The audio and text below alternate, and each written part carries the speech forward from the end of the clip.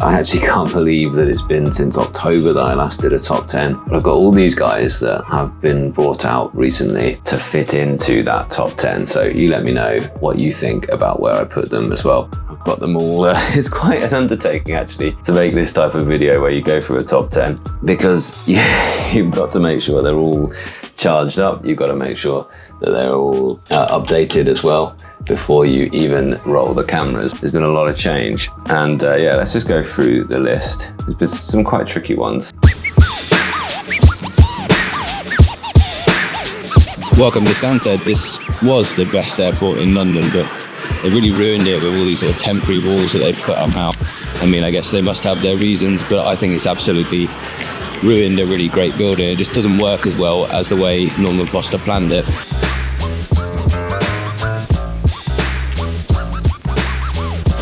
But travelling like this, great way to test out the remarkable move. And I'll let you know my thoughts. I'm thinking it could be that pocketable device that stops me needing the S Pen or the Samsung. We'll see. Because it isn't quite pocketable, is it? Not in a trouser pocket like a phone is.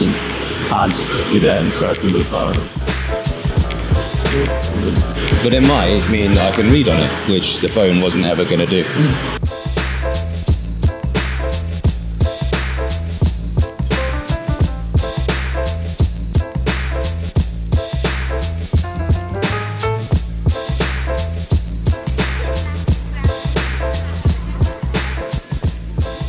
And I was going to say the main thing wrong with Stansted is flying Ryanair actually, but they weren't so bad. They've importantly removed the advertising that was on the back of the seats, and it was on the overhead luggage compartments, which was so annoying, so I'm glad they've got rid of that. Yeah, it's a good flight. And I've arrived in Berlin.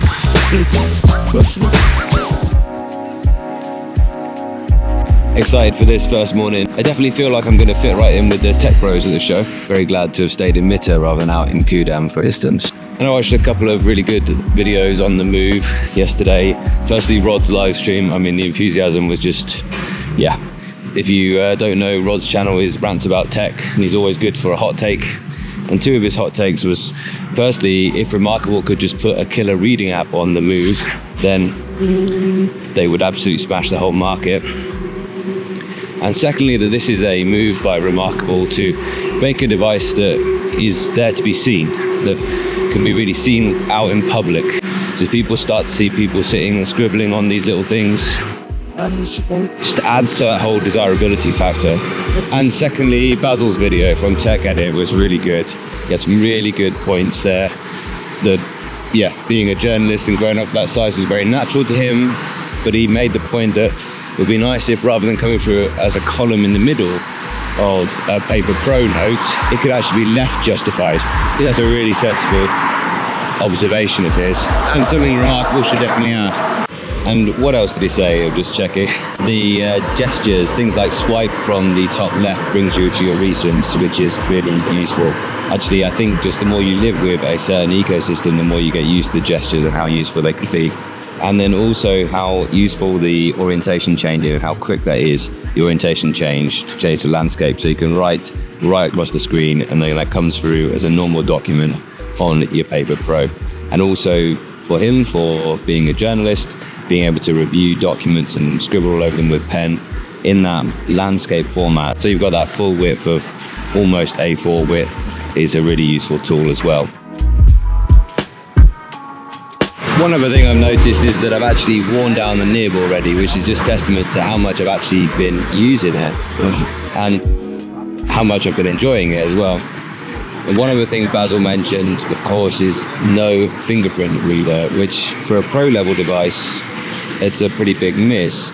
And when I actually make videos with the inks, where I scroll with one hand for some reason, I always just disable the pin code entry because it's just a nuisance putting that on and off. But that is a bit of a pain point, really. Basil mentioned it fits in a trouser pocket, in like a baggy jean pocket, and yes, at a push, but it is nowhere near phone size, and there's no way that I'm walking around all day with something this size in my pocket, so it's just not a pocketable device, which is interesting because it seems like these mobile e-ink devices are incredibly popular, and here at IFA, I don't know if you've seen the news, but it seems that Boox might be about to launch a color Boox Palma, which would be a really interesting thing to do. And of course, there's the color Big Me High Break Pro coming soon as well. And that's a very interesting proposition, certainly. And I think it's very interesting that every reviewer I've seen seems to be keen to use this thing long term. And sure, I share their excitement, but I'm not sure whether I'm quite ready to go away from SuperNote and Boox as my sort of main e-ink combo. But we'll see. I will certainly be using this. And it was telling when I was packing for this trip that I automatically reached for a paper notebook and a pen, and of course I have these small little moleskins that slip in anywhere, and I thought to myself, well, that would be a good thing to bring, that habit of putting paper and a pen in my bag. And I just thought, no, I'm gonna commit to the Remarkable Pro move, and I'm glad that I did. Let's hope it's worked out well. I think that was a good call. So I've seen Seta there about the future of AI, and it was interesting. He talked about AI influencers and said that that'll be okay. People will trust them as long as they're relatable and authentic. So there we go. That's a bit of a contradiction in terms, isn't it? What I'd love to hear more, and I'd love to talk more about Remarkable's ideas about AI, because I've been talking all day about this really considered and considerate bit of tech that lets you think. And here we are. You walk in here and you're just absolutely blown away. Your eyes and your ears are blown off by the screens and the sound. And yeah, we've got AI robots behind us and everything. And there's just a real danger that we just don't bother to think anymore. And thinking is a pleasure. I think what Remarkable are trying to do is remind you that you can have the best of both. And I think Remarkable's take on AI is far more optimistic, that we'll still be thinking people in a few years' time. And that the AI is just going to be there as a tool rather than a companion. I directly always bring up the connection and the loneliness at the bunny, right? And that really got me thinking. It can tell you all about our capabilities and how my It's just AI a really creates nice unique place for an connections. event. I mean, the summer garden in the middle is fabulous. And I was absolutely right that after that absolute onslaught of light and sound when I came in, stopping by the Boox booth was an absolute tonic. And yeah, that was a nice and calm place to be and talk to my contacts there about that exciting news that I've just made a video on, and I'll link that up at the end of this one maybe. But yeah, it certainly is the case that mobile e-ink is growing and is really popular, and for really good reason as well.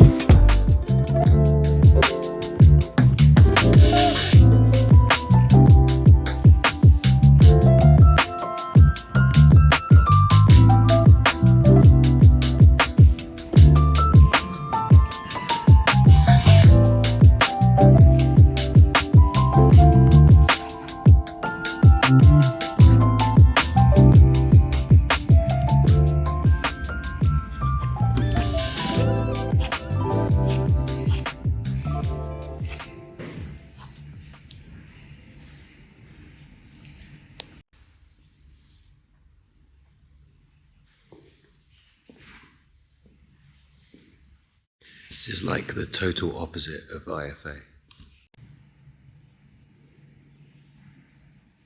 Just get an entire room of Donatello and work by his workshop and followers just to yourself. Could be worse, couldn't it?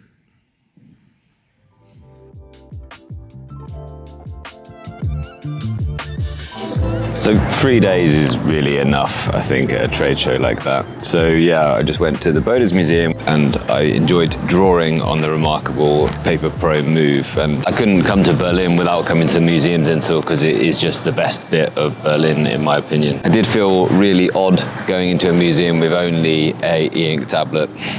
Didn't bring any paper at all on this trip, and it was good to draw on. I do think though that you can enjoy both. You can still enjoy your traditional pens and paper, you can enjoy fine paper, you can enjoy lovely writing feel with real pens, and you can care about e-ink tablets. So I don't think it's like mutually exclusive.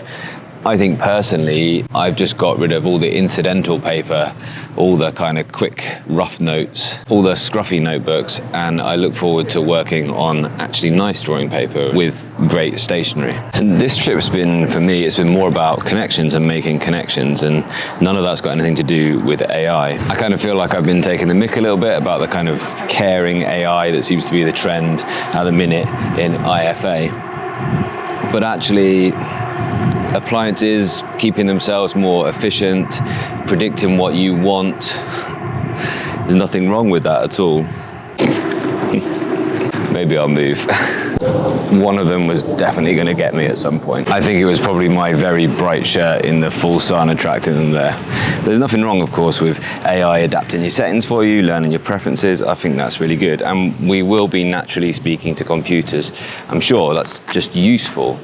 But let's just not forget about the things that make us human and make us feel more. And that still is always going to be connecting with people, having conversations. I mean, that's the basis of thinking, and that's what I've really enjoyed in this year's IFA show. And then there's the pen and the page, and that's where you give the thoughts structure. So conversations spark ideas, then you record them, you process them so that they're in a form that can help you out later. My favorite bits have been connecting with people, but also the time spent just thinking on my remarkable move. Wherever I was in this show, with all the excitement, I could always be sure to have a quiet bit of reflection with this tablet. AI should be creating you time and space for thinking, not thinking for you. It should be letting you dream of bigger things and making them possible, not just doing what you already do, but easier and lazier and lower quality. Now, one thing in evaluation, this thing keeps like missing my swipes, especially after I've just finished writing. So I'm wondering if like the palm rejection is such that as soon as the pen's down, kind of ignores your fingers. And then if you swipe straight away afterwards, it kind of ignores that touch as well. So you maybe just have to wait a small pause after each pen stroke. One thing I really appreciate about the remarkable move is the deeper blacks in this model. It is really good. Gallery free is good. In fact, I've hardly used the colors at all. And when I was drawing there, I kind of remembered just at the end that, oh yeah, I've got a color e-ink tablet here. And I went ahead and added color to my last drawing, but I was kind of happy just working away in the black and white pencil. And one issue with the color ink is that you don't really know what you're getting until it kind of renders through. But the deeper blacks certainly is an improvement over the Remarkable Pro. I haven't turned the front light on more than twice actually, and that was just when I was in a darker room. Apart from that, I've had the front light off the whole time. I thought it was really interesting, that talk from Abdul. Sorry the sound wasn't great on that bit. Hopefully you followed along with the kind of subtitles. I didn't realize just how close we were to quite a large speaker there. And he was talking about this tech-life balance, which I think might be the industry way of kind of rebranding the trend of digital minimalism into something that they can still sort of sell you things with. It was interesting to hear more about the Calm Tech Institute. And he was talking about, well, the app, like Touch Grass, it's about giving you small wins rather than you feeling guilty about using your devices. So I think there's a kind of, you know, positive spin on our digital lives, and knowing that we need to take breaks occasionally. We maybe need to force ourselves to take breaks occasionally from the tech, and we need to understand when we're talking to a computer and when we're talking to a person. And the lady at Medita, Ursula, said, we've been talking to the machines for ages, they've been bombarding us with notifications for ages, so it's no surprise that people feel quite natural talking to chatbots and actually sharing quite intimate feelings and thoughts with chatbots, but there's danger in that, of course. Another thing, the kind of refresh in areas looks weird at first, but at least it doesn't have to do a full refresh when it does that. Over the whole 4 days I've been at IFA, I've had to charge it once. Now, battery life is important, and so many people have said, well, what's wrong with just charging your devices overnight? Well, on this trip, I've had to charge quite a few devices, like several cameras, computer, phone, obviously, several phones. But I've only had to charge this guy once. So every evening I've had to make sure I plug my devices straight in so that there's room in the kind of queue to all be plugged into the various plugs that I bought, and charge up the power bank because I've had to charge things on the go as well. I've had to recharge the cameras as I've been working. It's quite refreshing at least to have one thing that you don't have to worry about the battery, and that should be your note taker. And this is going to surprise some of you maybe, but the Remarkable Paper Pro Move is going to get bumped off the bottom of the list. Is that interesting? Does that surprise anyone, I wonder? It kind of has to go. So you know, I've already given away that something at least is going to be removed. Something is going to go at least ahead of the Remarkable Paper Pro Move, which is amazing to say. Think about the quality of these e-ink tablets when something that I really loved using, the Remarkable Paper Pro, it's got a real clear appeal, it's got style. If you're interested in the Remarkable sort of ecosystem, if you're already there and you're happy and you're getting out of it what you wanted to get out of it, then the Remarkable Paper Pro Move is just a kind of clear and obvious choice, really. Don't know why that hasn't woken up when I woke it up there. Did spend all the time to charge them all and update them. So who knows what's going on there. Maybe this one I plugged it in, but it didn't actually charge. Maybe that's what happened there. Generally, writing on it was really good. It is odd to me. One thing that I kind of don't really understand and gives me hope a little bit for the next generation of Boox Go 10.3 with a capacitive stylus is that Remarkable have managed to get good performance out of a capacitive stylus here. So maybe, just maybe, Boox will too. Got to move off the list, and I've got to move on as well. Yeah, and I think if you're a Remarkable fan, you've got a beautiful design. It's just getting edged out by these stronger things that are above it now. But if you're an existing Remarkable user, I think it makes perfect sense. You've still got all of those great Remarkable things. The color e-ink as well. So this is the iFlyTek AI Note Air. And thanks very much to iFlyTek for sending this out for review. They haven't got any influence at all into my content. But I am looking forward to having a good look at this because I didn't get the chance to review it when it was first out. And also I've got some limited edition goodies for you to have a look at with me today as well. The iFlyTek, the AI Note, I have already reviewed though, and I do like it. In fact, it's got a claim to be my most highly recommended e-ink tablet, and later on today I'm going to make a final decision as to whether I think it is indeed the best e-ink tablet that you can buy. But this is the smaller brother, and it's the first one that they came out with. You do get a little bit of instructions on the front here as well, and this one is more designed to be a recorder, and also it has a speaker on the front, camera on the back, which you don't get in the larger AI Note. Here is the larger AI Note, and you can see it is just designed to be more of that note-taking place for you. A bit more room, really nice writing feel. I've just generally really enjoyed using it, and that's why it has been quite tricky to make up my mind as to where this actually sits in the kind of overall ranking.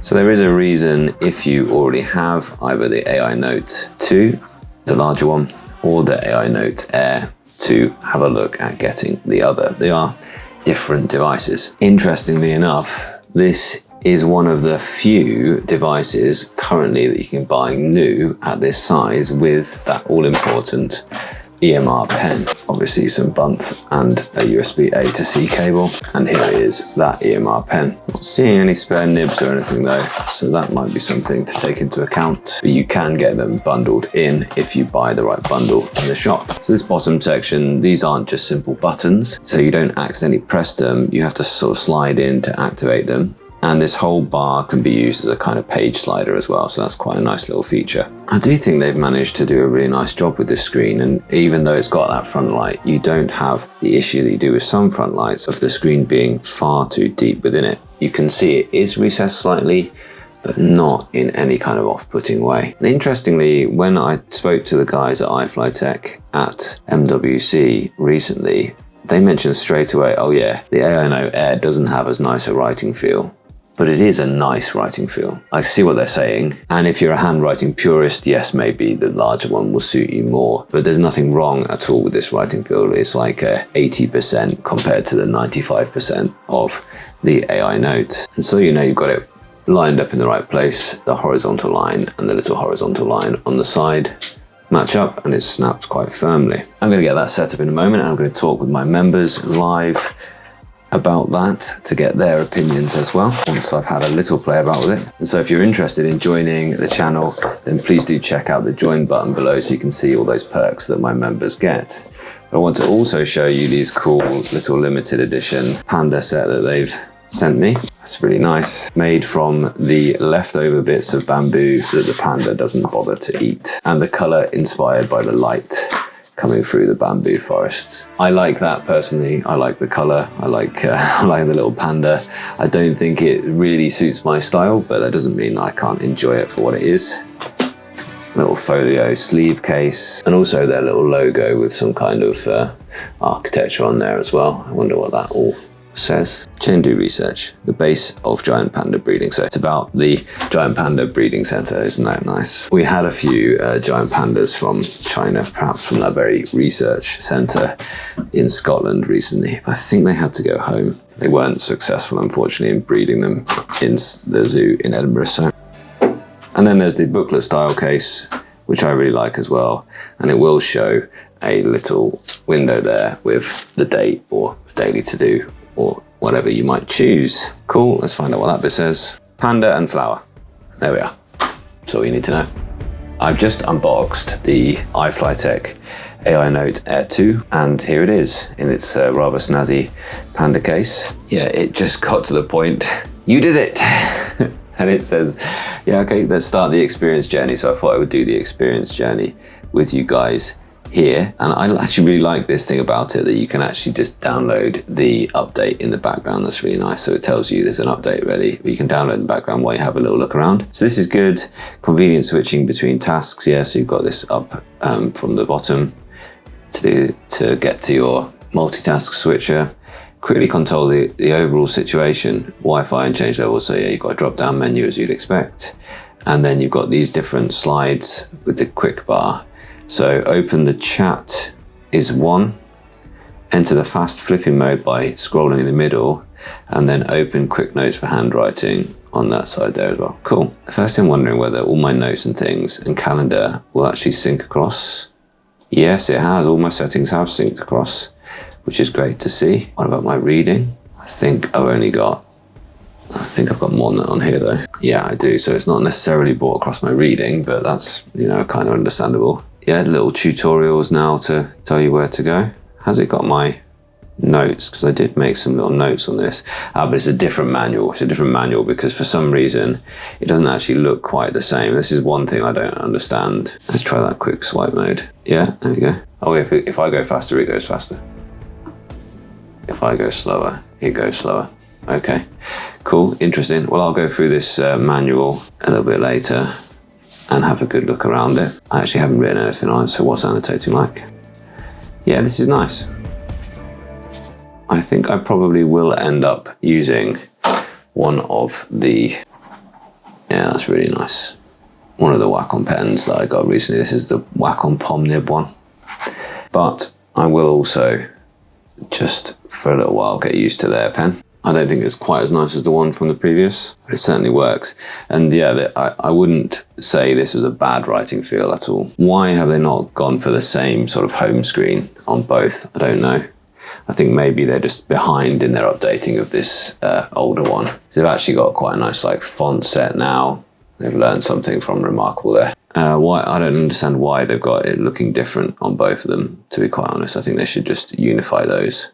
Maybe they have when I install it. So that's now downloaded in the background and I can go ahead and install now. And of course, there's got the writing and the recording. And I think the key function of this is going to be about recording. See how it does with that? Almost it. AI Note AV it's gone for rather than Air, but fair enough. And I did notice, if you look here, it's tried its best to actually sort of give you a quick summary. No surprise that it couldn't actually get a good recognition of that. It said enemy janed up print once.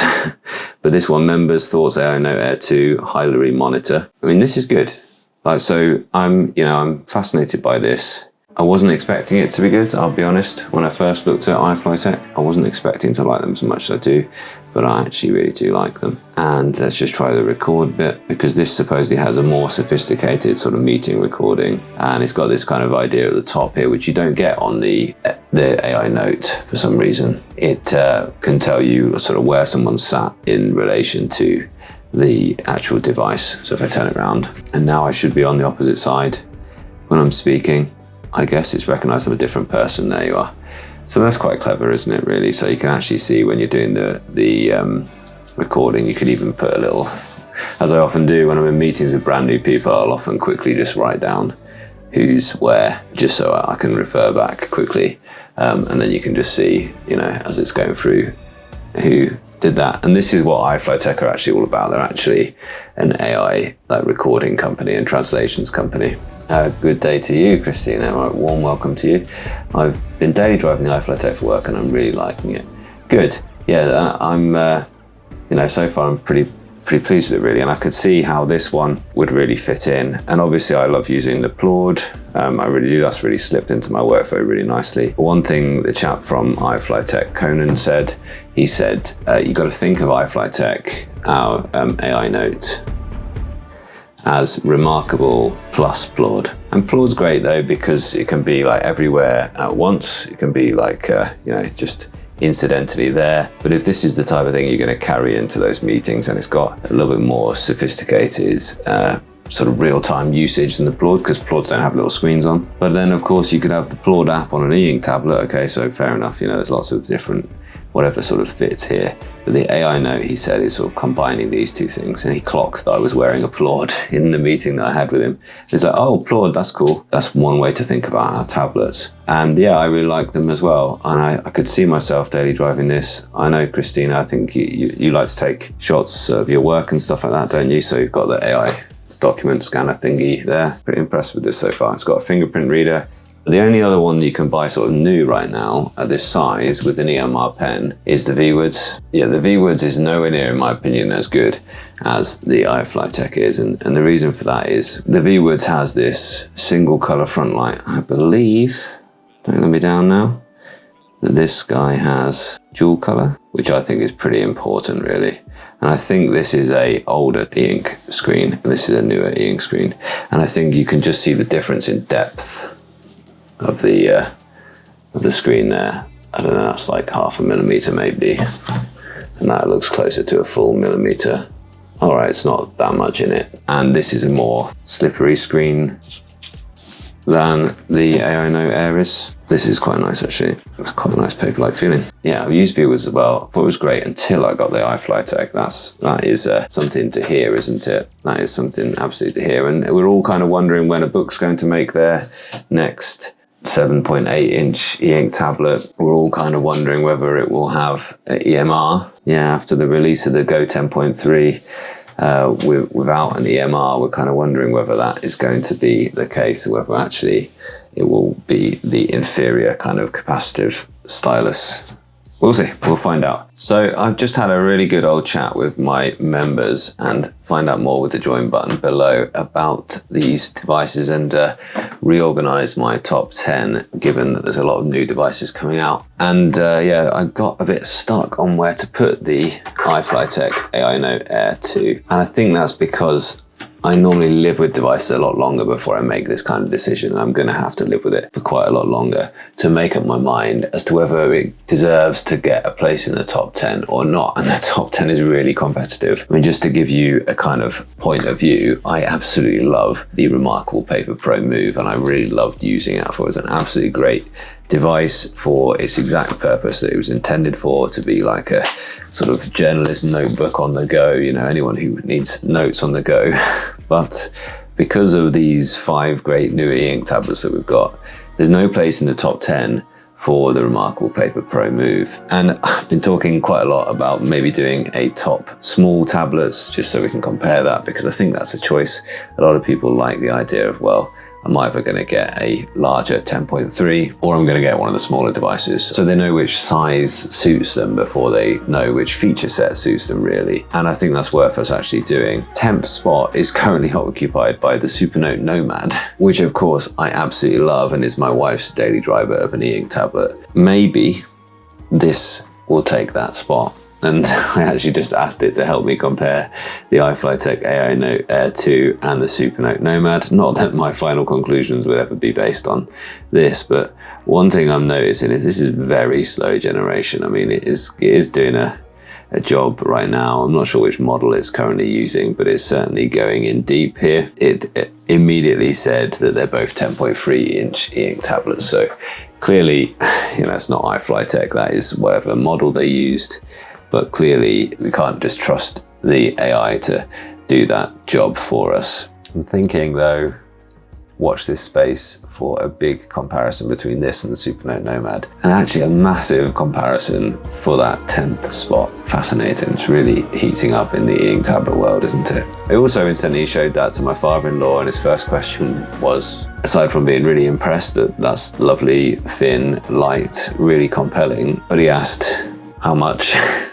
And yeah, 400 quid is still too steep for him. And it's interesting that I think it's still the case that these e-ink screens are just too expensive for mass market adoption. But there's more of them, they're getting more and more popular all of the time. And I, for one, am here for that. So thanks very much for your time. I'll be back with more thoughts about the iFlyTek Note Air 2. I think maybe I'm gonna give it to my wife for a bit and let her sort of use the Nomad and it side by side for a while and see if she would get anything from these kind of meeting features and see if she prefers working with this one or her beautiful Crystal Edition Nomad.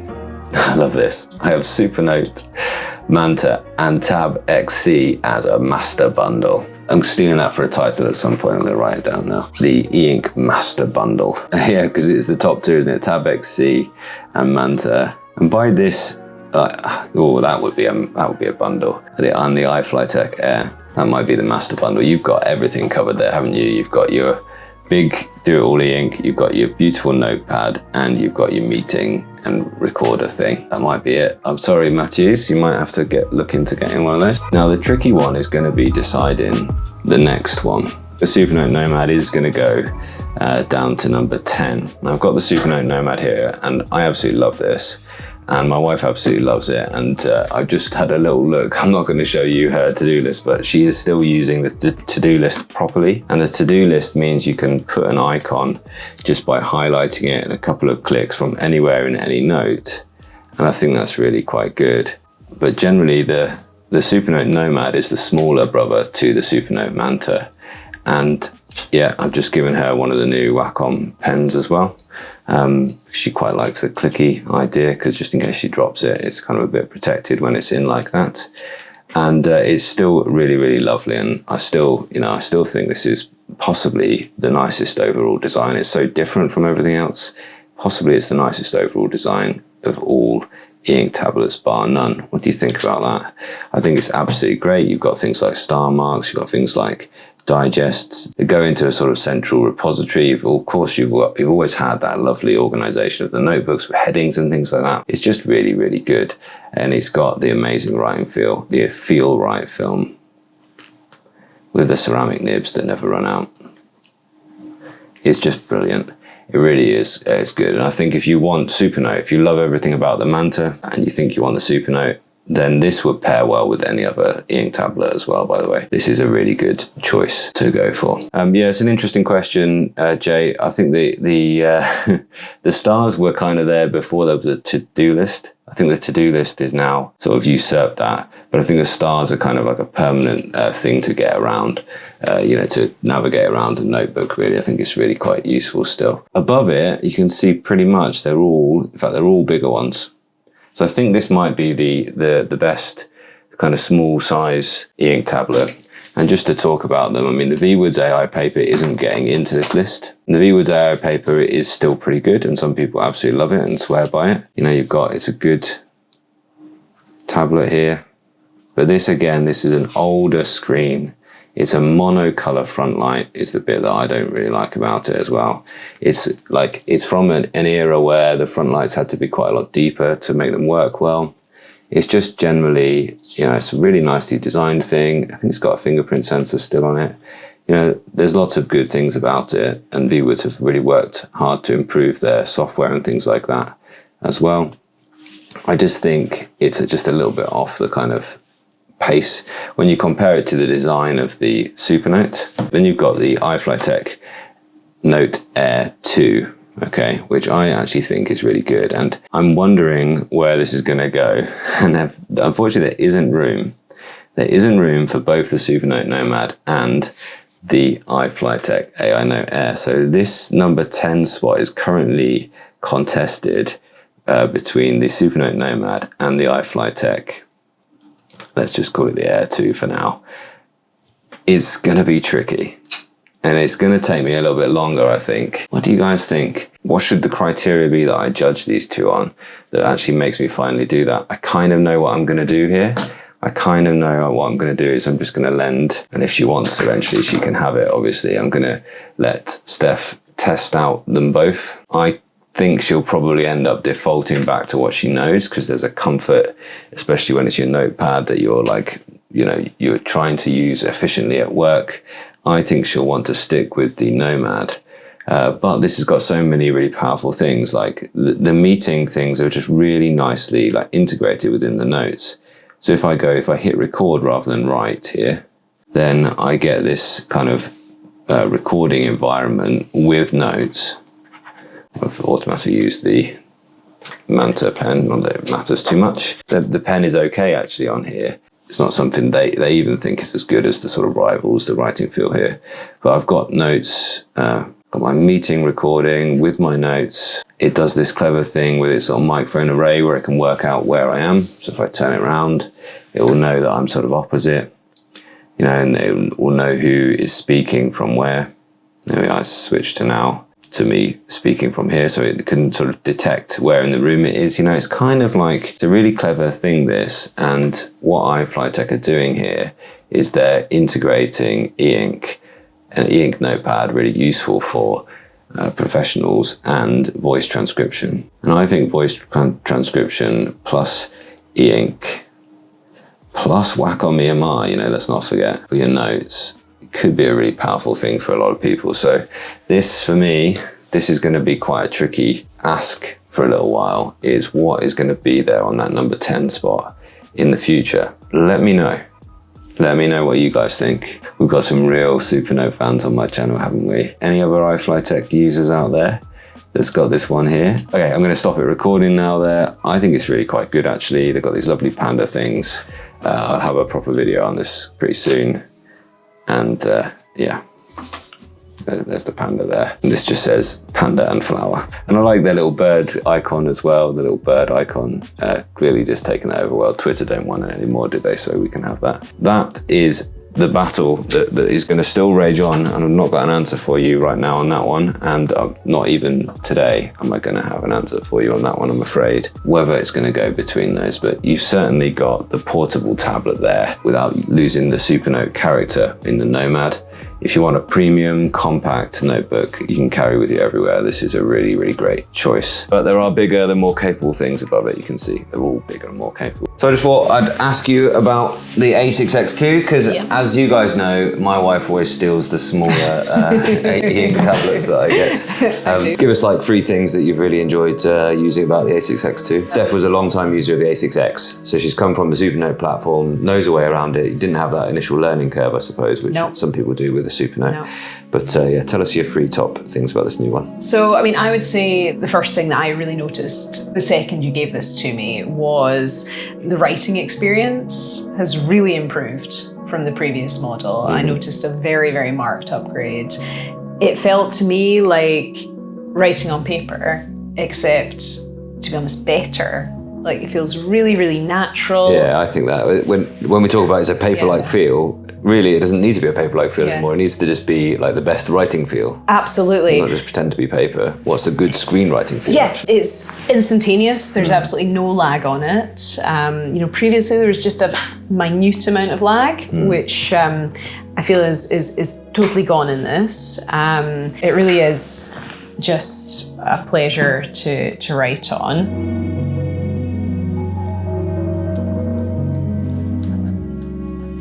Excuse my very rubbish handwriting, but there's absolutely no lag at all. I was saying to you before that I really feel that your hand just doesn't tire. You can keep writing notes. I mean, what I use this for is usually, taking notes in meetings. And what I love with this is you can make a very easy to-do list with it.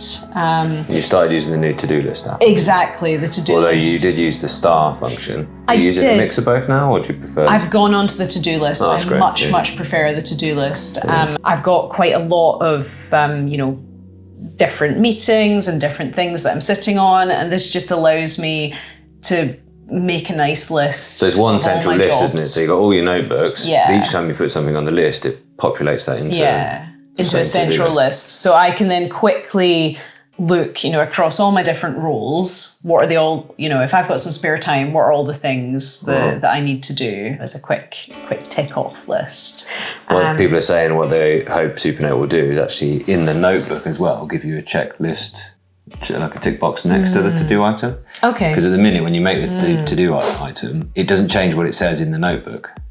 So Yeah. the notebook is still just text. Yes. You've got a to-do list item that you can tick off and it gets rid of it from the to-do Yeah. list, but it doesn't change anything in the actual notebook. Yeah. So it'd be nice to have both, wouldn't it? Yeah. And also they're going to do it, you've done handwriting recognition, Yes. but you can actually make it, or they are going to make it so that it just shows you your handwritten Okay. text in the to-do list. Okay. I would say the handwriting recognition is really pretty good. And, it's recognizing more unusual words. I'm a doctor, so sometimes I'm going to have medical words in there, and it seems to Get those right. it seems to get most things pretty and pretty even good. offline as well. You don't have to put it on the Wi-Fi or anything to do that, do you? You just do it. It seems, there's the odd thing that sometimes you have to change, but overall, that's really good. Everything seems to react quicker than before. So I've sometimes found that some of the devices we've looked at in the past is just slightly slow, I guess, compared to, when you're looking at, your mobile phone or iPad and things like this. But this felt like a big jump. And certainly, in meetings and things that I've been in, people are looking at this and saying, wow, what's that? Do you show it off like this to go, oh. Do you like the new accessories? Do you like the new case, the new pen? I love the new pen. Right. I'd say, so the old pen, it had a lid. One thing with a lid, you're always at risk of losing a lid, whereas this is a nice clicky pen here. And certainly with this this case, this just fits on really nicely here. Now, I found that in my work bag with the previous model, the pen fell off every single time. Right. And then actually the pen lid got broken. Whereas this feels like, it feels much more like a real pen. It just has a much nicer feel to hold. Yeah. So I really like that. So the other one that you always nick is the Tab Mini C. So what do you think about this compared to that? I've not really used this as a Kindle. Yeah, because when you steal this, you basically use it as a Kindle, don't you? And I think it's a really good screen for reading on, isn't it? Yeah, I think absolutely. So I'm using these for two different purposes, really. Well, you didn't even have the Kindle app installed. Yeah, I installed it the other absolutely. day when I did a live stream on it. Yeah. Yeah, so this similar only really in as far as it's got the same sizing screen, but totally different screen here because it's colour. And similar that it's got Wacom EMR input, but you didn't make any notes on this, I don't think. No, I've purely used this as a holiday Kindle reader. I've really liked it for that purpose. I'd previously had Amazon Kindle devices in the past, and this certainly felt better than what I'd had previously. I much preferred, searching for books using color. Yeah. So I think you just get a much better impression of what the cover's truly supposed to look like. I mean, I'm probably more of a book person. I do like reading a real book. And I I think this just gives a little bit of a better impression on that. I thought it was, it's a really, really good device for, as I say, I've only used it really for that function. Nighttime as well, you've got the front light. Yes. I do think, this is just like such a lovely design, isn't it? The SuperNote, but this is a nice tablet design. But This is just such a lovely design. Yeah. I like having both. I think it's great that I use them for two different purposes because I get to keep both. Cool. Well, wish you joy of it. Without realising it until now, I've been searching for the digital analog, and it's led me here, and I couldn't be happier. So this is the Canon A1. It slowed me down, and it made me more intentional. And then when I went back to the digital tools, I was far more purposeful. I take fewer photos now, but my hit rate is far higher. This is the power of the digital analog right now. This is the SuperNote Nomad. Love this camera. It's just such a pleasure to use. My other camera's an R5. I read a YouTube title this morning, and it was something like, how to stand out with AI. And that's pretty close to an oxymoron. If we all just parrot what the robots write for us and shout that into a void, then there'll quickly be a vacuum for something human, something textured, something authentic. I am a teacher, and I'm also a paying customer to ChatGPT 4. I use it loads to create very quick, very high quality tasks for my lessons. That's work that takes a great deal of time, and which frankly the robot does better than I could in less time. But you wouldn't want that from this content. You would switch off very quickly if this review was written by AI. And more to the point, I would not want to create these videos by AI. The creative bit of teaching is how you sculpt the lesson and how you apply the resources in your classroom to engage those students and help them to make progress. For writing poems and for drawing, it's the act of writing and the act of drawing. Struggling to control the mess of marks on the page to make it represent something and be pleasing to look at. That's where the art is. And in looking at it, you imagine being the human making the marks, or at least you admire the skill it took to bring that thing into being from the blank page. And so it is for poetry. And this is the place to do it. To bring that messy world of the idea, the feeling you have in your head, and to order it in words and sounds and images on the page, to give that text meaning. And these are my thoughts after 2 weeks of using it at work, although I must say that this is becoming the most unreview review of any product that I've ever made. But look, I've got a lot of content featuring this product and all the details are in there. But just let me show you how I'm using it at work now and why it's becoming totally invaluable. It all starts from a contents page, which I can access from a swipe down on this quick access bar at the side here. And in that, I have a link to a page for all of my important areas. And in that, I have links to all of my important files. For instance, this is the teaching notes that I need for teaching my A-level course. And I can work on it, I can annotate it. This is the topic that I'm up to right now. And I can quickly find parts of the course and access them to reference in my lessons. For instance, the answer sheets. And then I've also made a planner notebook, which again, I've got in the quick access bar here. The template for which is actually a PDF with all of my 2-week timetable, with all of my lessons already labeled up. And I just need to annotate in them what I'm doing for each lesson. And every 2 weeks, I can just add another 2 weeks worth of the PDF template. And because it's a notebook rather than a PDF, I can still use all of the awesome headings, keywords, and stars functions. So the start of the next school fortnight will be the 4th of March. Select that and turn that into a heading. And there it is. I can skip back to my fortnights just like that. And I can also highlight keywords, have them recognized, and skip to wherever they appear in the book, and star marks for my to-do list. And as soon as I delete that star mark, it's gone from that list. It's simple, but it's elegant. And it's a workflow which I've gone straight into, and honestly, I'm not sure that I want to switch out of it anytime soon. It's really appealing to the intentional tech ideas that I'm embracing since reading Digital Minimalism. And yeah, it's great. 2 things to say though, I do wonder if it's a little bit small. And because of that, finger presses aren't always as accurate. You might have seen me miss once or twice. And if you find that, you can just use the pen and you'll be much more accurate every time. And I suppose I just wonder whether I'm going to love the A5X2 more. I think that I probably will. I've always sort of felt that the A6 size was a little bit too small for me. And I have really loved when I've used the biggest A4 size, the ink tablets. But as far as the functionality of the SuperNote goes, with those larger SuperNote devices coming along, I can tell you they're going to be worth the wait. For now though, whenever this is a little bit small, you can just go ahead and rotate it and you should be fine with the size. And pinch to zoom does work, but it isn't perfectly integrated. To use their own taglines and to add a few of my own, it's elegant productivity for those who work. It's enticing stationery for those who write. And it's a digital sketchbook for those who draw. And also, I'd say this one is a travel notepad for digital nomads. I think you're probably getting the idea that I'm pretty enthusiastic here for this product. It's a device that lets you do all your thinking, all your writing, all your drawing on this beautiful page and have it ready to go into our digital world of publication. That's what Rata SuperNote have created here. It's getting me very excited to do the two things that I love to do the most. The two things that if you left me idle with nothing but free time, the two things that I would end up doing beyond anything, to draw and to write. And thank you, Rata, for understanding your audience so well and creating such a special product. So the Remarkable Paper Pro is also going to move down to the next spot, and the Remarkable Paper Pro is good. I'm someone who likes my devices to do that a bit more.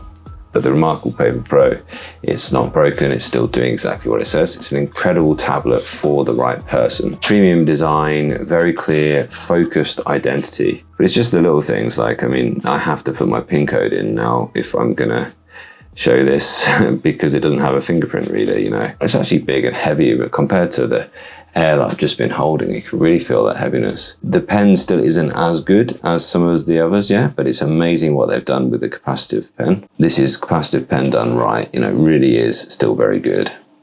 I've loved drawing on here, you know, I kind of get addicted to handwriting on here as well, just like I do on the Manta, although it's not as good as the Manta. The display, I still think there's a big trade-off there about the color. And the flashing with the display, you can see it's quite dark here. Even with a lot of front light, it still doesn't really get bright ever. It's not coming through, I'm looking on the camera, it's not coming through how yellow it is. It's still really very yellow. And I know that there's some people seem to have more or less yellow screens.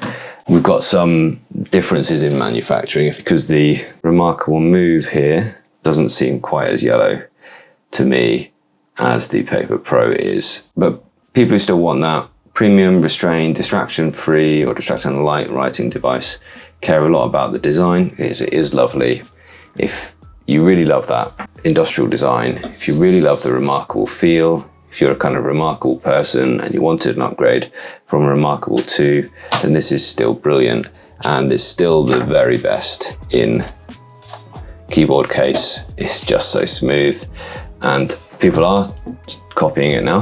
We've got the iFlyTek kind of copying it. It's not exactly the same, but people are imitating that because it is really very good. And what it means is that you don't feel like you're holding something in a keyboard case whilst you've got it in its keyboard case, and you don't feel with either of these two devices actually, you don't really feel like it's a big chunky keyboard case you're lugging around. You just feel like it's a normal book style case. This is the Remarkable Paper Pro. Now, has it taken paper to the next level? In my first review, the overriding sentiment was that I was torn, and I think I still am. But I'm conscious that I want something different from e-ink to the majority of you. I want to work on e-ink as I do on my personal computer. And therefore I love the all-singing, all-powerful devices like the Tab X C Pro. I've really also loved using the Big Me e-ink monitor that I used to have here set up on the desk. And that's not what Remarkable is sold as. So I'm struggling here because this isn't the e-ink tablet for me. But that doesn't mean that it isn't the e-ink tablet for you. So for me, the only fair way to review this, as far as I can see, is to review it from the point of view of what it's for and what its intended purpose is. And then I'll review it for my own use case. So that's what you're getting here. You're getting two reviews in one, and I hope you enjoy it. And let me know in the comments what you think. So I'm gonna start with what it is for. For personal notes. It does personal notes really, really well. And if you're just writing in black and white, then it's obviously brilliant. It's an improvement in no small way over the Remarkable 2. The stylus is brilliant for writing, and you get the benefit of super low latency in black and white. I personally think that it's not as good a handwriting rendition as it was on the previous Remarkable, and with some of its competitors with the Wacom EMR. But when you notice them side by side, you do actually notice the difference in latency between this, the new Remarkable Paper Pro, and the Remarkable 2. But the Remarkable 2 is no slouch either. And certainly, if you didn't have them side by side, you wouldn't be bothered by the latency on the Remarkable 2. Importantly, I feel like my handwriting looks good. It's an accurate rendition of the way my handwriting looks on paper. And it is really good to be able to move things around on the page, to be able to resize things and reorganize your notes like so. If you want to create to-do lists or mind maps or flow diagrams or anything like that, or if you just want to annotate a PDF, then it's brilliant. I have used the Remarkable Paper Pro and I will use it just as a piece of paper now for my desk notes, just to keep track of the things that I'm doing, and when I've completed something, then I go ahead and delete them. I'm still working on this one.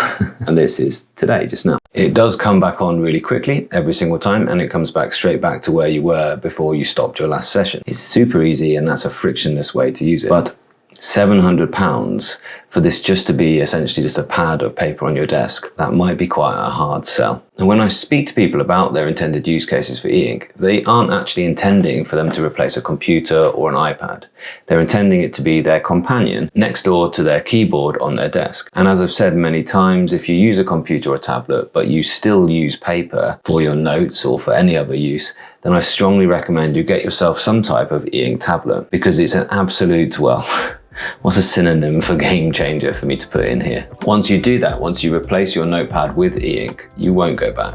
It's for personal reading and for markup. So if I go into here, there's a lot of the readings that I did for my leadership project that I did a few years ago. And I started this actually on the Remarkable One, and it still looks good here on the Remarkable Paper Pro. I do really love the send to Remarkable function from the web, but there is also a third-party plugin, which is called Repub, which also includes images. And it's also really easy to shove PDFs on it. But one of the big problems with it as a reader is that you can only read EPUBs or PDFs on it. All of them, though, can be annotated, and you can zoom in and zoom out to give yourself lots of room for writing. You can also, with two fingers, swipe off to the side to give yourself extra room in the margins. And I will just say, as I've noticed it at this point, there is some really harsh yellow staining there. That's ghosting, which is inherent because of the Gallery 3 e-ink screen. Now that is said to be improved on the update 3.15, but I am still on the 3.14 here because the 3.15 is still in its beta testing mode. But I've read that that is improved.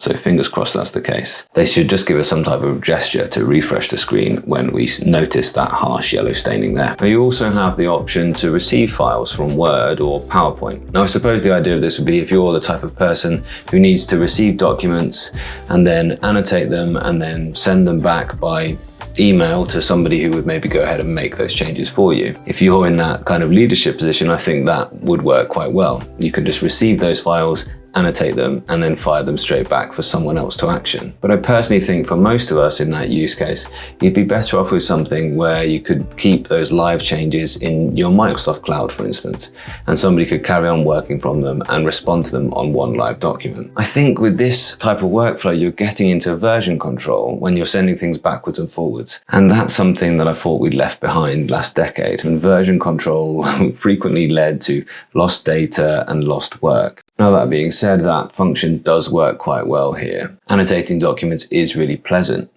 But if you can imagine you've received a Word document and you've noticed a typo, and instead of just correcting the typo, you're going to have to ring that and have somebody else go through that document, find it again and redo that. That's quite frustrating in my opinion. There aren't many alternatives that can do that workflow really, really well though, but perhaps something like an iPad or a really good Android tablet would work quite well. Now, other Android tablets do tend to be a little bit laggy in third-party apps like Microsoft Cloud, but I do personally find that that's a trade-off I'm willing to accept for that kind of connectedness. Let's look at some color content now.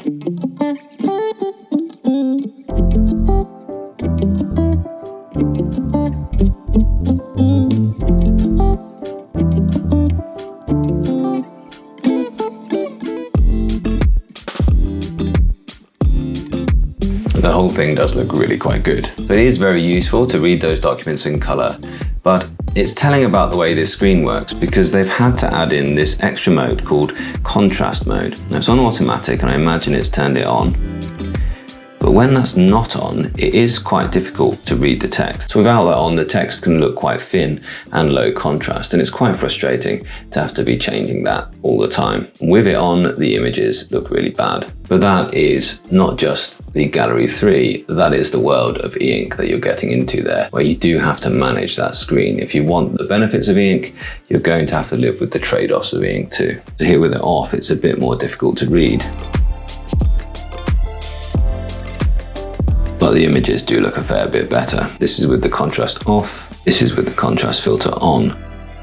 It's quite dark now, you see. I just find, although they've added an automatic mode, most of us will be happy with that on most of the time. I find that there are enough times where I'm having to switch that myself that it's a bit annoying. Now this is because the way the gallery free screen works, it doesn't render black and white quite as well as other forms of e-ink. So if you know it's just black and white reading that you need, I do still think you should look elsewhere and get a pure black and white screen. However, if you do have color on your PDFs and you need to distinguish between the colors on different diagrams, then this screen is the best you can get right now. Just with a slight warning that if you do need to zoom in and zoom out and resize that document regularly, then you're going to get into those issues I talked about with the ghosting. The size of this screen isn't quite the size of a full A4 screen, but it is good enough that you'll read most professional documents pretty comfortably. And once you fix your zoom level, then it does stay as you go through the rest of the document. The Remarkable Paper Pro does feel like it is the right size. For focused writing sessions, I have really enjoyed this.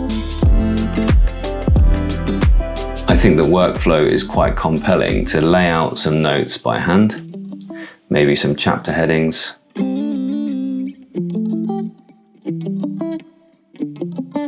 and then go ahead and convert the whole thing to text, and then rotate the device, lift up the keyboard, which is, I'm sure I've said it before, but the best keyboard design across all tablets.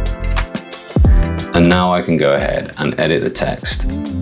It did get all of my text accurately that time, but now I can add in.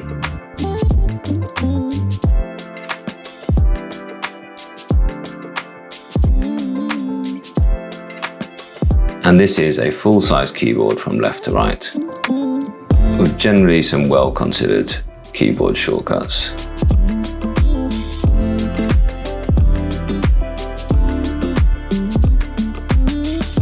For instance, for quick formatting like so.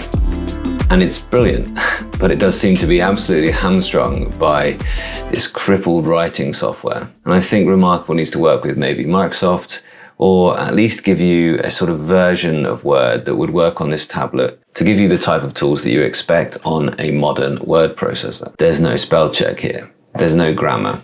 You can't choose your fonts. And if they could work with Microsoft to give you a version of this that actually synced with your OneDrive, then that would make the Remarkable Paper Pro an incredibly powerful word processor. It is, though, a really pleasant place to type, and certainly typing on e-ink is a good time. I think if you're a confident typist, and I think if you're a confident speller, I think that you'll be totally delighted here. And I think that that'd be absolutely brilliant if you're used to using modifiers to change your formatting and keyboard shortcuts. Then you'll build up blocks of text quite quickly. And importantly, when I type on this, I'm only thinking about the skill of creating the piece of text. And that's what I mean by it's good for focused writing sessions. I think it's good that they've managed to keep things simple, but I do think they should add those tools. I quite like, for instance, the refine mode that you can go into, where now the marker is allowing you to select bits of text and make changes. But again, there's so much they could add to this without making it distracting, in my opinion. And I like the fact that you can then add your notes. So to continue that workflow, you might read it through with the marker in hand in portrait mode, and either make a few quick changes with the on-screen keyboard, or ring things, or cross things out and make edits. And at that point, you can go ahead and recognize this text and then copy and paste that back in. But unfortunately, every time you do a text recognition, it is starting a whole new page. So it isn't going back and re-editing the text that you have first recognized. It is one of the nicest accessories that's designed for any tablet at all. The way that it folds away just means that your hands don't have to sit on the keys whilst you're holding the tablet in its case. And honestly, they've done quite well this time to not make it a massive increase in the width of the tablet over the ordinary book folio. The book folio itself, though, is the choice if you're not confident you'll be using that to type on quite regularly, because it does just keep things that little bit thinner and lighter, importantly. But reviewers, myself included, have made quite a bit of a deal out of this little folded flap that goes around and keeps your pen in place so it doesn't fall off in your bag. But then when you do want to write on it, it goes into this little indented space where now the tablet can lie flat without wobbling on the table whilst you write. That's the type of consideration you get from Remarkable. The design is superfluous. It's also clever the way they've made sure that those keys can't actually be pressed whilst it's in this tablet mode. They've actually added pogo pins here to connect to the device, and then 2 sets of pogo pins which are hidden away under here, which are only connected when the device is snapped up into the keyboard position. Expect that to be copied by a lot of companies in the future. It's for ideation and development of those ideas. And for a creative person, this is really brilliant. I did really like one of the things they said in the launch video was that paper doesn't have a workflow. And I'll talk a little bit more about workflows later on, but in fact, if you're looking for something that's just about as free and easy as working on a piece of paper, then yeah, this could do it. I tell my students at school that this thing, the pen, is the most sophisticated thinking tool that man has ever devised. And it's true. Thinking with a pen in your hand is so very natural to us. And I don't think it's something that mankind has had to be taught. They haven't had to be shown how to make marks in places, to keep track of counting, or developed ideas and communicated them between us by making marks in the mud, for instance. It's still the case if we want to share an idea, we're often compelled to draw out a little diagram or a picture of what we're talking about. So there is a convincing case for this to be made that this is a development of paper, and now it's giving you those options to add those splashes of color across your notes. Or should I say those flashes of color? And it should just give your notes a little bit more life. And I think that our brains do work in this way when we're remembering what we've written down. Oh, that was written in the green section of my notes. It's a useful tool for our memory. I'll just pause for a moment. There's been a couple of comments. Yeah, it's CMYW instead of a CMYK technically, absolutely. So the way the screen works is that the white is the only reflective pigment and the black is just made by having the 3 not reflective colors to the surface. And black is an absence of light, so it doesn't reflect. So therefore it looks black. Well, it looks dark blue. Yeah, spotted this one. I imagine as they've got such a lot of people moaning about the LED brightness, they'll probably change that in a future update. But right now, yeah, you've got Khaled's great video where you can go ahead and he shows you how to do that. Still a bit more of what is it for then. It's a pleasant place to sketch out the flesh of our ideas. And people spend a lot of money on attractive pens. They spend a lot of money on beautiful stationery, beautiful notebooks and folios. It's nice to work on nice things, and this is pleasant tech to use. There is a reason why Apple products, for instance, they've often got lower specifications, but higher price points. And I think this is a beautifully machined tablet. And aesthetic tech does matter. It's not just about it being attractive and desirable to make you want to buy the thing, but it's about it being attractive and desirable to make you want to continue using it, so that people fall in love with these devices. And judging by the comments on my videos, people certainly do. I'm kind of expecting the title of this video to be something along the lines of, I really want to love this, because it's beautiful. You put it in this or the book folio and my word, does it not look like a book? I mean, if you've grown up with nice stationery, this is the natural progression of that, isn't it? But then because it is digital paper, you do have a whole lot of different advantages. You can share your ideas more quickly. You can duplicate things. You can make your own templates, albeit by a bit of a workaround with PDF. You can share the screen in a meeting, for instance. And the writing tools, the brushes and pens that you have to choose from are some of the best that you've got in any tablet, including all LCD and OLED tablets as well. And the nice thing is that you do get those exact same writing tools wherever you are in the tablet. So in PDF or EPUB, the user interface looks exactly the same. And so there's some truth to the way that they were originally marketed, that Remarkable has been designed to get out of your way so that you can just use it to think. And little design touches like this. So the folios will wake the device when they're opened, just as you would expect. But here's a nice touch. The device will also be woken from its sleep by just lifting the pen off its magnetic dock on the side. They really are well designed. And I personally would love to see what a whole range of different Remarkable products would look like. What would they do with the phone, for example? Or what would a remarkable laptop look like? Remarkables are places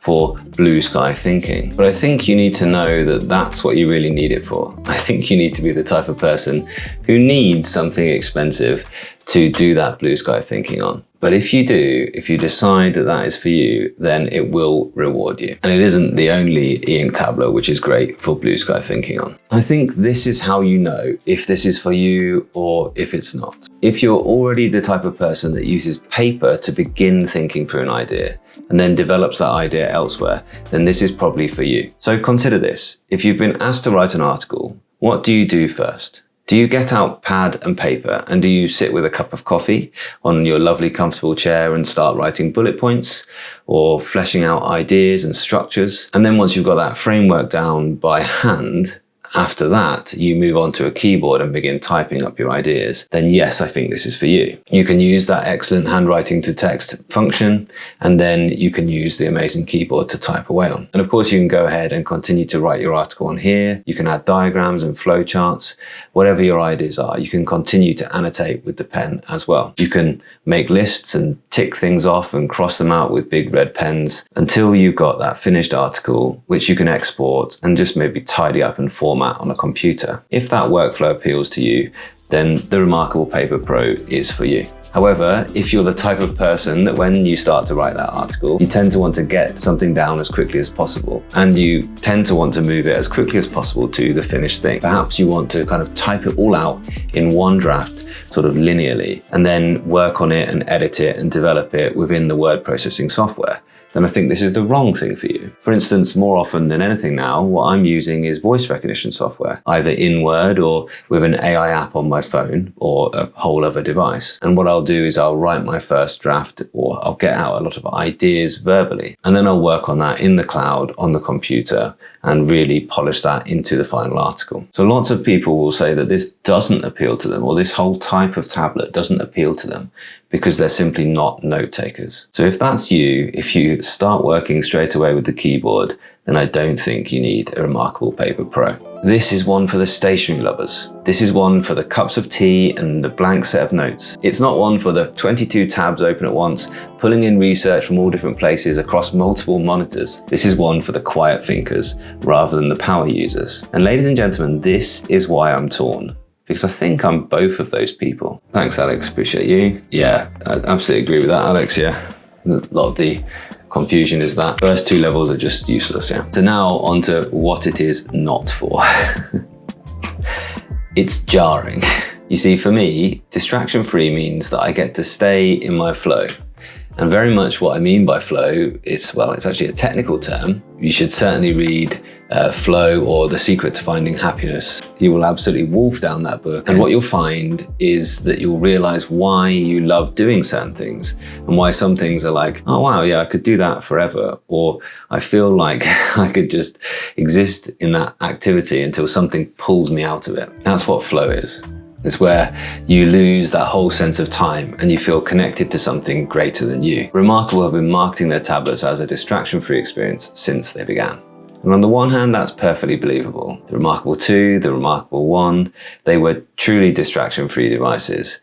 And honestly, now even fast forward 7 years from that launch, and the device we have today is, well, I've spoken a fair bit about how focused you can be with that. But I've also spoken a fair bit about that flashing. And you'll see in the video, I certainly won't try and edit out any of the flashes sort of on purpose. And hopefully you can get an idea from this as to whether you would manage with this or be distracted by this or be totally put off. I'm getting about equal numbers of people, probably slightly more people who are saying they're happy with the flashing and they don't find it a problem than I do who say they can't manage the flashing and they've returned the device because of that. The nice thing is with Remarkable that you can go ahead and try their device for 100 days and just return it if you haven't got along with that. And it is distracting even when you're making notes in color. So you should expect that generally you'll be writing in black and white and you'll just be adding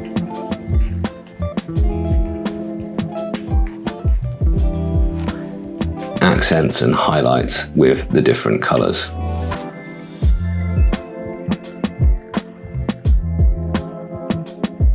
because that is quite a lot. And just every time you see it do that, it catches your eye and it can take you out of that flow. I don't know why Remarkable can't give us some pens which are just the type of color, that color that it makes before it flashes. That color is a good enough blue just to allow me to add a little bit of blue to my notes. Just give me that color without it needing to flash, so that at least I can add some color and not be distracted by the flash every time. And if you're absolutely sure that that will bother you, then just stick with black and white. Possibly if you think this flashing will bother you, then go ahead and wait, because I'm sure that Remarkable 3 will be along, and I'd expect them to bring that with a Wacom EMR stylus and a purely black and white screen. It would be an easy thing for them to do, to give you that option between color, but with the flashing as a trade-off, and a black and white which will work just as well as all Remarkables have done in the past. So surely there must be some benefits of color if they've bothered to include that in their new flagship tablet. I think that there is a benefit of being able to color coordinate your highlights, for instance, color mark up your notes for better retention and memory. Certainly there's a place for reading things like comic books, which are designed to be in full color. I'm sort of slowly working my way through this one at the moment.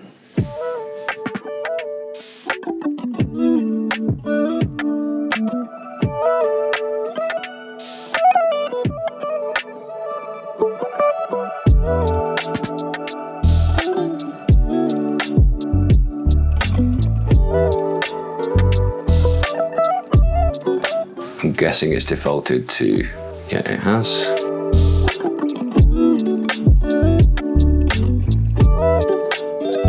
That's a really pleasant experience of color on there. It's cleaned up really nicely. There's very little ghosting or anything at all. That is really clean and crisp color. It's very attractive. This is the best imitation of printed color on paper. So if you're not put off by that flash, then you can get the very best experience of color on e-paper that you can buy today with the Remarkable Paper Pro. It's a shame that they've hamstrung it again by not allowing you access to things like comic book formats or any other type of e-book. And I've also had some comments that perhaps my content covering the Remarkable Paper Pro should come with a flashing images warning. I feel that some reviewers, in their sort of desire to love this tablet and give it a positive review, because it is a really compelling device, have overlooked some of the issues that are inherent with Gallery 3. That yellow staining, for instance, that slow refresh rate with that distracting flash. Sure, this is better than the previous generation of Gallery 3 that we've only really seen in the Big Me Gallery. That was slower to do that refresh, and just generally the whole user interface was a full Android user interface, so needed to flash more often because it was refreshing elements of the screen more often. The Remarkable 3 has improved by using the newest e-ink controller. It's kind of like comparing T2000 versus Arnie. You're looking at 0.1 seconds to refresh the entire screen rather than about a third of a second. But the flash is still there, and it's jarring when you're navigating through the menus.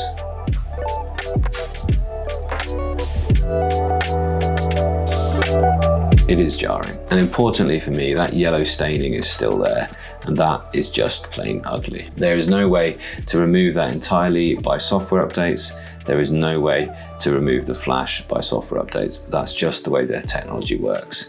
So you need to know that you're going to be using this for pretty much static or very slowly changing content. But luckily, that's all it can do. But look, just for page turns, you don't get too much of an issue with that. So if this is really more about writing in black and white just with a few accents of color, then the lack of having true blacks on it make it imperfect for doing that job. Black is not jarring though, and it doesn't need an entire flash to render. So I think the whole device is saved by that. If the black needed to flash, then this would be an impossible device to recommend. But as it is, you've got the lowest latency in black and white writing that you can get on any e-ink tablet.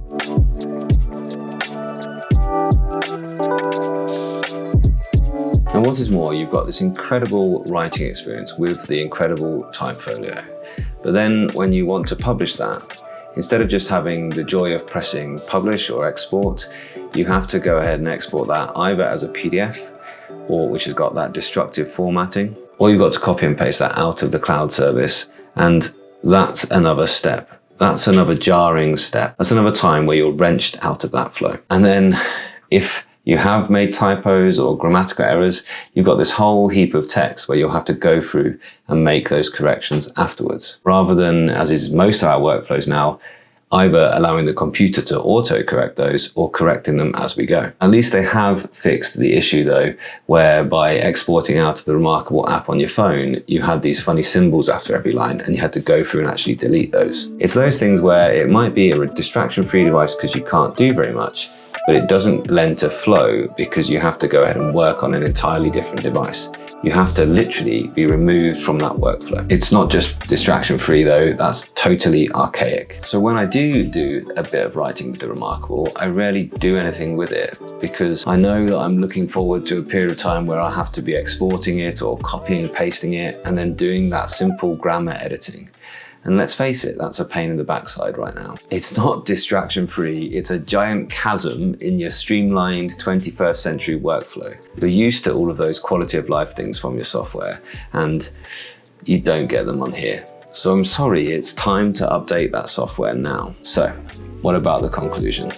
For what it's worth, I think they might as well have just brought a Carter 1300 black and white, ultra slim and ultra light device to market. But I think that they'll do that anyway. And I do think that it's been a brave decision to go for this color device. I think some of their customers will be off-put by that flashing and they'll either return it or they will look elsewhere entirely. That being said, I think it's a risk that Remarkable can afford to take. And I think that when they come back with the Remarkable 3, I think we'll all be just as excited for that launch as we have been for this one. Other people I've shown this to in real life, they either say, I love the color, or they just can't see the point in the color. They say they don't mind the flash, or they say they couldn't stand the flash. And many of them say, well, if I can just write in black and white mainly, why not stick with either the device that I've got, the Remarkable 2, or one of the other e-ink tablets. And some of them also say, well, unfortunately, this is too big even for my desk, let alone my handbag. But for what it's for things like your personal notes, for meetings, I do think the Remarkable have made a truly exceptional device here. We're still asking ourselves that same question: what will Remarkable 3 look like?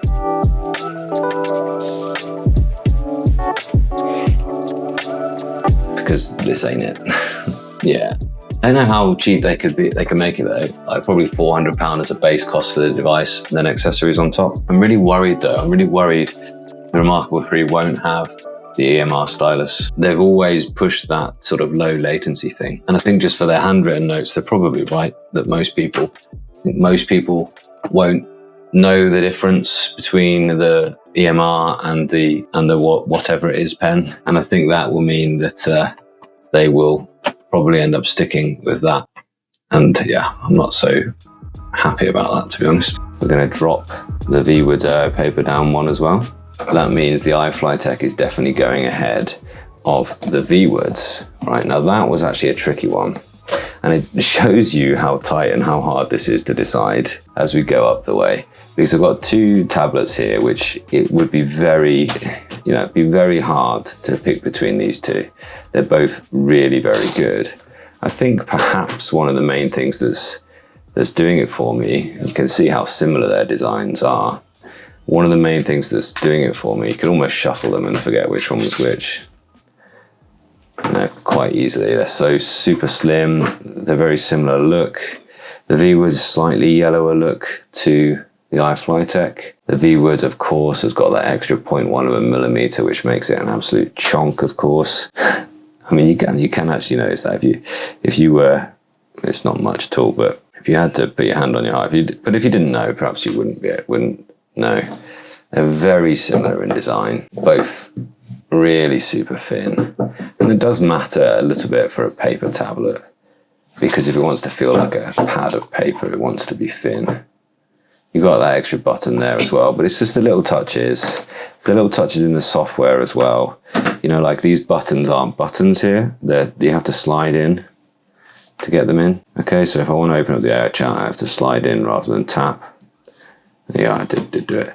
And this can be used like the SuperNote as a little scroll bar as well. You know, not that I'm desperately keen on all that AI chat stuff in my e-ink tablet, but they've both got this kind of like blend. They're both aiming for this blend of focus and real sort of AI productivity powerhouse stuff. But for me, the one that gets that blend that bit more right is the iFlyTek, actually. I think it's just the way the meeting notes are integrated here within the same thing. It's a meeting record, and there is meeting notes with transcription as well if you want it, but it's just not as seamlessly put together as the, that's just playing it there. It's not as seamlessly put together as it is on the iFlyTek. Actually, there are more lovely design touches on the iFlyTek than there are on the ViWoods. The ViWoods, of course, has the ceramic pens as well, but I think I'm going to go now. I think I'm going to start using this little guy on the ViWoods, because I just think both got the lovely ceramic nibs. All of these have got the plastic top of the e-ink as well, which does allow it to have that little bit more give, which does make it a little bit of a nicer writing feel, especially with the ceramics, just like the SuperNote Manta does. But for me, yeah, ViWoods, nice place, lovely slim tablet, really nice paper tablet, AI paper. It lives up to the hype, but it's just not quite as good as the iFlyTek. It's amazing how much whiter it is compared to the other Carta 1300. I'd love somebody technical to explain that to me one day, why that's the case. But at the minute, we just got to say it is. The ViWoods AI paper. It's been worth another look because there's been a firmware upgrade, and I had to go ahead and update mine manually, which was a bit of a fuss, but that's only because mine was a prototype device. I'm glad to say that a lot of the things that I was complaining about before have been improved. Like, for instance, the AI naming, where you can just write the name of a book up here, and it should go ahead and recognize that text and give it the title. That now works perfectly fine. And really, there's a lot to like about this ViWoods, because when you think about the hardware they've actually managed to put in here, this is the latest e-ink screen, a Carta 1300 screen, which, as you can see when I put it next to the Carta 1200 in the Boox Go 10.3, is slightly lighter, and the blacks are slightly darker, so there's better contrast all around. And really, it's surprisingly good how good the contrast is on the ViWoods AI paper. I really like some of the new drawing brushes. For instance, there's now a nice textured art brush, which I really appreciate. I still don't know why the second button isn't mapped to highlighter. Maybe there's an option to do that somewhere. But for me, the normal fountain pen looks best, just for writing. And what's more, the pencil has tilt, so I will try this out for drawing too. So that's tilt and pressure at the same time. And I can't see any lag when you're doing that with many strokes. And I think ViWoods AI paper does deserve its place in this list, I really do. I think before, people were a bit surprised that I put it in there, having not had a majorly positive review of it. But I've just been, well, I've got it updated now because mine was a pre-production unit. I had to manually update it, but now it is updated. And yeah, I can tell you they've improved things, the software, some of the kinks that I wasn't enjoying before. For instance, now it works just fine with the title recognition on the page here as well.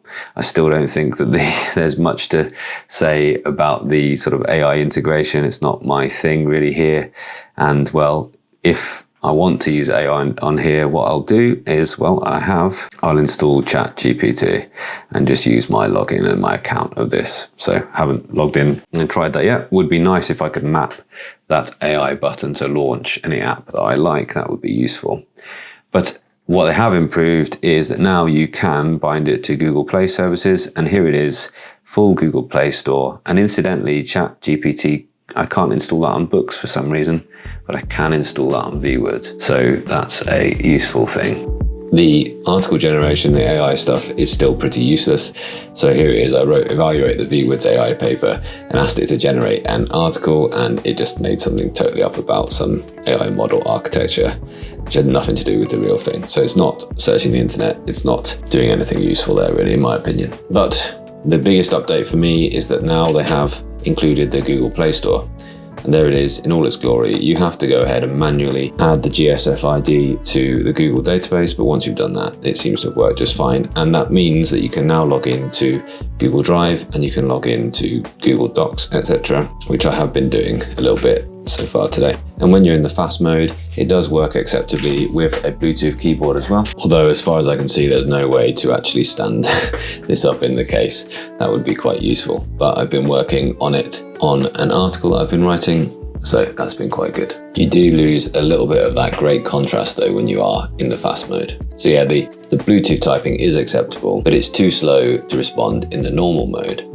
However, that normal mode is very good for the core things like reading and note-taking. I'm wondering whether I should actually go back to this and use it for 2 more weeks at work and really get to grips with it. You can see there in a PDF for my lessons, it looks really quite good. And a much larger PDF here, 500 pages, it's managing that just fine. And there's the whole table of contents as well. Very useful for getting around. So it's actually made it a bit more difficult which to recommend to you between this and the Go 10.3. You know, the ViWoods AI Paper, it's quite compelling to be honest. And you can perhaps see there, the Go 10.3 has the slightly older screen technology, which is the Carter 1200. Just check that's in its best mode as well. Yeah, that's in its normal mode. And you can see the screen contrast is better over here on the ViWoods. So judging on price, well, the ViWoods is, after a few deductions, it's £80 more expensive as far as I can see.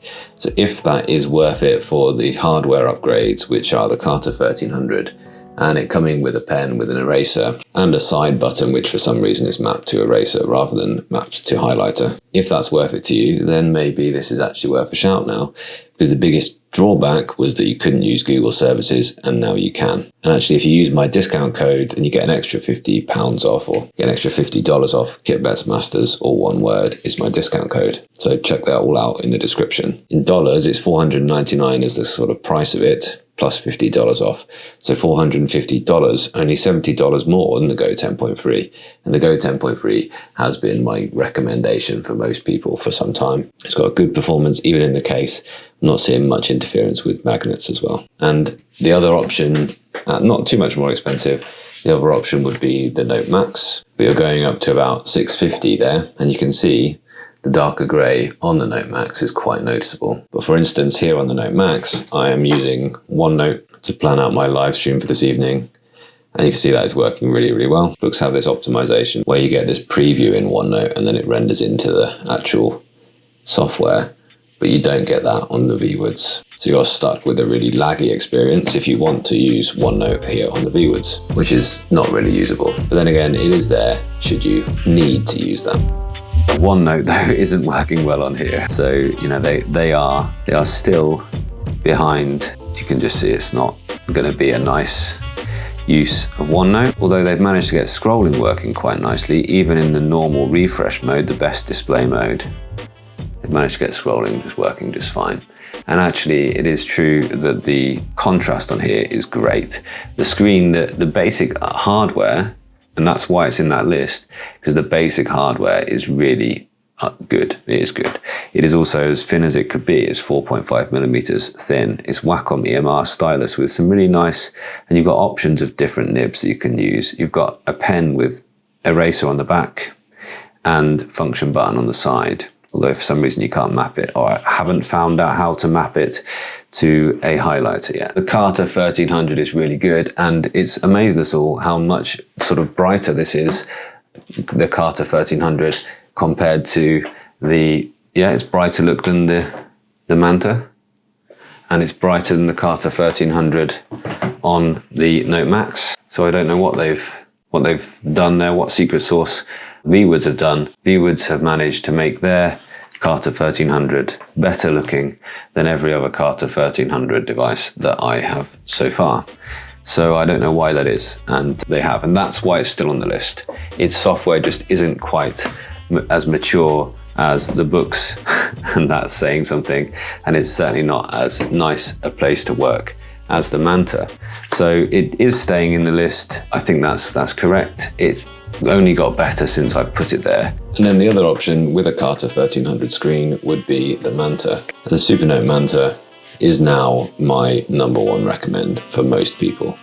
Although if it was just to be about price, then again, you might look at the ViWoods because it is cheaper than the SuperNote Manta. But I think the SuperNote Manta is the current superlative in e-ink note-taking. For the core tasks of an e-ink tablet, SuperNote Manta, that's your #1. But the ViWoods, might be a sweet spot for many people. I do love how thin this is, and deciding between that and Boox, even if they were the exact same price, I think maybe you'd still slightly give it to the Boox tablet because their software is that bit more developed than the ViWoods, but it's much closer than it has been before. And I like where ViWoods are going. They certainly have improved the device rapidly since its release, and who knows, in a couple of years' time, this could be one of the biggest names in e-ink tablets. Okay, so let's talk about the ViWoods. They were a little bit further behind on their software than other brands, and I think they've done quite a lot of catching up. So just recently, they've released another update, and I'm going to take you through just a few of those things here today. They have a fingerprint reader, which the equivalent Boox of this doesn't have. The equivalent size 10.3 Boox doesn't have. The actual device itself is really nice, and every time I get it out I always remember how light and how thin it is. And yeah, it's a really nice piece of hardware. I'm interested to see what they'll do with hardware later as well. So the question is it still behind on the software? I'm not sure that it is that much anymore. Okay, there's a few things that maybe the Boox and SuperNote have that it doesn't. It doesn't have an outline function. I would probably like to see some way of making a table of contents for your notes would be really quite good as well. So firstly, the AI function here, we can either reach the AI by the button down here or the AI on the side here. You can actually have customized AI instructions. So essentially you can create up to 5, I think, in total, but I can create 4 because I've already got one. And you can give it a command that you want it to do. So let's say you want to summarize, or let's say bullet points. Now, incidentally, I really like their system for handwriting recognition as well. It's going to let me down now on screen, obviously. But it's one of the easiest to manage writing into the box systems that I've ever had at all. Detailed command to send to AI. So convert all to text and summarize. And you notice you just get this little box at the bottom to move around. You can move the cursor with this one, and you can delete and things like that, so you're not having to use the pen for both functions as well. So we're going to have to put convert again. Convert to text. Oh, it's really struggled, isn't it? I'm going to type it in. After saying that it was really good. Convert to text and summarize as bullet points.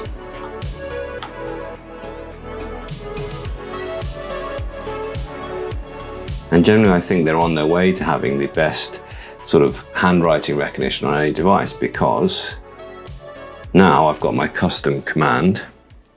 See, when I click that, it's going to screenshot that note page essentially, and it's going to go ahead and do that. So let's have a little look. There's the transcription. To create events, drag the pen to the plus symbol. Not quite what I wrote. The feature works well and is appreciated. AI annotation is effective for multiple pages during meetings. Pen functionality in Boox is considered among the best, as what I've just said. Custom AI instructions are helpful, but may have limited sharing options. Currently, pasting content mainly works in Word. No, it doesn't work in Word, is what I've written there. So if I go share, I don't have the option to share to any of the apps at all that I have installed on the ViWoods, and that's what I'd like to see them add.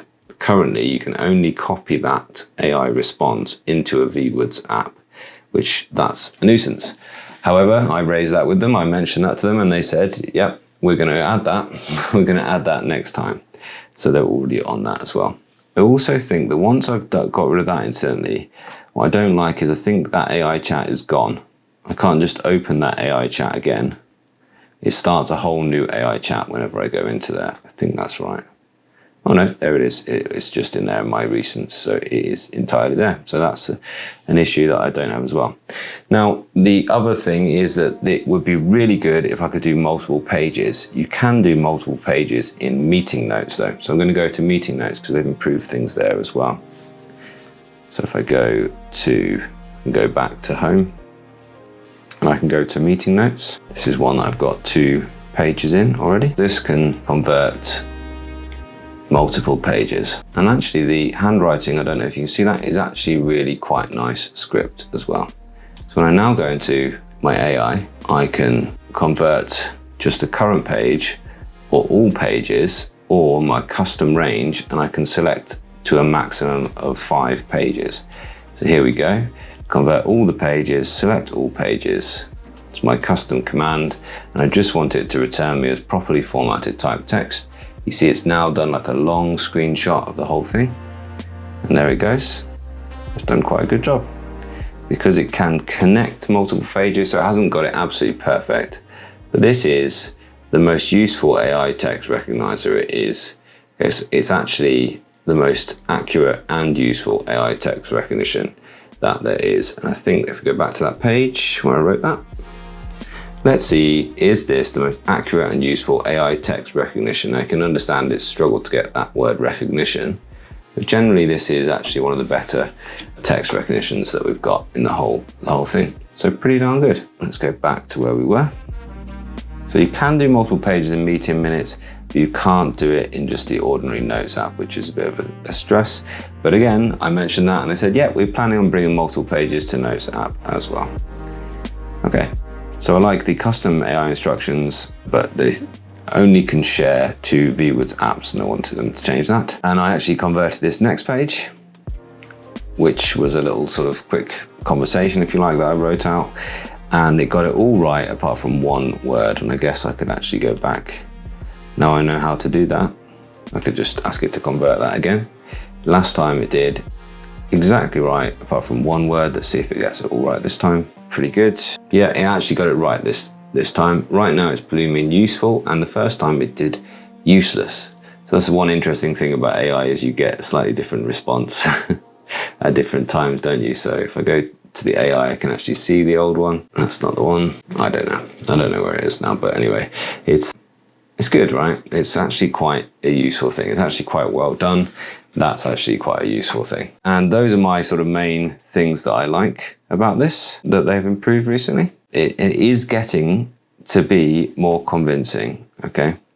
It is getting better all of the time. I like, as I said, how thin and light it is. I actually really like that they give you, these are hard nibs that I'm using on the plastic. That's quite nice. It's not quite as nice a writing feel as the SuperNote, but it is lovely. I don't love the placement. I've never loved the placement of these capacitive buttons at the bottom here. I do like the look of my handwriting on it though, which is important to me. And I love the bright, high contrast for Carta 1300. The screen is one of the best screens you can get. And the software is catching up, the software is getting better. And that AI stuff is getting actually useful. Now here's the sort of pièce de résistance really. If you go into Planner, and I've tested this out, not only can it link with your Outlook calendar, which mine is, but if I long press on the plus and I say, make a meeting tomorrow to go to Stratford upon Avon with my wife, put in note, see Shakespeare. It's thinking about what I've just said, and it's going to create an event. Hopefully it gets it right. Yes, it's got tomorrow, it didn't know what time. It said meeting was trip to Stratford upon Avon, it got that right. And it says in the notes, see Shakespeare. So cool, I can click all day if I want, or I could change the time. I can click in here and edit the event, and then I can just go confirm.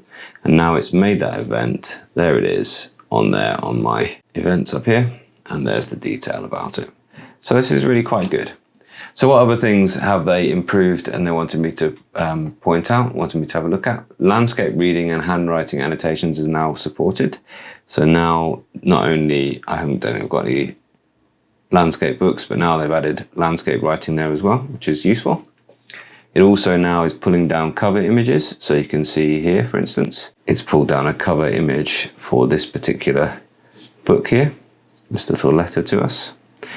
It's pulled down a cover image of the user manual of this one here as well. So if there's an embedded cover image, it will pull that down now as well. That's useful. Event creation, I've just said.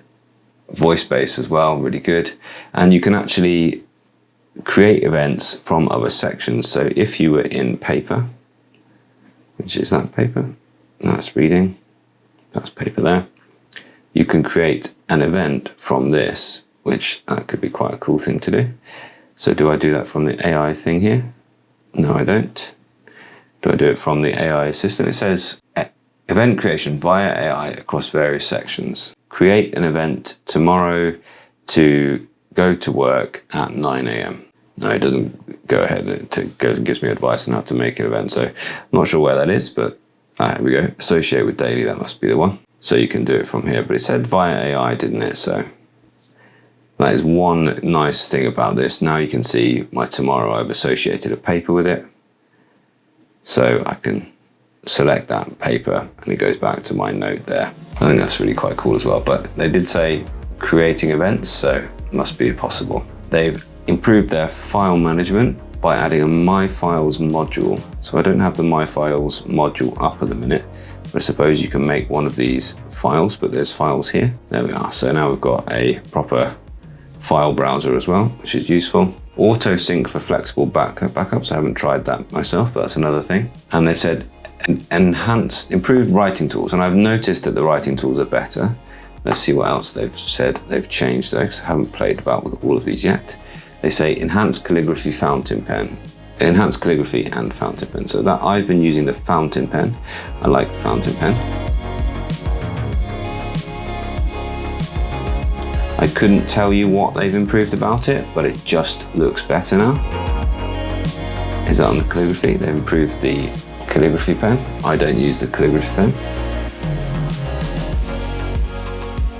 Some people love the calligraphy pen on the Remarkable. I know that's the case.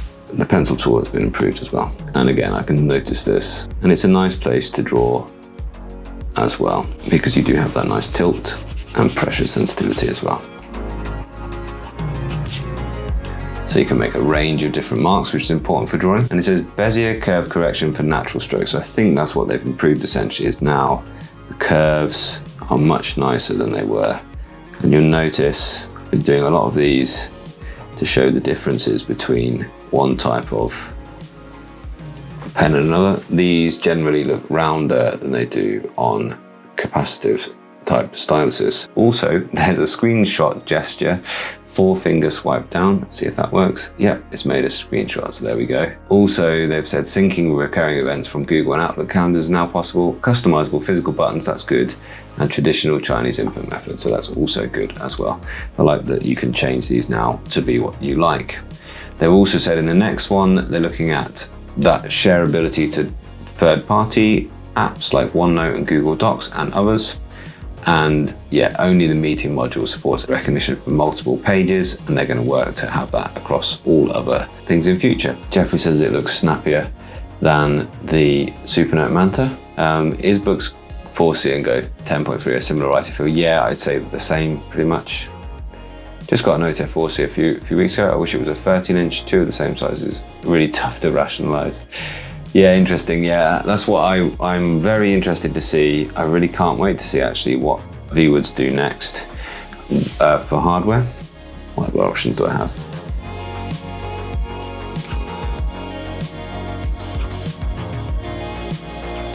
Maybe a 13.3. I mean, they've got the Mini, but the Mini is bad in my opinion. It's just old tech, but a 13-inch would be great. Be really interesting to see them do that and see what they bring to that. It does mean we're up to number 7 now. And it really is the case that any of these, I think any of these top 10, they could easily be the top for somebody. They could easily be the top for quite a lot of people actually. So what's going to go next? I mean, the iFlyTek or the Tab Ultra C Pro. This is a real high watermark, the Tab Ultra C Pro for me. It's a really good tablet. I still use the Tab Ultra C rather, because it's still going. It's still absolutely great. The Tab Ultra C Pro is for me still like one of the best productivity e-ink tablets that are out there. You've got the full color e-ink screen now all of a sudden, and you know, for multitasking, for typing, it's got the keys exposed on the back, which I don't love, but it's still a viable and decent keyboard case for typing and working with multi-screen, typing into, you know, that's the thing now. You can type into Word on here and you can't type into Word on Remarkable, for instance. You can on the iFlyTek.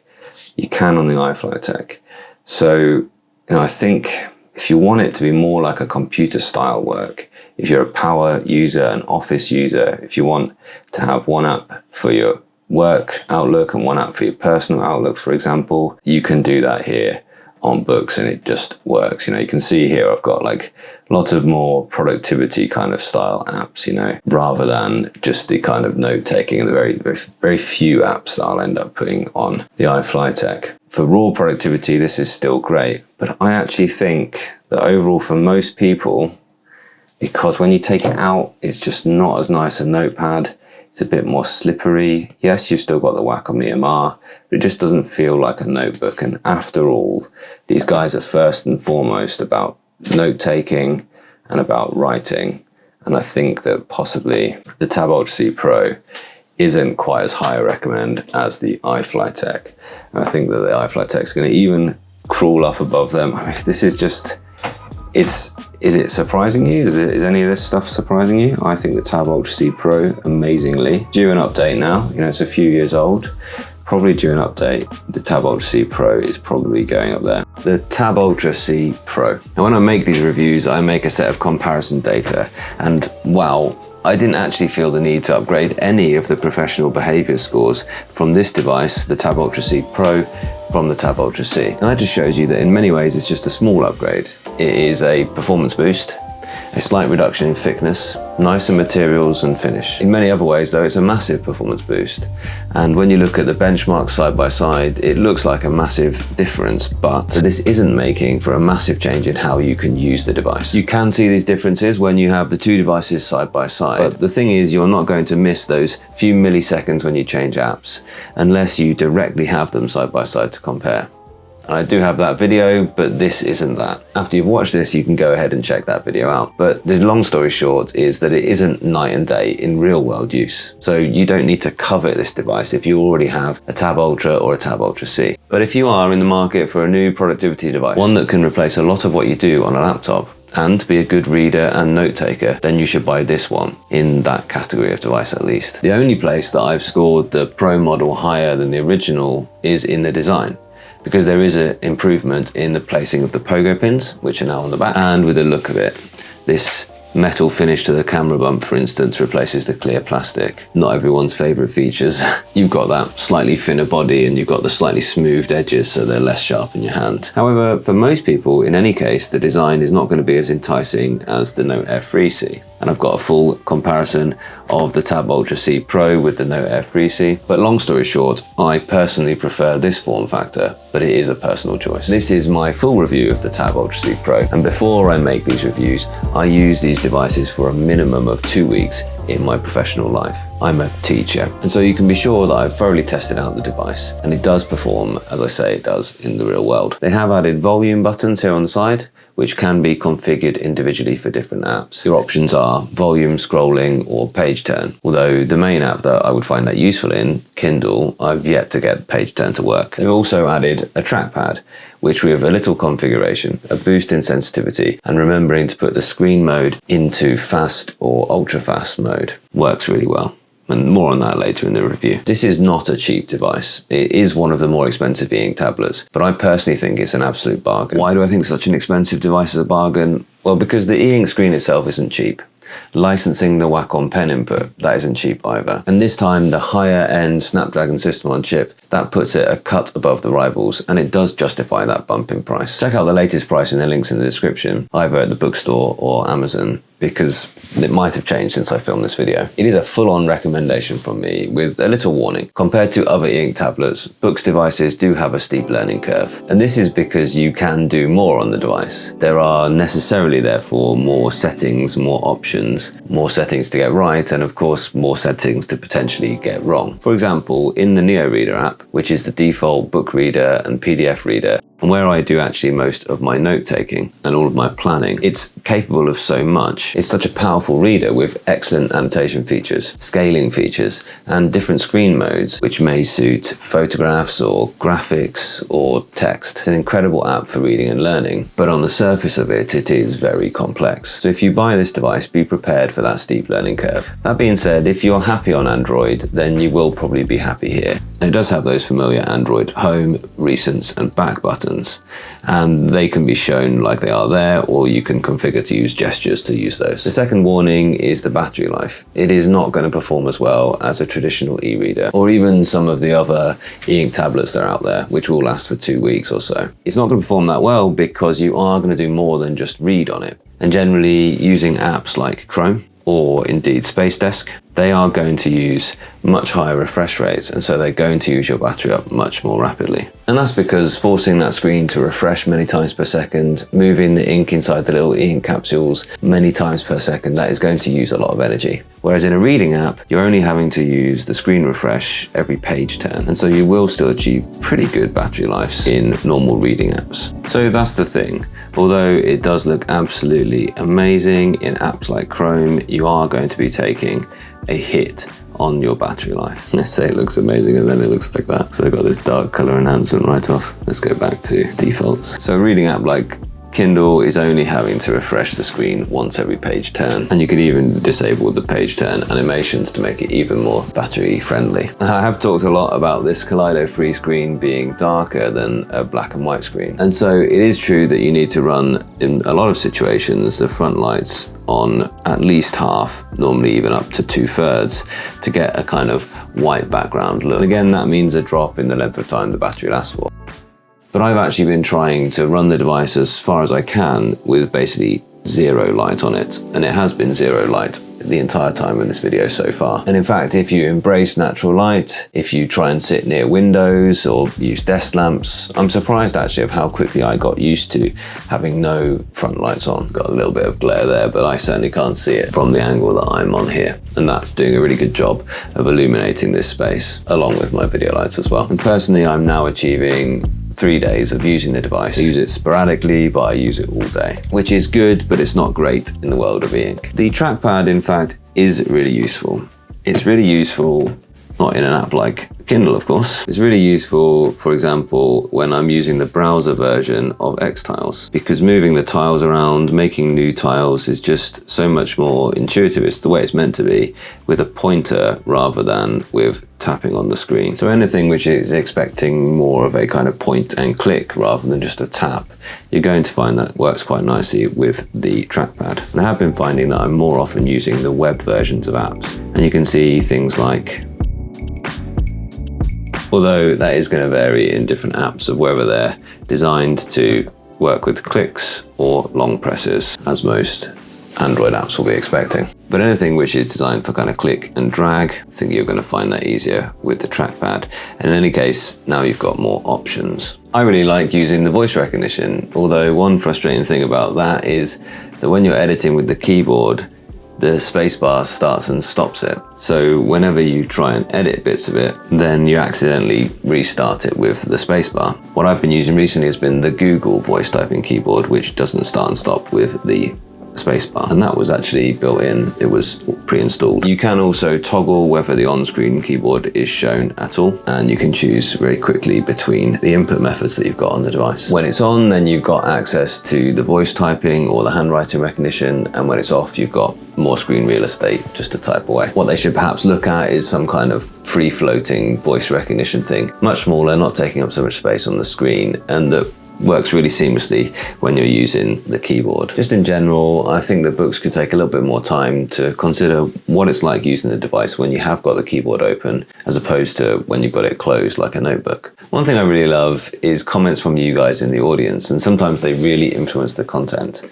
And one comment recently pointed out that the Tab X C Pro has shaved 30 grams from the previous model, then added 100 grams to the keyboard case. So the keyboard case is now actually more heavy than the device itself. And what's more, they've taken 30 grams away from the battery in the Tab X C Pro, and the battery is really where that extra weight is needed. And so now the whole package weighs over 900 grams. And I have already gone on record as saying the only real reason to buy this tablet over other comparable Boox devices is that keyboard case. so you wouldn't want to do without it. It became quite the talking point in the Grudge Match live stream where we compared the Note F3C and the Tab Ultra C Pro. This is not far behind the weight of a small laptop. And I've had other comments that have made a sensible suggestion that Boox could maybe add some battery capacity built into the keyboard case. But that would be getting ridiculous with how heavy this would become. That being said, it does weigh just less than the iPad Pro 11. And the Magic Keyboard is a heavier accessory still than this keyboard. That's probably a more relevant comparison than between this device and a laptop. However, it suffices to say that if you've got any wish to use this as a handheld reader for any length of time, it's probably best to look elsewhere. So that being said, this is more of a tabletop. Sure, it's a portable e-ink productivity device, but it's probably not an in-your-hand sort of notebook style device. In which case, why the Boox Tab Ultra C Pro and why not that iPad with its Magic Keyboard? Or indeed the MacBook Air or any small and light Chromebook or PC? Well, the answer is in the e-ink screen. This device is probably for the already initiated. Those amongst you who are already aware and have experienced the benefits of using e-ink for note-taking and for reading more than just Kindle fiction books. It's for the people who are certain of those benefits, the eye comfort, and for the use in all lighting conditions, and for battery life, and who now want to expand to be able to do so much more on that amazing reflective screen. For those of us who fit that bill, once you do have this form factor in your life, you'll struggle to go back to not having it. It does this supremely well. The extra processing power and the extra RAM compared to its rivals make it faster at switching between apps and at handling more intensive tasks. And the keyboard case makes it faster too. For example, I really like this shortcut to split screen that they've added this time. The trackpad gestures can be really useful if you take the time to learn them. So there's 3 fingers up, that's home, 3 fingers down is back, 3 fingers left or right switches between apps, and 4 fingers takes a screenshot, although I've yet to get that one to work. But there is a function key shortcut for screenshot though. These are all good additions to make this a more useful productivity device. And more often I'm finding myself working in the web app versions of cloud apps. For example, Xtiles, where I keep all of my typed notes, or indeed the web versions of Microsoft 365 apps. And given that there is still variability on how different apps behave here on the e-ink screen by the Boox Super Refresh technology, it's a good thing that you can do so much within Chrome because that app works really well. And these are some of my personal documents, my personal OneDrive, but I could just as easily be signed into my work OneDrive here, my work 365 account. I can also have separate full versions of the Android apps for my own personal login and for my work login. That's the benefit of this device over some of your other e-ink tablets. It's your place to access and continue working on all of your cloud documents, wherever they live online. Of course, Microsoft 365 works just fine, but Google Drive for docs, sheets, and slides, that works just fine too. And in making these scripts for these videos, I am using a real mix of different platforms. I'm voice transcribing on my phone. I'm adding notes to pages in Xtiles on here, on my phone, and on my computer, whichever computer I'm at. I'm compiling on my desktop PC into Google Drive, and then I'm editing it down on the Tab Ultra C Pro on that same cloud copy. And then I can just download it directly to my teleprompter from Google Drive, and boom, content. There's no workarounds. There's no emailing it to yourself or downloading from bespoke cloud managers or managing versions. And that's what it's like trying to integrate other e-ink tablets into your workflows. This just fits straight into your existing workflows. And with that use case, the only thing you might find yourself missing would be a direct 4G or LTE connection. Or perhaps because it is that good, this form factor in a 13.3-inch tablet. That would give you that true split screen real estate. And that's my lasting feeling about this device. I love it. Using it is a real pleasure. But I am aware as I do so that I'm experiencing a stage in an experiment, that probably there'll be another stage in this development process that Boox are going through at the minute. Maybe there'll be another 3 or 4 stages as they iterate on this form factor. It might be that long until they reach a mature design. You have here what I consider to be the best e-ink tablet that you can buy, but it isn't an endpoint. It isn't all that it hopes to be yet. But if you're the type that likes to be at the very forefront of where this technology is right now, then this is for you. But if you're waiting for a true and fully functioning e-ink PC, you might be wise to enjoy watching Boox innovate and enjoy this public experiment and know that it's on the way, but we're still a few generations from perfection.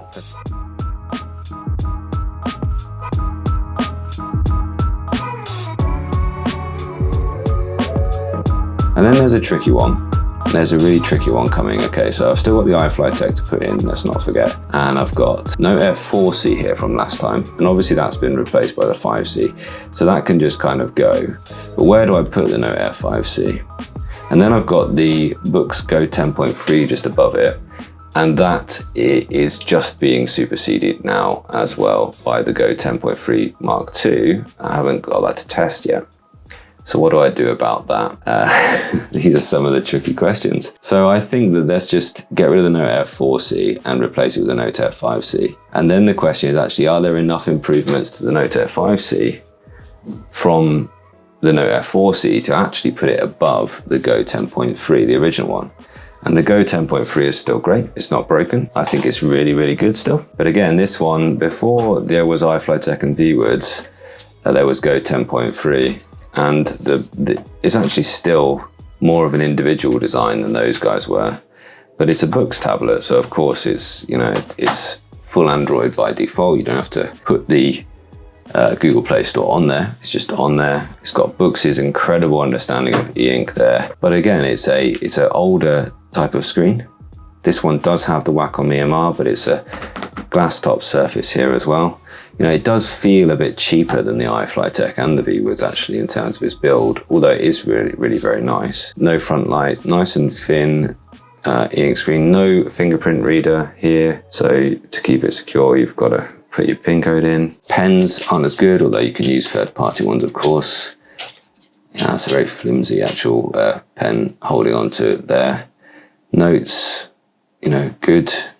I just think still, though, this is still going to be, it's still going to be a very good value tablet indeed. It's telling me all the new things that they've got. It's just updated now. New pen styles again. I'm not a big fan of calligraphy style pens, but everyone else seems to absolutely love them. Just give me a normal pen, please. Normal pressure sensitive pen, please. But generally, I think this is probably still really, really good. I think, though, the Go 10.3 is actually going to come down one. It's going to come underneath the Note Air 5C. And the reason for that is that I just think that the things like the better processor now, more up-to-date processor, the really well-performing color e-ink screen is really good as well.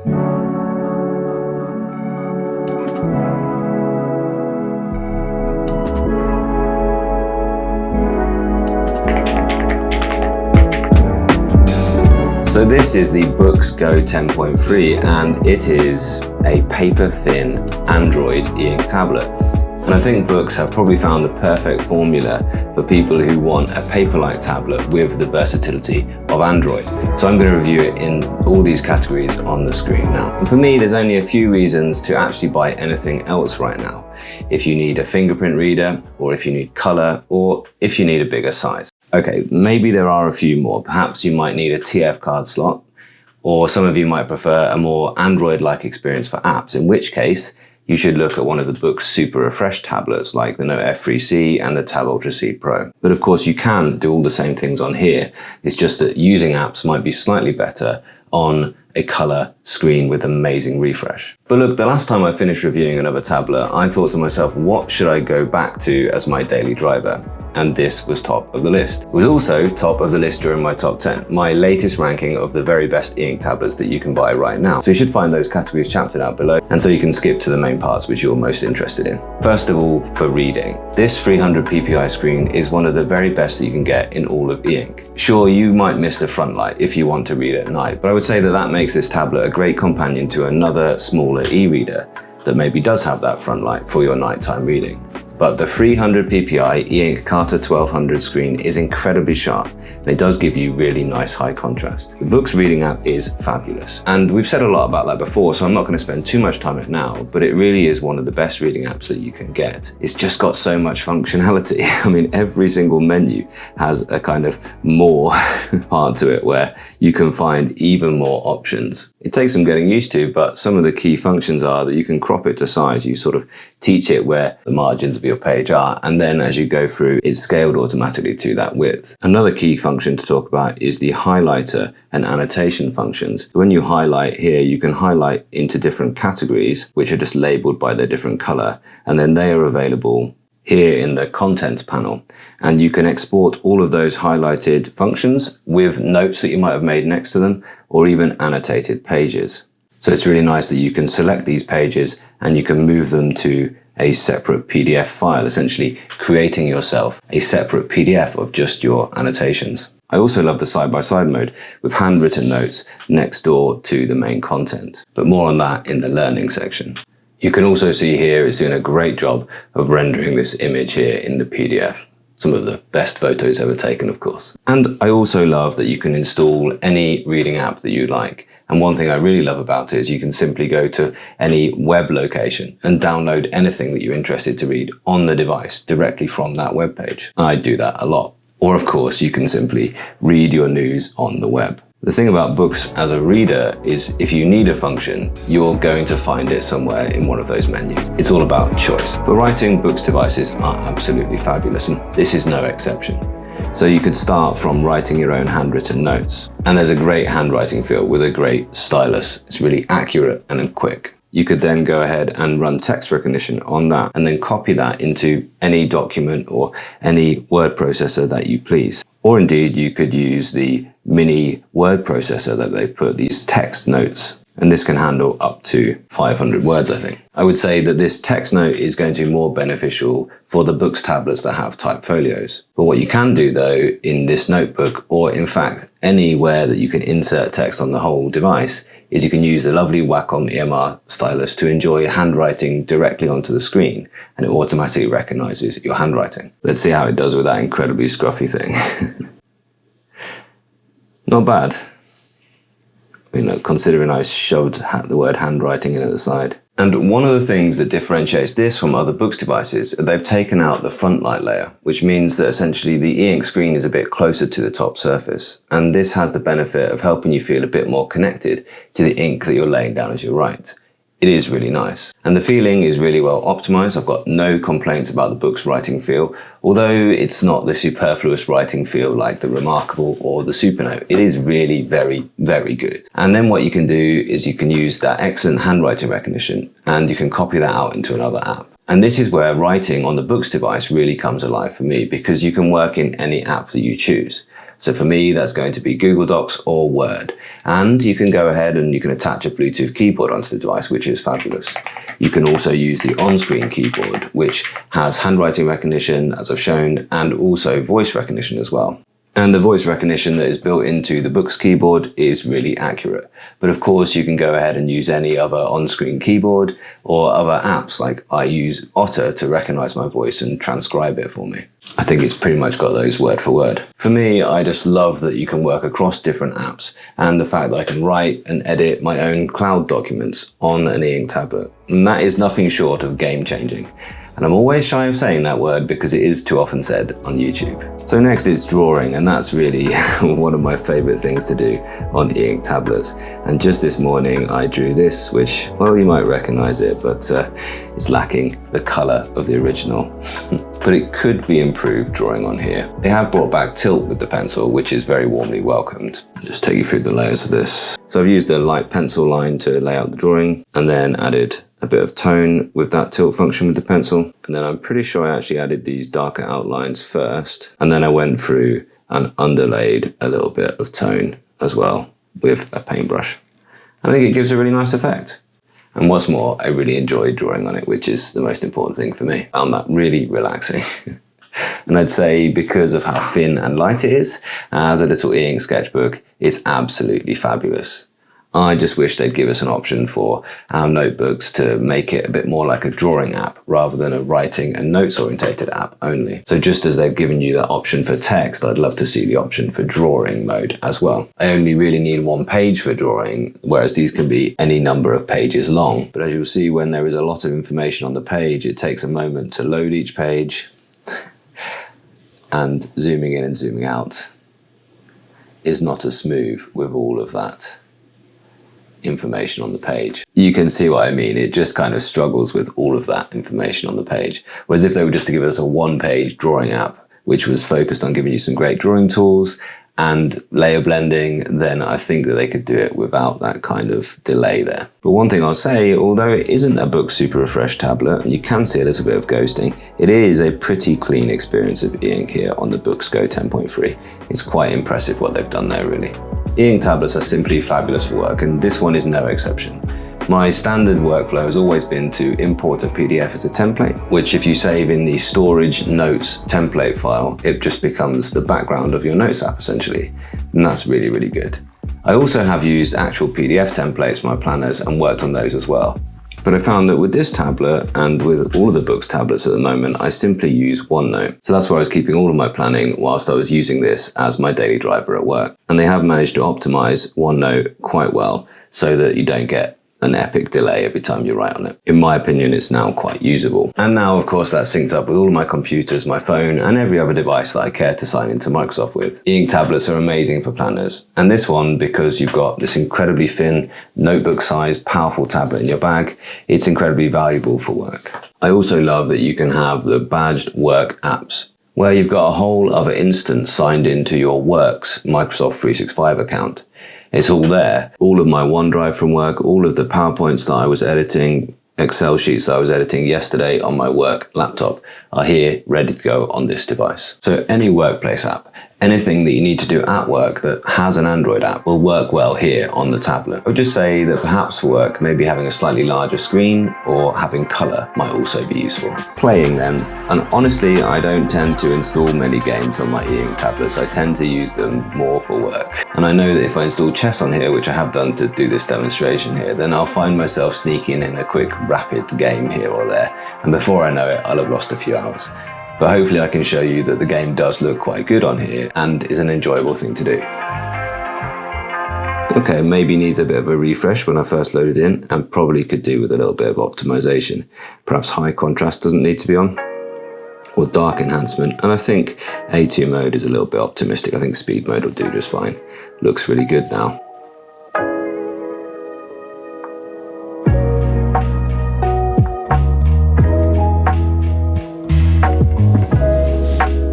No, I don't. I think that move still needs a bit more thought. And certainly if you enjoy word puzzles or any simple game that looks good in black and white, card games for instance, then I think you'd really enjoy doing that here on an e-ink tablet. And Boox tablets will certainly be the best for that because you have access to great screen modes to change the contrast or refresh rate to make your enjoyment of the game as it should be. E-ink tablets are great places to do your thinking.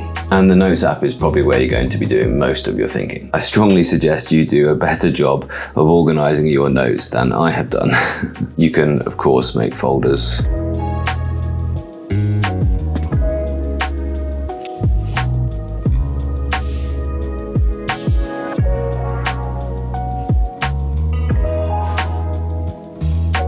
And I did wonder, it seemed at first that you could only sort of do things one at a time, move things one at a time, but no, of course that's not the case. Here on Boox, they're always going to give you an option to do it in bulk, for instance, and now you can simply select what you need to move and move the whole lot all together. And one thing you can do is use a little bit of a SuperNote workflow. In SuperNote, you can build out a table of contents. Now, although you can't directly make a table of contents in the apps, you can actually make links out to other documents or pages in the document or a web page as well. So you can actually start to build yourself quite a sophisticated world of notebooks.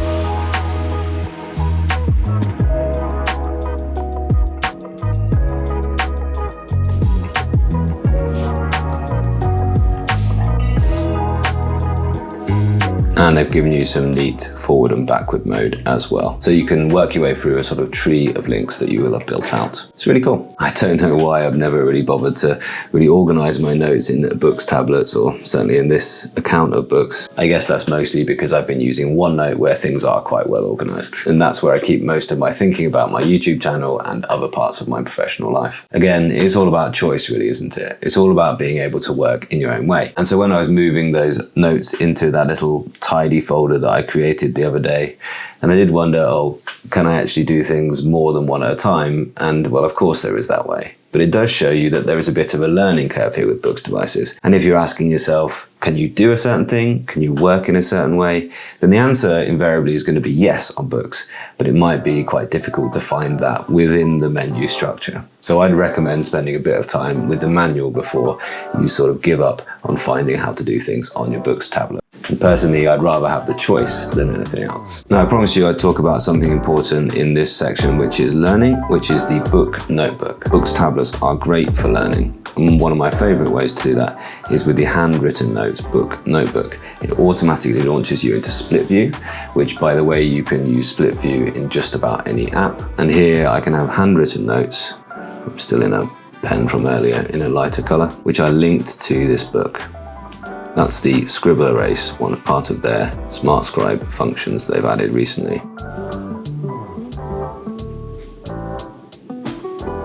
And that Boox Notebook, that lives always accessible from the book and also in the notes folder as well. So I can imagine for learning that perhaps you might have some questions on a PDF textbook, for instance, and next to that you would have your notebook with your own handwritten answers to those questions. Or of course, there could be notes of any form about the reading that you're doing. And that's always easily accessible right next door to your book. Another useful function for students is the voice notes that you could add into that linked notebook. You could even, for instance, link a Bluetooth microphone to record your lectures. And also, because it's Boox, you've got the full internet, of course, with a desktop class browser at your fingertips. So you've got the full Chrome Android version here. And you can be signed in to all your things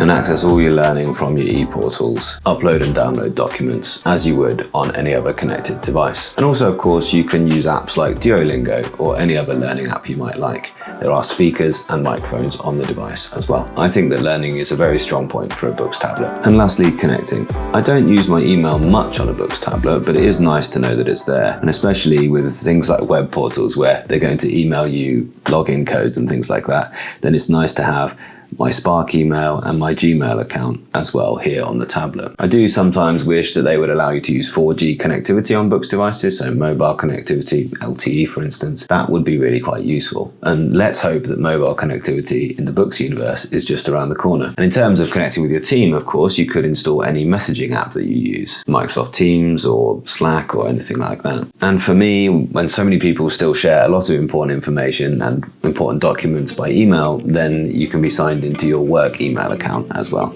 You can also be signed into 10 Boox devices on one account. So either a team of 10 could work on notebooks and have them sync between them automatically, or you could of course connect a combo of excellent Booxing devices with your own personal account. I think personally the Go 10.3 would work well maybe with the Tab Mini C, a smaller color device to help you enjoy color content, or maybe even the Go 7 Color as your little reader. Frankly, at this price, there's very little to persuade you to go for anything else. The competitors aren't cheaper than it, and it's even well priced within the Boox range. So check out the latest prices from the link in the description below.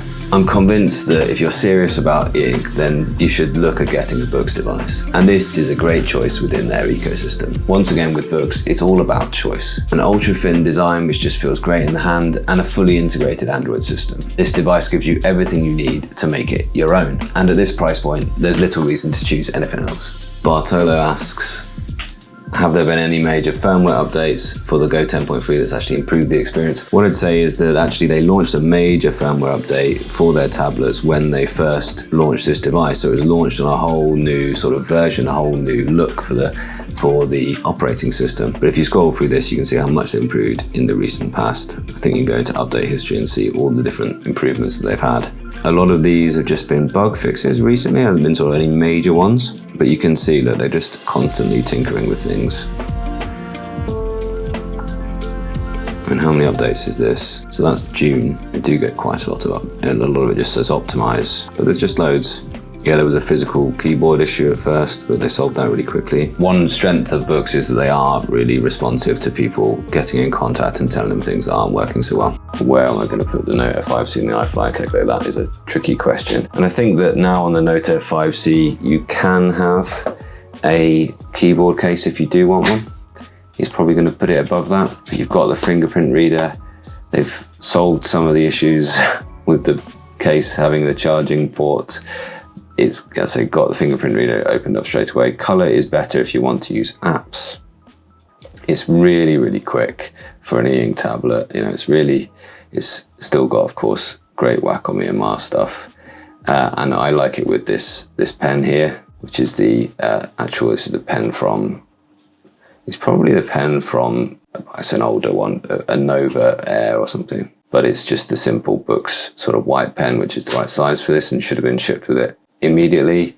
It's just got fewer drawbacks. And now I'd say pogo pins for keyboards. Generally, this is a really great all-round tablet. And this could easily be, the Note Air 5C could easily be the top. And it probably is the most like sensible all-round recommendation for most people still. But the Go 10.3 is a lovely straightforward tablet, strong writing feel. The Go 10.3 has got a really clean sense of purpose whenever you get this. You know, you're not distracted by using other apps like you are on this one here. But, you know, newer features, less versatile. Yes, it's thinner, but people who just want a simple, light Boox and who feel it's very good to write on, then I don't think you can go wrong with this. Simple, easy to use really for a Boox as well. And then the Note Air 5C, solid all-round choice.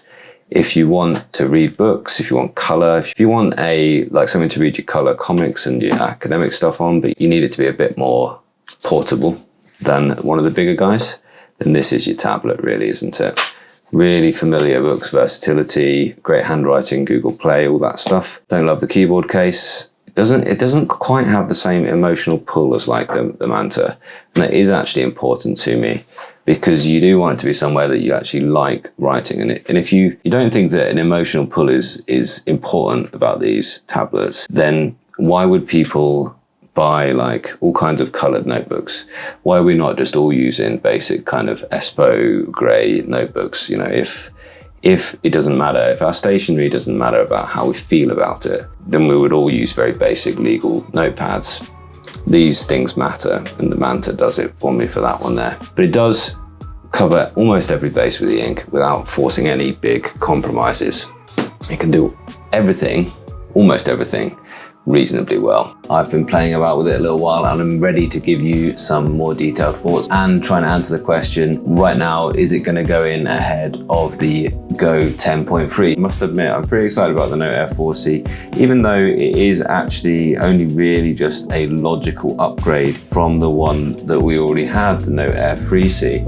I'm still pretty fired up for it because using it has been really, really good so far. It's been a bit like going home, going and using Boox again. It's been a bit like just going back to what I know really well and what I think works really, really well as well. The improved screen, that's the sort of big one there, isn't it? It does seem whiter in sort of all color modes, all different values of the color temperature of the LEDs. It does seem to be whiter and truer color. I think that it is working pretty well. I also think that the color filter itself, which is the sort of the Kaleido color filter, is a little bit less apparent here on this device. It's a little bit less obvious. It will be difficult to see in any case on the live stream, but I actually think the color filter texture, which was a bit of a sort of obvious glaring sort of frustration on previous Kaleido 3 devices, it's actually a little bit less obvious on this newer generation. So I think there are actual benefits for the color e-ink screen, the Kaleido 3 screen. I want to talk about a few things about it and how I've been using it so far. But first of all, let's have a little look at the actual processor itself. And it surprised me, this processor is the Snapdragon 750G, which is actually it's not exactly the same processor that they had in the Tab Ultra C Pro. So that did surprise me. And actually the maximum clock speed of this on paper is 2 gigahertz, which is nowhere near what it was on the Tab Ultra C Pro or the previous Air 3C, which is 2.4. So that's an odd thing there, but I think it must be a more efficient, it must be a better core, because it is working better in terms of skipping around the device. It's all very responsive. It's all working really well. They've launched their software updates, which many people were very excited by, rightly so. There's some very interesting ones there, including being able to use PDF templates with the hyperlinks working when it's a template now. So that's really quite cool. The other thing, and possibly the thing that I'm more excited about, is having the table of contents now available in the note page. In the notebook, you can now build yourself a table of contents, which is right there. You see, I've started to do that already. So from the pages menu, you get now this drop down, and you can build out a link to any page you want directly from here. So you can have a table of contents, a little tree of your whole document just here. And the way you do that is any page at all. So let's go hold down a blank space, and you can see add to outline just there. So add to outline, enter a title for your outline that you want. I'll call it drawing. Lots of people asking and seeing me do this handwriting recognition keyboard there as well. That's been added successfully. Now that's there in my little table of contents. I think that's something that's been added, something we really liked about the SuperNote, and they've added that here because, well, it's kind of rude not to. It's not a difficult thing for them to have added. What I think is slightly nicer about the SuperNote is you can actually use the handwritten title in here, and you can actually use the handwritten title appears in the table of contents, but that's totally fine the way it is. To put it in as a typed title is perfectly fine. There's nothing wrong with either of those. So I think that's a really good thing. It's really good news. Those software upgrades should go across all devices. That is Boox OS 4.0. So hopefully they'll upgrade to 4.0 across all the different devices. You also can have the choice of using the tab style homepage, where you've still got quick access to all your notes and things like that through the kind of smart assistant. But now you've got this sort of more tablet style, including widgets and apps being the home page. I think that's better. Personally, it certainly feels just fine there as well. I do think as well, the 4C is the kind of halfway house. If you're umming and erring whether you know, which of the three kind of main Boox tablets you want to go for, the Note Air 4C is the one that's kind of that good balance between note-taking and productivity. I think personally the Go 10.3 is a better option for reading and writing in black and white. I wouldn't recommend the Note Air 3 now. We would probably expect a Note Air 4, maybe with the 300 ppi screen as well. That'd be really nice. So I would probably go for one of those three choices. Black and white e-ink is better for reading and writing in black and white though, so do stick with that if that is your main use case. The screen though is really nice. It was a little bit disappointing getting out of the box and thinking, I was really hoping it would just be brighter in all conditions, but it is true that it is brighter when the front light is on, and it is, importantly, it is whiter and the colors are truer across the whole range.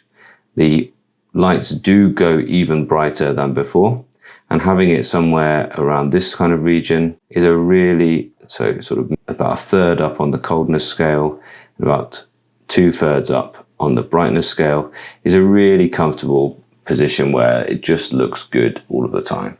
It's not perfect yet. We were really expecting Kaleido 3 to be just absolutely gone, you know, and really forgotten about. We were expecting a Kaleido 4. They haven't even bothered to call it a Kaleido 3 Plus, but that's kind of what it is. They've clearly done something, and I've used it for a little while now, and I'm kind of noticing that, yeah, it is an improvement on the screen. Not night and day, as I've said in the first video, but it is an improvement. So it's good. It is really quite good. What I'm also finding is that chipset, whatever it is, it might be a little bit slower. It is really good at driving the e-ink screen. It is working well across all of the different e-ink modes. Normally, I'm just working in balanced mode, but I must say with the Boox Super Refresh tablets, even in the ultra fast mode, you can see it doing that clear out of the screen there, I hope. You'll see I'm in ultra fast. You can just see the way the ghosting, I'll come back to that, just disappears there, and it leaves it still looking really crisp. So actually what we find, did you see that again there? What we find is that throughout all these ranges, for all of these different e-ink modes, that this chip is working really well to drive that e-ink screen, and that is one of the most crucial things.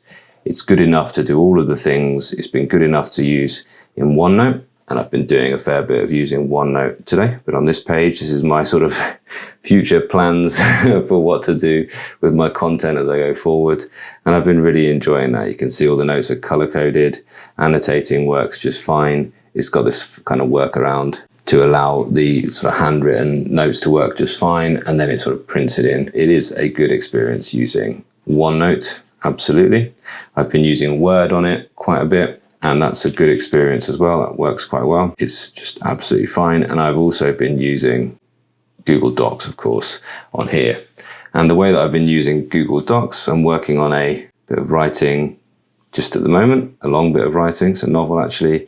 And the way that I've been using that is I've been using that in split screen mode. And alongside that, I've had a notebook where I've got my notes as I kind of develop this bit of text. And that's been really, really good. I've been sort of editing this bit of text. I've had the keyboard in the sort of breakout mode. Can't remember how to do the pop-out mode, but I've had the keyboard just sat over here, which has been quite pleasant. And yeah, I've just been making little edits on that as well. And I'm going to show you, I've just tried for the first time using the actual, I'll do it now, why not? Using a external keyboard on this device. I think it's still connected.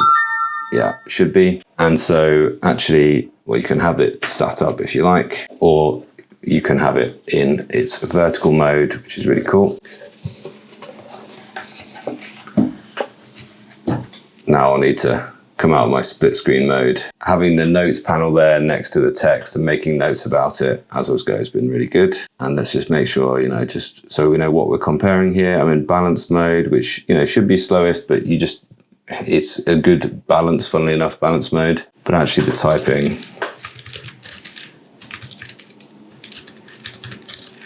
and it's responsive enough. And if you don't like that speed, you can go to ultra fast and still it'll do the clearing out of the screen as well. And can you get rid of this keyboard on screen? Yes, you can. If you click in here, you get the option show virtual keyboard, just in there. And I can just bin that off. And now it's fine. And I can use just my normal shortcuts that I'm used to select my text and things and move around line by line, so on and so forth. And yeah, so now I'm in the speed mode, ultra fast mode. And it's really nice typing on it, to be quite honest. This is my little travel keyboard. You can also have the cursor come up if you do want to do things like click and drag and delete. For that kind of use case, just works. Yeah, there's a home button rather than a delete button by default, but there we are. So yeah, typing on e-ink, always a good time, always something that I want to actually test out. I've also I've been looking at using Kindle on it. But hopefully you're kind of getting the impression there. Can you see it clearing out the white space, cleaning up the ghosting automatically? It's just always a good time. And this is V for Vendetta. You can see it's looking great. And hopefully you're seeing, we've struggled with this. Kindle hasn't looked its best, but a very helpful comment I had has helped me to actually, the workaround that makes sure that it's actually doing its full refresh, making sure it's nice and clean in the color areas as well.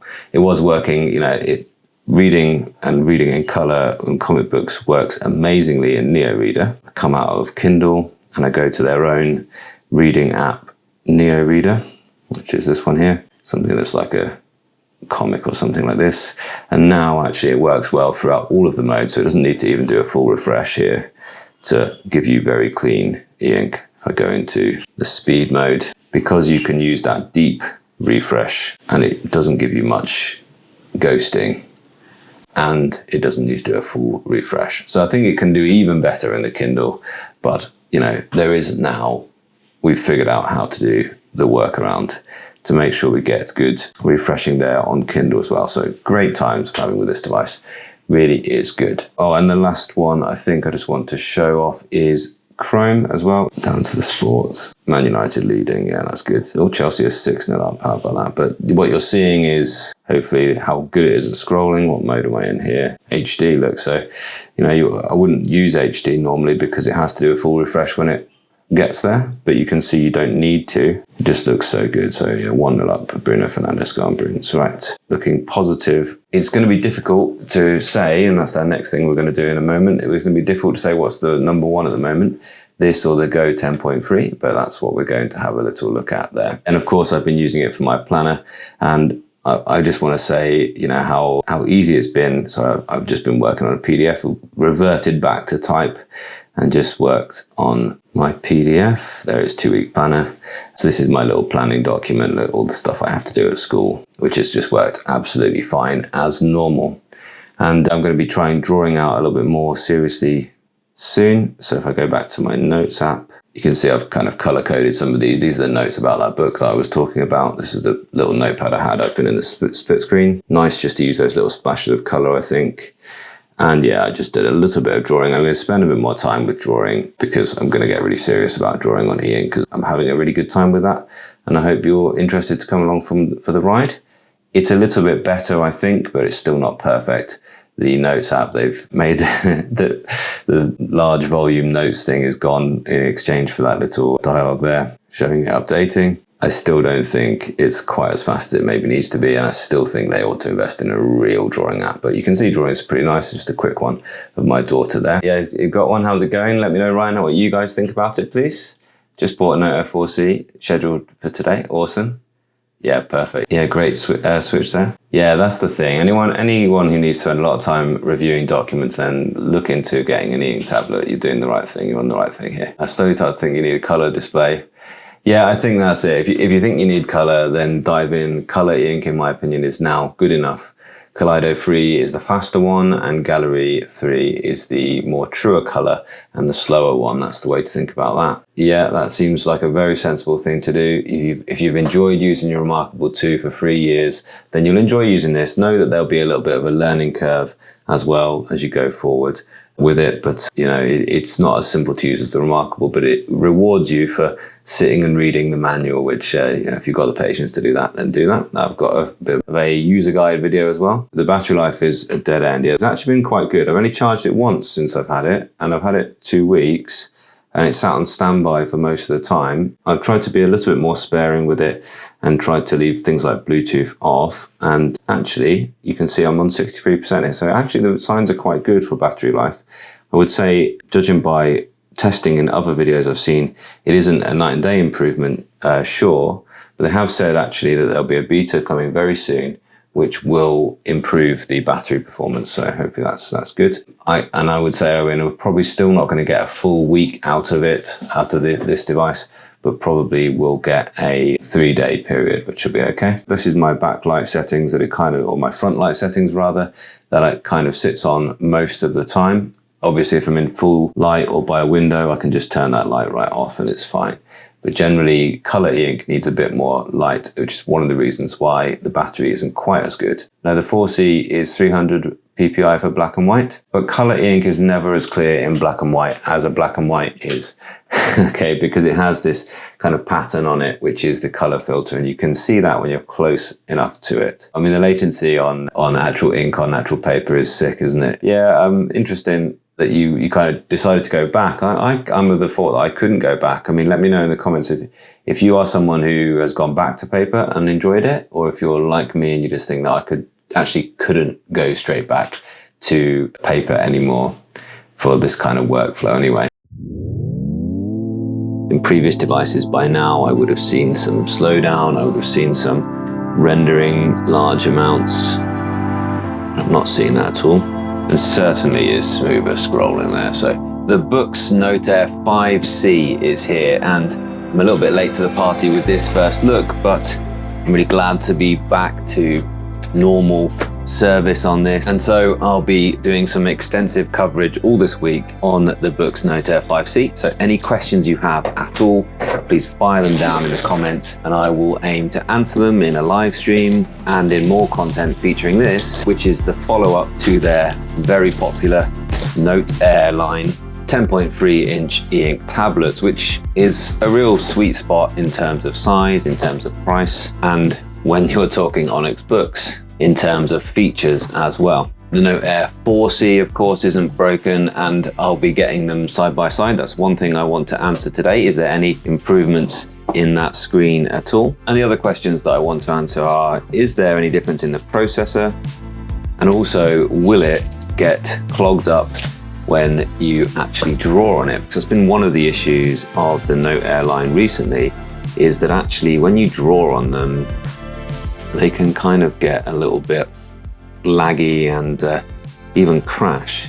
And I love writing on the Note Air line. I love using it as an Android tablet really, and I wouldn't be without a full Android e-ink tablet of some description, and the Note Air line is a really balanced version of this. They really haven't added much this time, except for volume buttons, which can also be mapped to page turn, and these things on the back here, which is the pogo pins for a keyboard accessory. And I love the keyboard accessory on the Tab Ultra line, and so bringing that into the Note Air line just kind of makes sense really. Now it's been kind of covered that Boox have made a couple of mistakes, I think, in this one. Get some documentation in the box, but you also get this, which is their new stylus, and a tool for opening the SD card slot, and a USB cable. But they've had some criticism for this stylus for two reasons. Firstly, they've gone for a shirt clip, which is really nice actually. It says make a difference on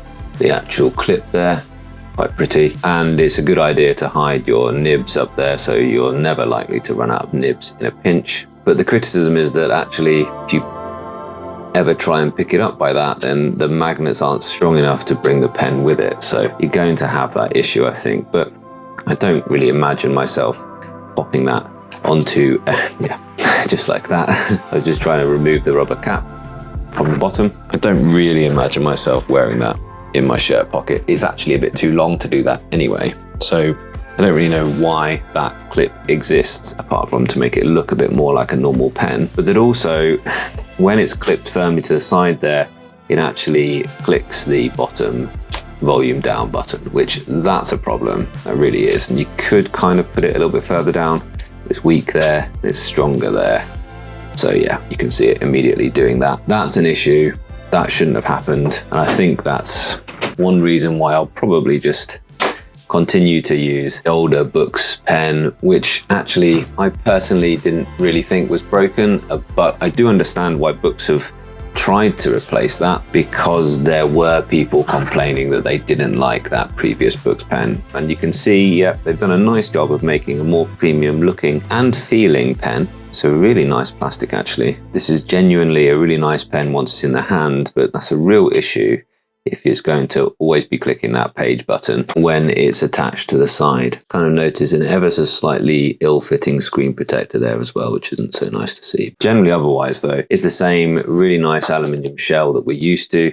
A really nice grayish color this time, which is not too dissimilar to the previous one as well. And check out the links in the description, and you'll find one to the Boox store and you'll find one to Amazon. And I suggest you do buy from the Boox store because you will get bundled in some extra marker tips and the cover. Now, the cover is the other thing they've had some criticism for, because for some reason, unlike the pen, nobody was complaining about the cover.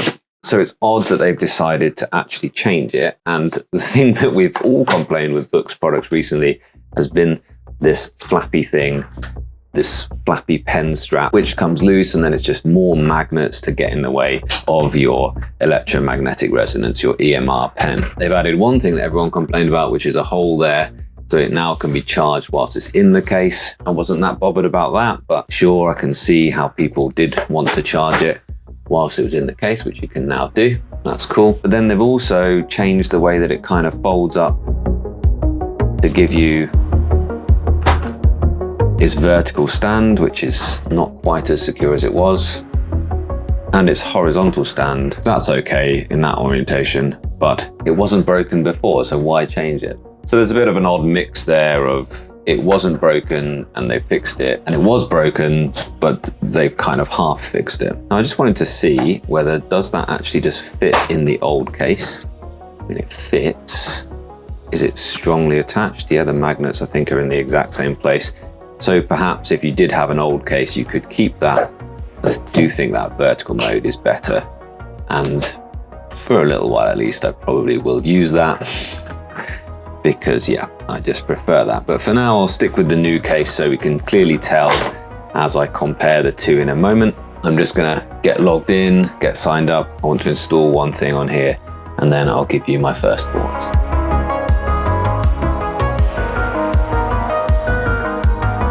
So it certainly does seem, just from dotting around in it, that it is really quite responsive. And there was another thing that I wanted to check, which was this new Infinite Notes, and it's just done its update, so it's on the very latest firmware. And now Boox have added Infinite Notes, which is a different note format. I don't think we really needed necessarily a whole new note format, but here we should be able to just scroll off the side.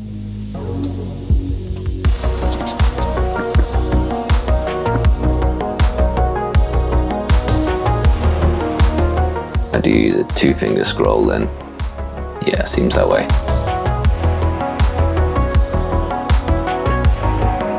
And we should just be able to make notes any size that we want. You can see the palette expanding as we go. And what we can add is we can add pins, and this will pin this view. So long press a blank area, add a pin. And now when I'm in that navigation view, yeah, I can click to go to my pins. So let's just say pin 1, zoom out and go to my starting pin, long press, add a pin, call this one start. And that's quite cool. I can see that being useful if you get used to that and that's the way you want to use a notebook.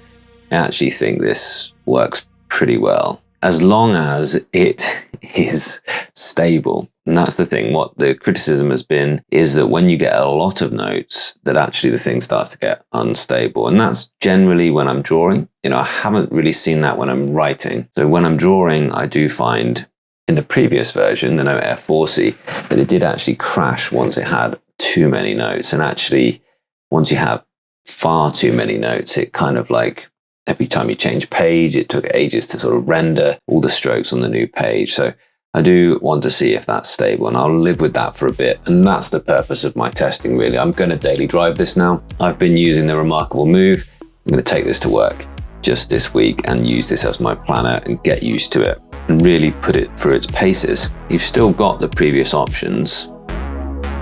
It's kind of like I didn't think they really needed to do this at first, because in the handwritten notes, you can just expand the margins. So you could create an almost kind of infinite canvas, but they've gone one further and made a properly infinite canvas. So let's try that out now. As I said, it's on its very latest firmware. Normally it was with a pencil that had both tilt and pressure. And it was experiencing slowdown when I did that, essentially, and especially when it was on its much larger size. I can see it slowing down a little. That isn't as bad as it was. Now the question is, you can see actually it's mistaken that for an erase, because it has, when you're drawing, it has this scribble to erase. So if we just turn that off, now if we're shading something, it won't mistake that for a kind of, can you rub this out please? There's loads more functions and they've changed this recently. I will spend a bit of time getting to know it before I make comment on whether I think it's good or bad. But let's test that out. Is it going to crash when I draw with lots and lots of strokes all at once? This is the acid test for me. Something that has been plaguing this lineup for some time. And incidentally, it's only my sort of own use case as a amateur artist as well, rather than it being something you need to worry about if you're going to use this as a reader and for your notes.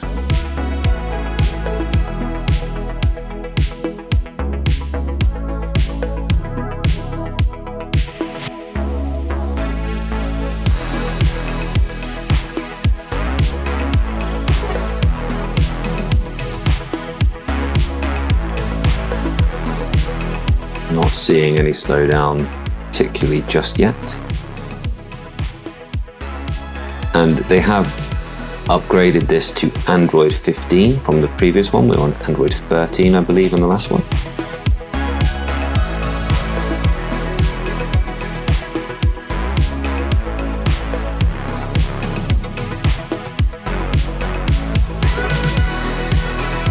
It is a licensing issue. I don't think you'll see older devices upgraded to more recent versions of Android, unfortunately, and that's another criticism that Boox does get.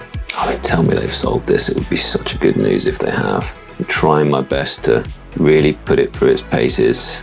Yeah, in previous devices by now, I would have seen some slowdown. I would have seen some rendering large amounts.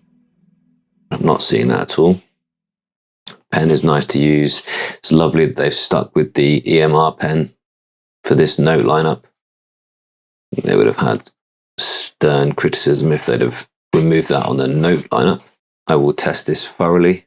Incidentally, the screen, yeah, it's been about sort of halfway lights on all the whole time. Still looks quite dark, but actually in this environment, I could get away.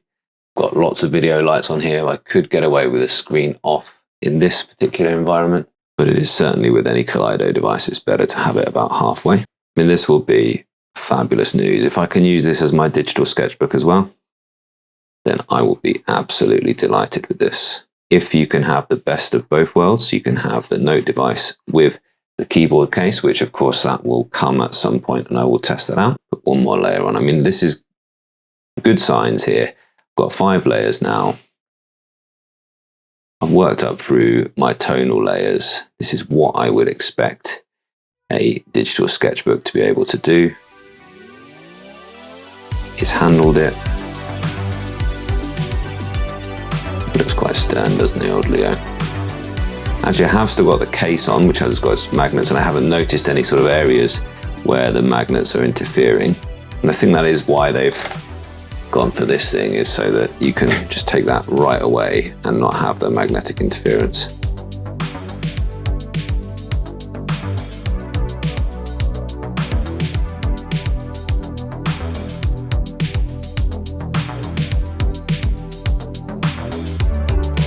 I'll be back with more on that drawing front, but so far the sort of indications are positive there. And just one more thing that I wanted to check out before I go away and I try and answer as many questions of yours as I can. Yeah, that's annoying. Is what is that processor exactly? And how does it compare to the previous generation? The Note F4C? Yeah, it's the same processor they've used again. So it is the 750G Snapdragon, which is a good quality processor, but it's a 7 series rather than an 8.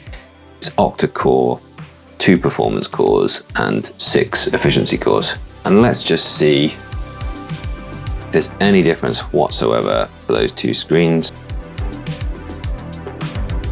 Looks pretty much identical here in the room. I'm going to go to the Boox browser in both. Seems to be responding slightly faster on the new one, and certainly the scrolling is faster, whether that's because I'm in different modes.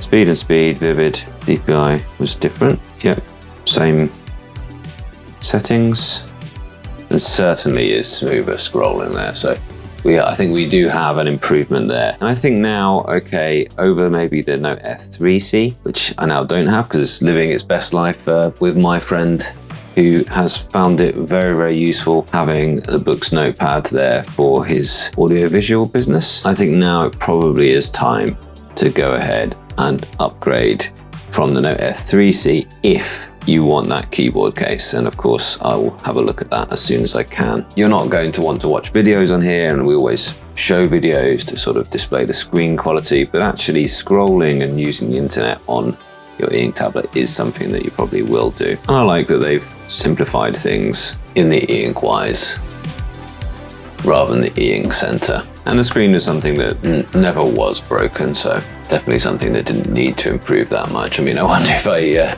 sort of shuffle them, can you actually tell which is which? I certainly can. That's a lot smoother scrolling. Even in this HD mode, actually, that looks really very good. And let's just go to their recommended mode. It's nice here, you've got a recommended mode. Yeah, it looks good on both, doesn't it? And you've got fast.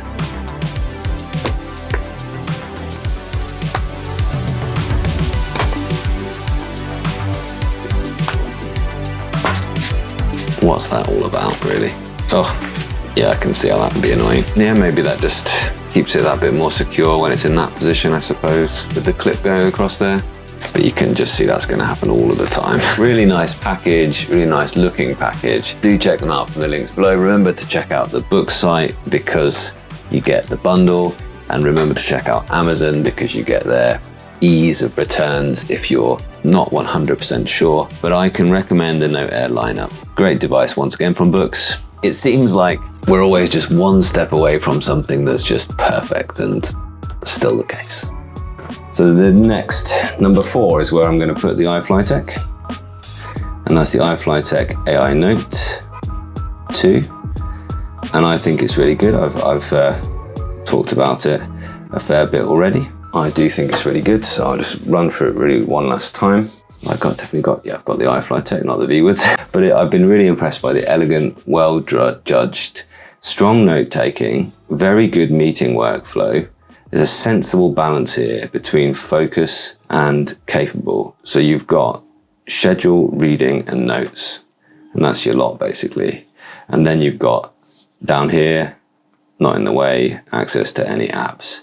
Google Play's there, you can put Solitaire on it and all that jazz if you wish to. So it can be there for your Google stuff as well. The schedule's really good. I like the handwriting recognition on it very, very much as well. It's not quite at the Boox level in terms of its understanding of e-ink. You've only got 2 options, optimal display or optimal speed. You've got a bit more ghosting than you'll find on a Boox tablet, but generally, as a paper tablet, I mean, it's so light as well. Yeah, then it's really quite good. And I've got quite a lot of confidence that they'll be around improving and working on this ecosystem for some time. I really enjoyed drawing with it in Barcelona as well. This drawing at a museum in Barcelona, which was nice. So drawing's possible on it as well. It's not the best for drawing, but it is absolutely possible as well. And this is what I'm talking about. You pull this out in a meeting and you look like you know what you're talking about. Really, really nice. This is the best for meeting heavy professionals, planners, for people who want AI capture and transcription on their device front and center. And I think this is really useful. And that meeting and transcription workflow feels like it's been really considered well and built in rather than just a kind of add-on. So really good tablet there. And there's a reason why I've been using it to do my planning for this session today and lots more as well.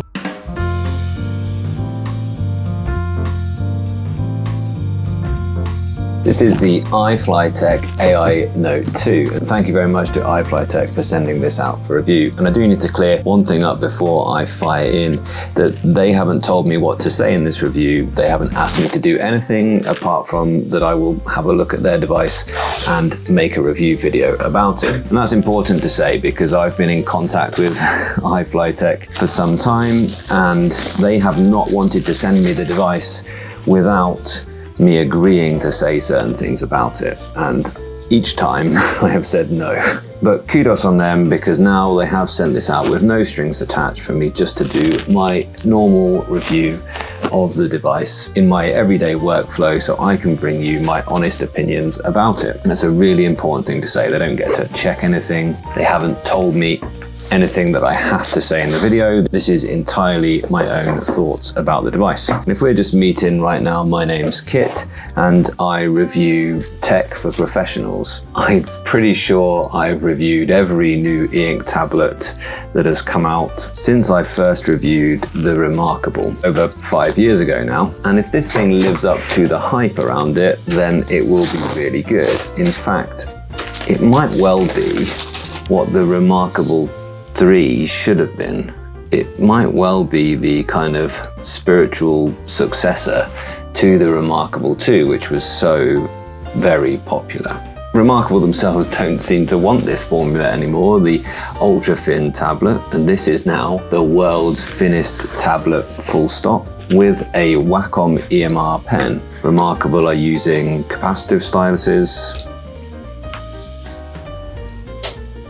That's very nice. It just tells you exactly where to align that top of the pen to make sure that it attaches properly. And they're doing Gallery 3 e-ink, which is very cool. But it isn't this real pure experience of black and white e-ink with this. This is the latest Carter 1300 screen, which is 300 ppi, black and white, crisp clear e-ink, and the best, most accurate pen technology that you can have. And I have reviews going deep on all of those e-ink tablets going back all of that time. What do I do next? Okay, fine. And you can find deep dives on my channel about the pen technology itself, or reviews just like this one where I'm going to go through, use this for a little while at work and give you my honest thoughts about it. So far, in terms of the hardware, everything seems to be just fine, although I don't seem to be able to get past this connection. Maybe it didn't work. But it is certainly a really attractively designed device. I don't think it's quite as beautiful as maybe the SuperNote Manta, the ViWoods AI Paper, or even the Remarkable 2 itself, but it certainly is a very nice thing. I think these capacitive buttons down here just sort of detract from the cleanness of the design, but generally it's really good. And one thing that I didn't expect from it is these pogo pins, so we're going to have a look at those in a second. Wow, a serious manual with a couple of spare nibs. There you go. Now it says connected, click here to continue. So who knows what that was about. And a USB A to C cable. Cool. But they also sent me this, and I wasn't expecting this actually. And this package, yeah, I'm seeing it 550 quid basically. But if you add in the type folio, then that takes it up to basically 700 quid. So not a cheap addition this. But it looks like they're not only taking Remarkable's crown of world's finished tablet, but they're also using the same style of keyboard case, which I think is very sensible from them actually. There you go. Importantly, it's not going to add too much. I see. So when you open this keyboard case, you lift it out and then make connections with the pogo pin behind. So it's not quite as clean a design as the Remarkable. The way the Remarkable do that is they actually have a ribbon connection through the hinge. It's still easily as thin as most tablets. So fold it like so, lift up, connect the pogo pins, automatically has rotated.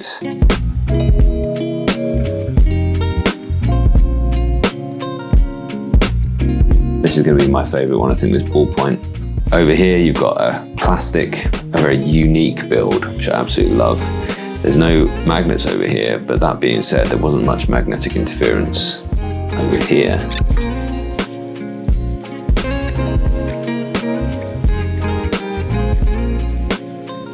The accuracy is there, the key elements for drawing is there. Let me know what questions you have as well. I think they've done a good job of making a pretty focused device here. So I wasn't expecting to like this as much as I do, and I really do like it. And I think it's really interesting because I wasn't expecting it, but it's filled now, certainly after the update is just done, with really useful little touches. Things like, yeah, the signature that you can have on the front page, or that you can have your to-do list on your front page. The way in which you can, from notes, add things to that to-do list using little star or circle or triangle marks. And I think it's right. So star is focus, circle means to-do list item, and triangle means like document tree within the notes. I've been really quite wowed actually, and I've been struggling and thinking to myself, actually surprisingly, we might have a contender for one of the best e-ink tablets currently. It doesn't matter to me much that it's a beautifully made thing. It doesn't matter to me that it's the thinnest e-ink tablet, the thinnest tablet on the market, full stop. But I can certainly say that those things are nice. It's not my very favorite design, but it is really pleasant, and the functionality of it, and actually the neat way that the AI is integrated throughout it, is going to make me consider it, not whether it's going to get into the top 10 or not, but what place in the top 10 is it going to have. And that will be very interesting when we do eventually get to making full comparisons with, for example, the SuperNote Manta. And that surprised me. It surprised me a lot. I think that over the period of time that they've been working on it, I think they've got to the point where they know the device can now speak for itself. And that's why we're seeing it sent out with no strings attached for real reviewers to make, rather than just in sponsored content. So good on them, well done, they've done a good job. I will obviously be living with it and seeing if it really helps in my workflow, but I can tell you that the key ingredients, good hardware, well thought out and useful note-taking app. And really, it's better to say a note-taking workspace or note-taking OS, where everything is integrated well with, for example, right now, if I wanted to do a to-do item, do a little circle, and then anywhere in this region, I can add a to-do item, which will recognize that, and then that will be in my calendar, in my tasks. Here, add a to-do item. Useful, right? And I think the way in which the calendar has the handwriting recognition, I really like that as well. I don't know why they don't have that everywhere. It's good because it's giving you a little preview here, and I can see, it didn't get randomly Handus. So I don't know where Handus has come from. So I obviously need to rewrite the handwriting bit. So just get my eraser, erase that, and let's just write handwriting really neatly now. And now hopefully it will change that. Yeah, it really, for some reason it keeps adding another thing in there, but fine. I really quite like the way that the live handwriting is shown there, and I wish they'd do that throughout the whole device, and you can change your handwriting to make it actually recognize better. And one thing that does matter about it being thin is that it does make it feel more like paper when it's laid flat, and it's much more comfortable to write on a very thin tablet. Now, the pen nib itself is not my favorite, and that's one thing that I'm going to not complain about, because it's a nicely made pen. It's nice the way it magnets to the side, really firmly held in there. It's nice the way it fits inside the keyboard case, but actually for the duration of using this tablet and using this review, I'm going to work with this. This is one of the new Wacom Palm pens that I've been working with. Their new Designed in Tokyo range.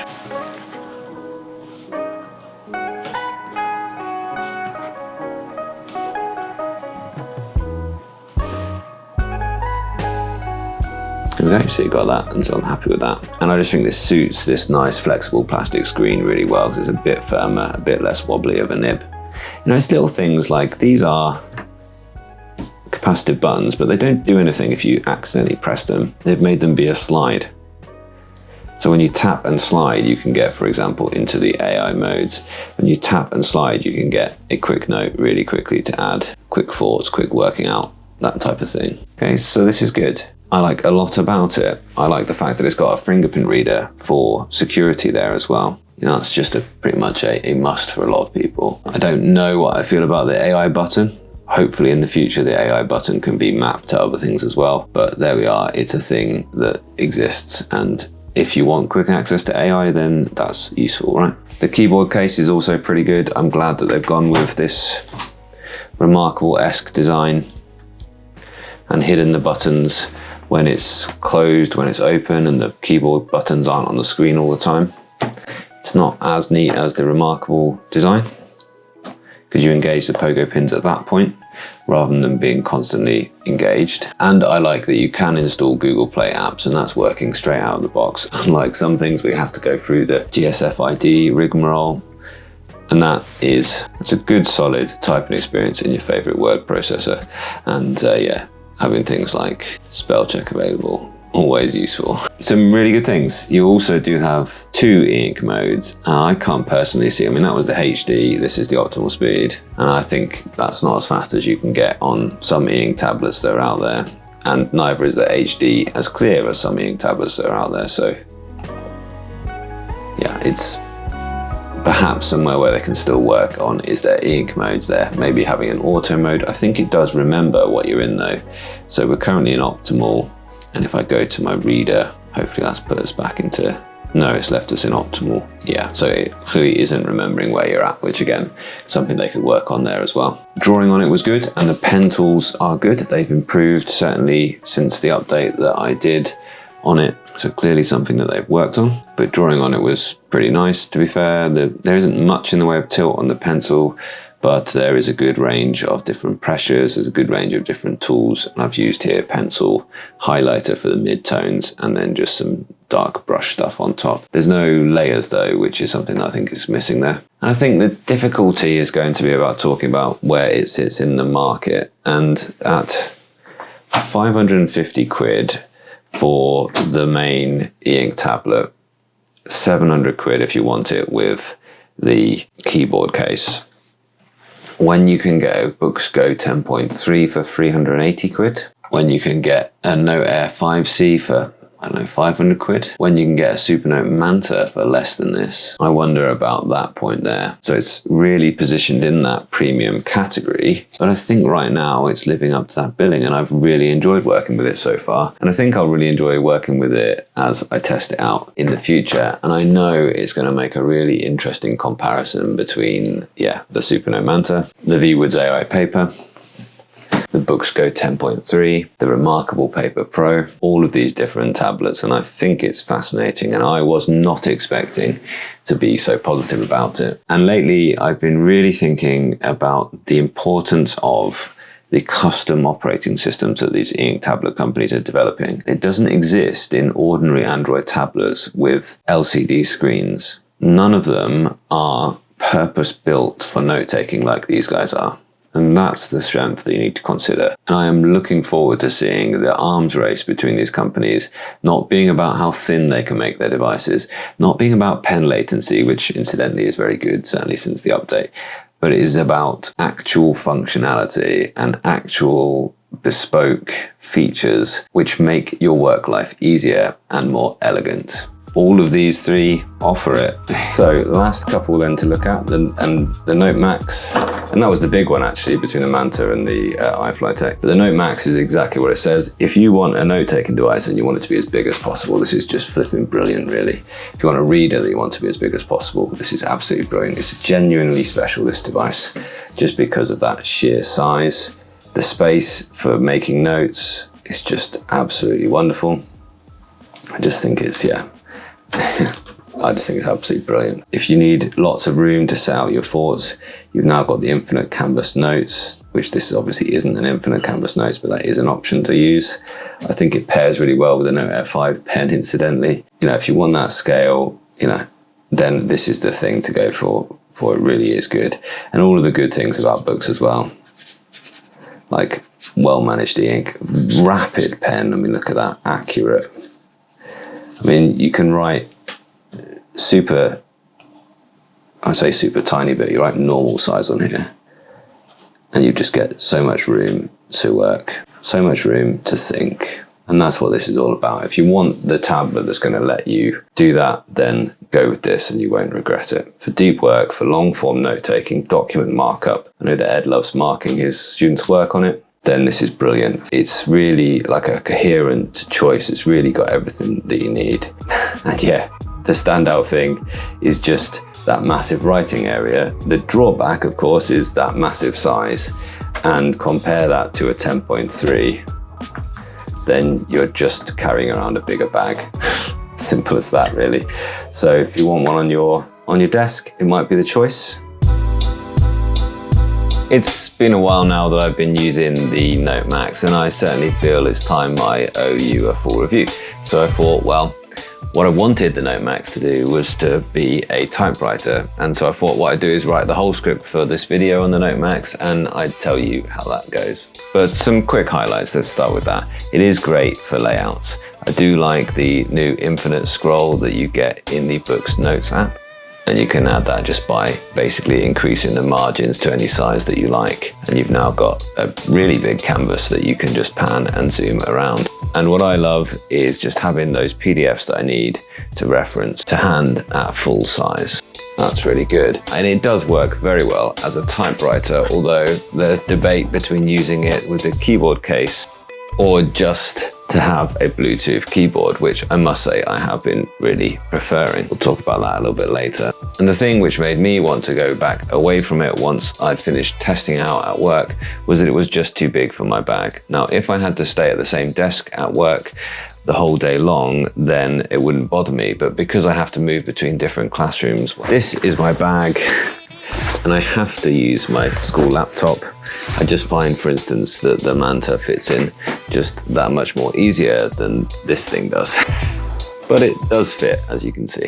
Putting that in and out of your bag 4 or 5 times a day, it's not what I'm about. But that being said, it has been sandwiched tight in that bag for long periods, and there certainly seems to be no damage. So it does seem to have been really robustly made, even given its size and its thinness. This tablet is 4.6 millimeters thin, so it's incredible they've managed to make it so robust at that size. The split screen is of course incredibly useful as well, and I think that is possibly one of the main reasons to go for this tablet. You can have whatever you're working on one side, and let's say that reference PDF on the other. I think it's taken me a little while to get around to this review because I think I'd really built this up to be something that it maybe wasn't. And when I got out of the box, it let me down in some ways. But gradually it has worked its way back into my e-ink life, and it pretty much sits here in this laptop mode on this desk, and I do get a lot out of it. For example, I am often referencing my notes in OneNote, which of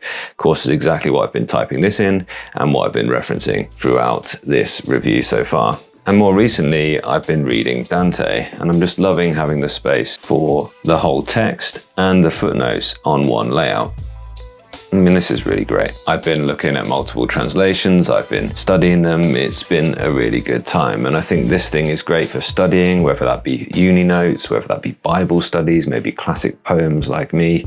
It is a really great time. And it's all on the Carta 1300 e-ink screen, which is the latest and therefore the highest contrast e-ink screen that you can get. We've talked a lot on this channel about whether it's using the BSR, which is the Boox Super Refresh, the GPU-enabled high frame rate, that should give it the crispest e-ink look with the highest refresh rate possible. Whether it's doing that at its very best. Now, it definitely does have BSR. Now, if it didn't, the contrast would be much lower in the faster refresh mode.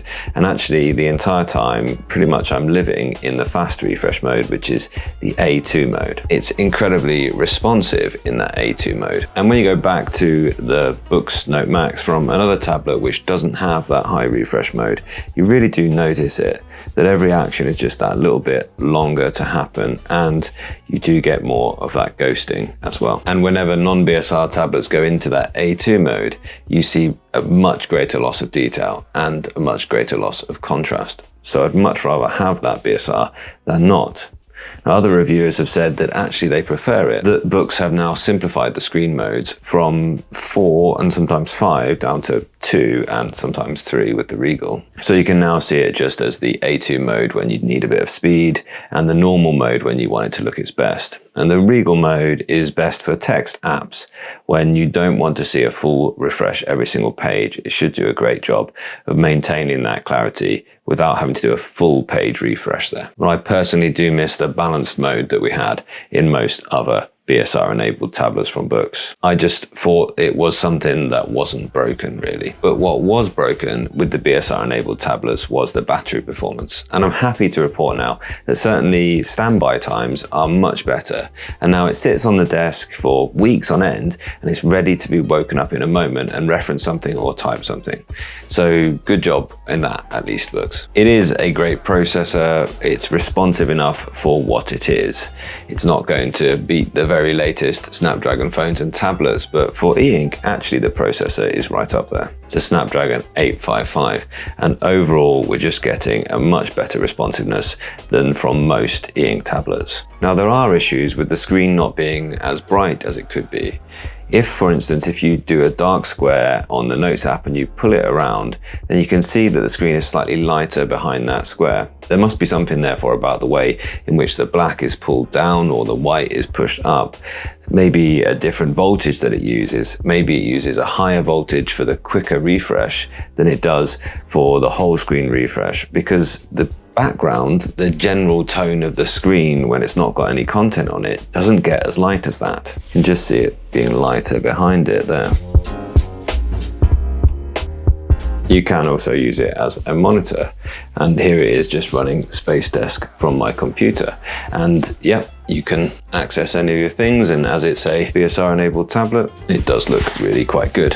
And to some extent, you can use it as an alternative to a laptop. And this is where I really want it to excel. And unfortunately, it's just a little bit let down by Android. The Android apps, they're just simply not as fully featured. They're not as the same level as the desktop apps. I don't know why it has to be that way. It's certainly not Boox's fault though, that Microsoft, for example, hasn't put that kind of level of development into their Android apps. And also color is just useful for apps. It just is. Now, I was really expecting this device to be made by the keyboard case, and that for me was the use of this device. And unfortunately, Boox, they've really not shown the way here. I've added some little pads here just to keep it elevated off the screen when it's closed up with these weird sharp bits putting pressure on your e-ink screen. There have been issues with the manufacturing, with some of the key presses. It hasn't felt well manufactured, it hasn't felt polished, it hasn't felt like it justified the price tag of the keyboard. You would be better, I think, just saving your money, buy a nice mechanical keyboard for your desk, a nice Bluetooth keyboard and mouse combo to take with you. Overall, that'll be cheaper than just the price of this keyboard case. So I think that those two things, the ghosting and the keyboard case, they have just surprised us because it's not really up to Boox's usual high standards. The ghosting, certainly, they normally get e-ink just right. But all in all, I have enjoyed typing this on it. I have enjoyed having it here as my typewriter and reference on the desk. And possibly if you're looking for that in your life, then this would be a great device for you. Also, some of the keyboard issues perhaps were first batch issues. I do have a number of viewers who've told me that they have had their keyboard case replaced. They had the double space issue, for instance, at first, and it's been fine. The double space has happened to me twice during this review, and there's one example of it right there.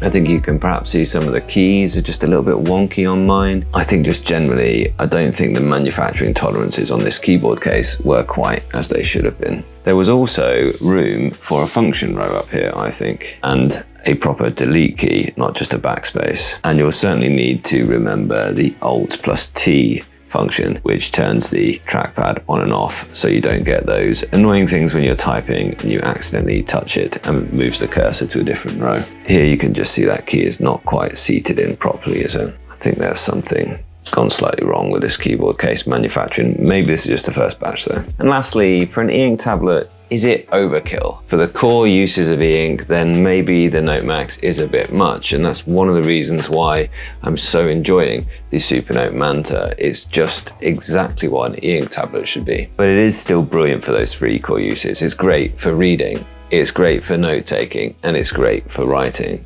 It does excel for reference though, and I think if that's your use case, I think this is your choice in 2025. But then what you have is this versatility of this open Android system, being able to make it do whatever you want it to do. And so if your core use case is different to another person's, you can adapt this to make it what you want it to be. It's a minimalist device, but it's your minimalist device. And so even here, just sat static on a desk, is it a bit much? No, it's flipping brilliant. It really is great. So the Note Max size look amazing. Might be a tad too big for on the go, but it would be amazing for reading academic papers and on the desk annotating them, etc.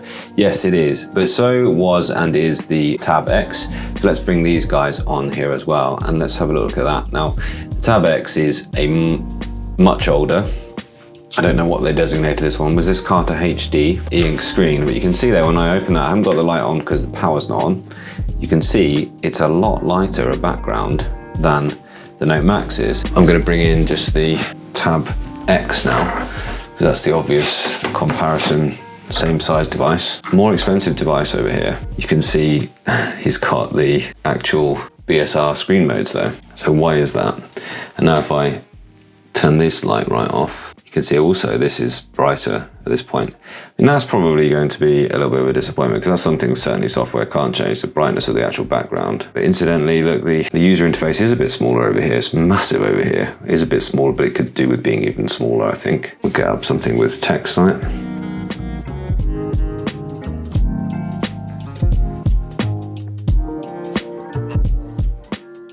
Missing presses there. And yeah, I can very much see that this is a much sharper bit of text than our Tab X over here, which has the, is it 209 or something of this? Yeah, oh gosh, compared to the 300 PPI. Yeah, straight away you can see the big difference there now. So 209 PPI there, doesn't look bad. Certainly would not want to use that for this reason, but there's the 300 PPI, looking really sharp. I mean, that is a great thing.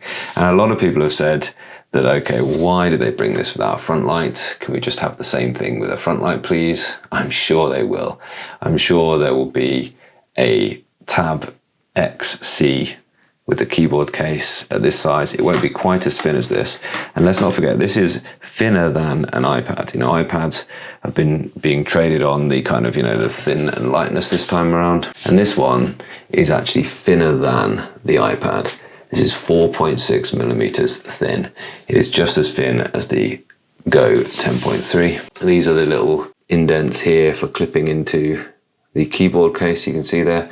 I don't think there's any way to actually clip. There doesn't seem to be anything sort of actually to clip there, but there is sort of something to hold on to for the keyboard case anyway there, something to clip into. This is the power button at the top here. And it is really nice. The build quality is really nice here.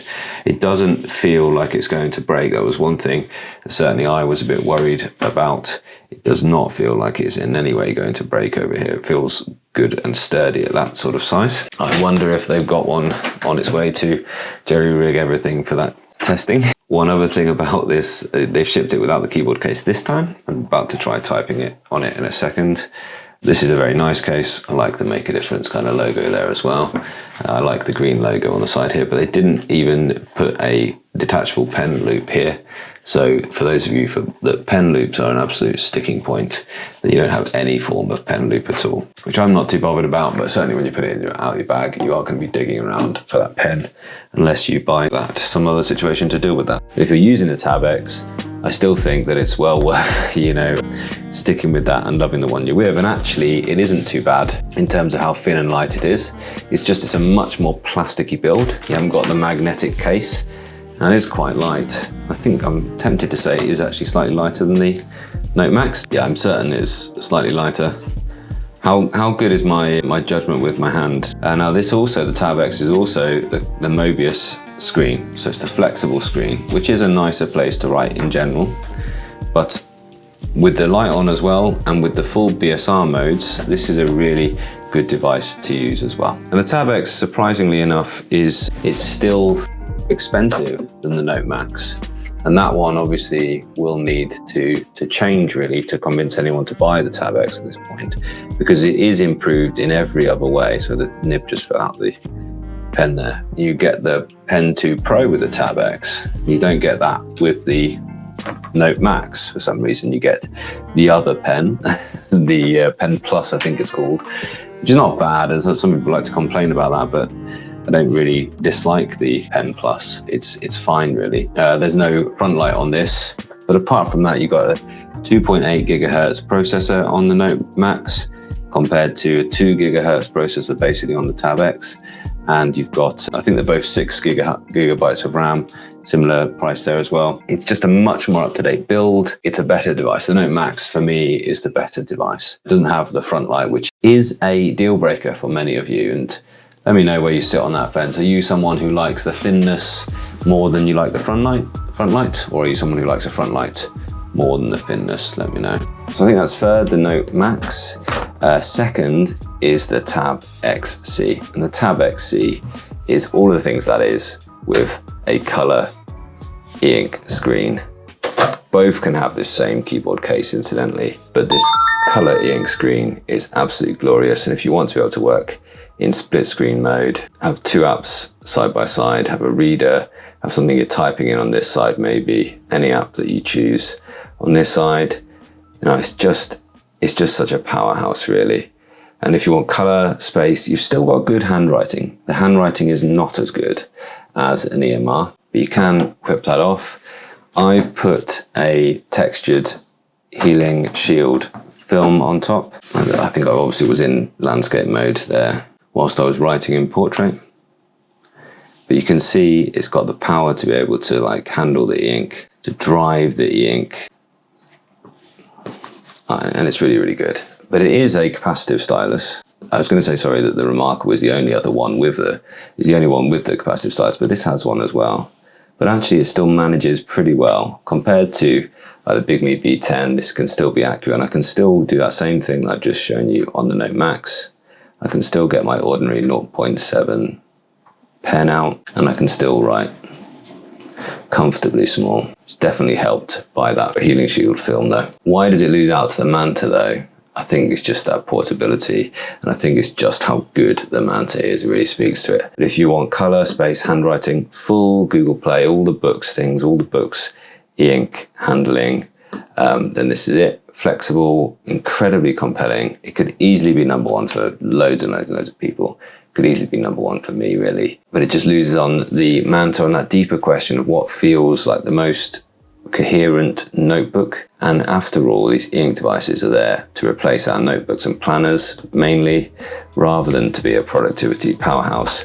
And I'll be honest, there's plenty of times when I want to type on this, but actually I'll be like, well, if I do it on my computer, I've got two big screens and I can get more going at once, you know, and it's more screen, but it's nowhere near as much screen as my desktop setup or a laptop with an extended desktop as well.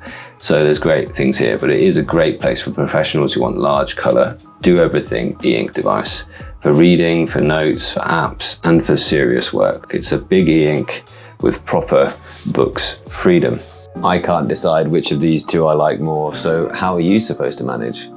Well, let me do my best to compare them, so at least you've got all the information to make that choice. I mean, they are the big two from Boox, and there is no doubt in my mind that if you're an academic, if you're a student or professional, and if you want to work in a focused way on full-size PDFs, or use the side-by-side mode to read and take notes at the same time, then this is the choice between these two great e-ink tablets. You'll love the split screen mode with any app side by side. You'll love cloud access to all your online portals and any app you need for your productivity or your learning. They're both great, so you can be sure you're going to have a good time with either of them, whichever you decide to choose. Sure, if you just want e-ink to be a handy notebook, then look elsewhere. And that's going to be one of the hardest decisions I've made on my channel, which one of these three is going to be my number one going forward. But if you know you want size and you want power, then these two are in a category of their own. That's a good question somebody just asked about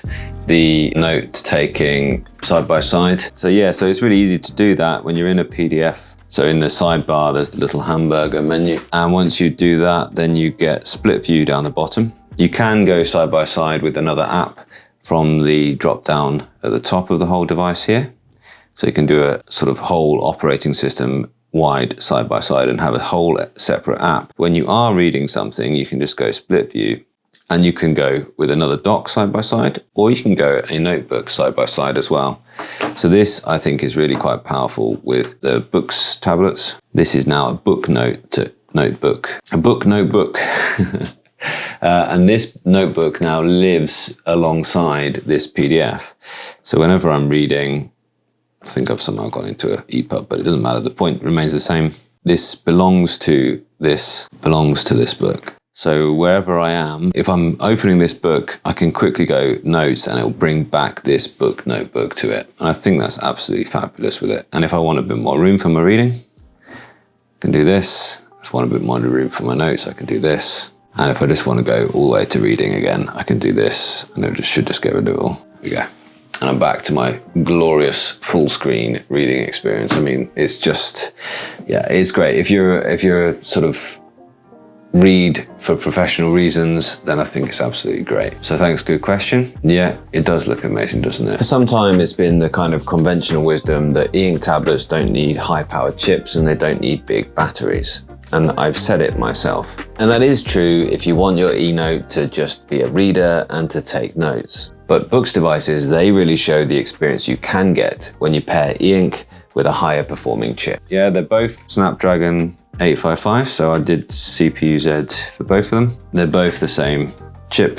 I think they're pretty much the same device under the hood, really. Neither of them have fingerprint reader, which is a surprise from such a large and professional device. I mean, one of them is ever so slightly thicker than the other, and that's really just the depth of the front light. That's the difference there. You can just see, well, they've actually magnetized together and sent each other to sleep. They're confusing each other. They're confusing each other very much, but one is ever so slightly thicker than the other. The Note Max is ever so slightly thinner. And I think this is it. This is where we get into it, right? They've actually managed to make a difficult decision here, but actually when you think about what they've laid out for you as a choice, it makes a lot of sense, right? I also did Geekbench on both, and they've come out with pretty much identical scores, incidentally, as well, as you would expect with the same chipset. Oh, actually the multi-core came out higher on the Note Max, but I think that's probably within sort of tolerance. Yeah, and the GPU score in their kind of mid 2600s for both of them each time. So very, very similar, very, very quick for an e-ink tablet. Very, very good. So the biggest difference is this is a Note and this is a tab. There we are, we're done. So this is designed for handwriting, for writing your notes with your hand. And this is designed mainly for using like a tablet. And actually, when you think about it like that, right, okay, what do I want for notes? I want to be able to do my nice, smooth, freehand lines with very little deviation. I want my handwriting to feel and look like it does with a real pen on a real paper.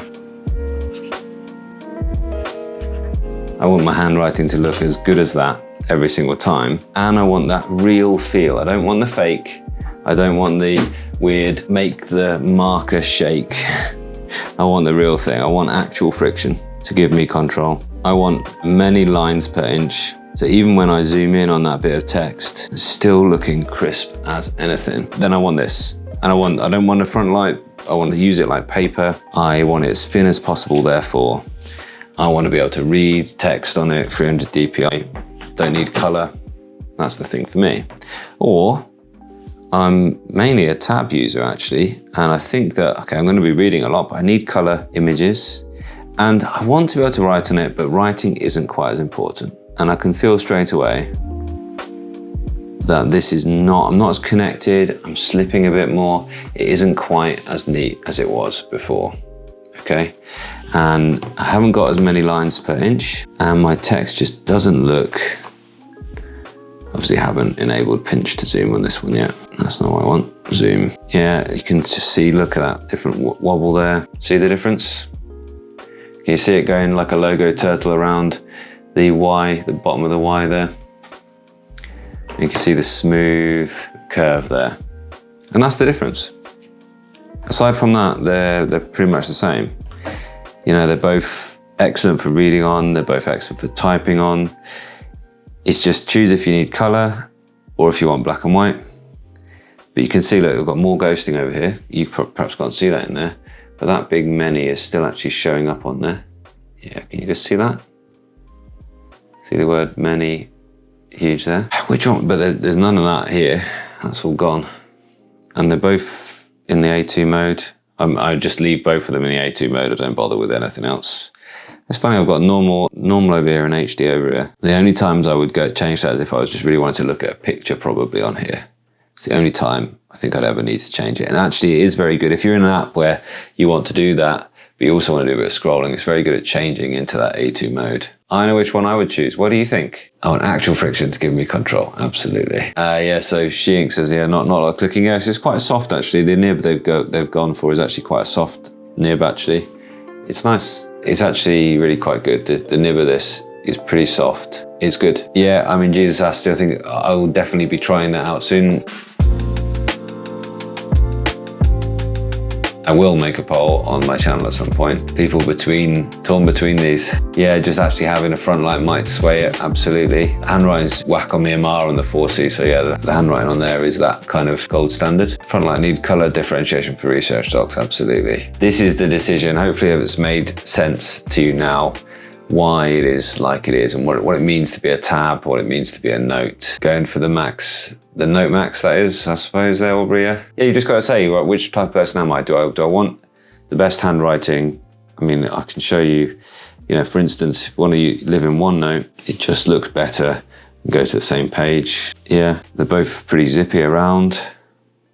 But I mean, just having that extra color here, it's pretty good, isn't it? Yeah, so you're a Note person then, Roger, yeah, absolutely. For the writing, yeah, absolutely, yeah. You could do that, I suppose, but then you've got another layer on top, which I just don't think you need. So lots of people saying their Max, actually more than I thought were saying the Max, but hopefully that makes you decide. And actually that's a flipping brilliant deal, that is. What is it, $699, is it something like that? Was it $599? I'm not sure, but it's good. Yeah, so other people just say, no, I want a Note Max C. This should have been the Note Max C. It didn't need to be a Tab X C. Absolutely. I do wonder if you already own the Note Max, then maybe just get a smaller color just to have that in your life. But I really hope that that's been helpful. And one of the things is that you don't get to see these e-readers in shops. And that's one of the reasons why my content exists. So do go ahead and make sure you're subscribed and hit the like button just to say thanks. And if you do decide that one of these great tablets fits in your workflow, then don't forget to use my links in the description. Thank you so much for your support. The battery life's pretty good so far. I mean, I haven't used it for all that long, but I'll let you know. But I mean, when I was preparing for this, it was up at 75%, but I have been dipping in and out of lots of apps and using the pen.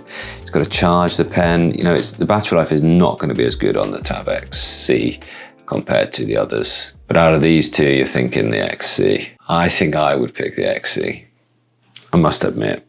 But then that's bearing in mind that I probably am not intending on taking this Tab X C into work with me every single day. This is probably going to be my at-home kind of device.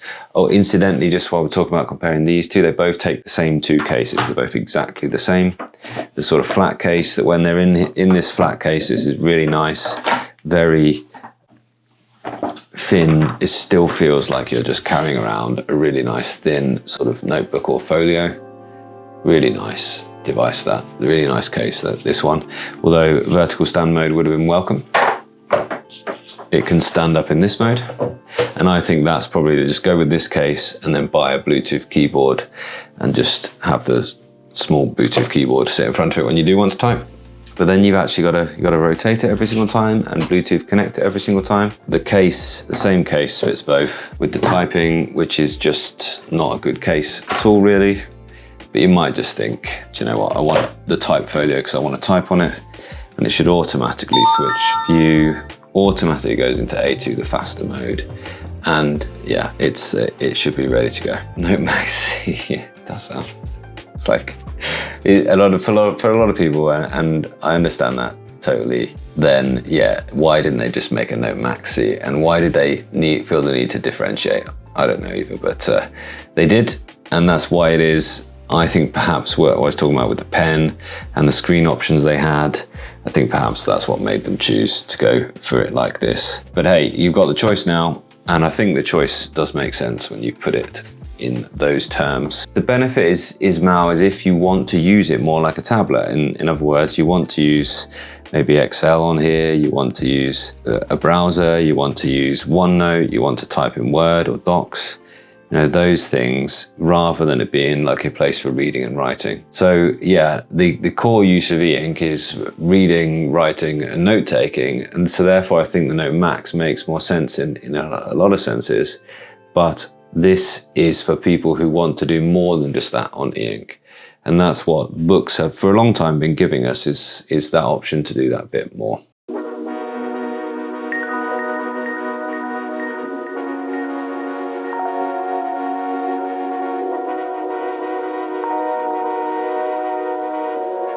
This is the Tab X C, and in many ways it's the greatest e-ink tablet ever made.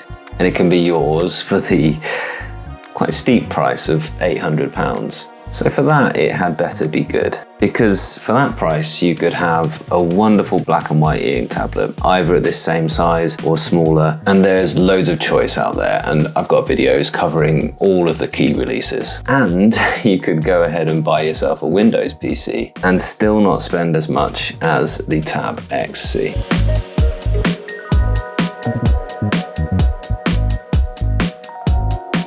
Why does it command such a high price? Well, largely it's to do with this 13.3-inch Kaleido-free e-ink panel. This panel has a resolution of 300 ppi in black and white and 150 ppi in color. It might sound like a big hit in color, but if you have an HD screen at this size, for instance, it will be a lot lower resolution than that. It's somewhere in the region of a 3K screen, to give you a kind of context in an ordinary screen. Not all Kaleido-free is created equal. There are Kaleido-free panels out there that have a lower resolution than that, even though they're the same size and even though they still carry that same name, Kaleido-free. Now, At that same price point, you could have a black and white e-ink, and you could have a color e-ink tablet like the XP Pen. Or you could have a more than basic iPad. You could get an entry-level iPad Pro for that price. So it's got to be good. And on the marketing, you'll see a lot of this, using it in split screen mode with maybe a book or maybe some notes on one side and another app on the other side, allowing you to work between the two. And I have to say, that is a wonderful use case of e-ink. Maybe having a document you're working on updating in real time to the cloud, whilst you've also got quite a large screen actually, bigger than many e-readers on this side for reference. I mean, this is a great time. It appears to be, and it's the closest we have yet to an e-ink laptop, but it's not quite there yet. Now, one thing I've been wondering is why have I not used it quite as much as I thought I would? And I think the answer is this case actually. This keyboard case is just quite awkward. It takes what is a really thin and elegant tablet and turns it into something which is just a bit of a chunk. They could have made that so much better, and I would strongly suggest that for that price, you stick with the ordinary case and you buy yourself an inexpensive Bluetooth keyboard to carry around with you and save yourself over 100 quid. So it's not a laptop replacement, and we probably won't have an e-ink laptop replacement until we actually get one that's running Windows, for example, and doing it well. But there's a lot to love about this tablet, and I've been living with it and using it, finding out where it fits in my workflow for quite some time now. So this is my long-term review of the Boox Tab X C.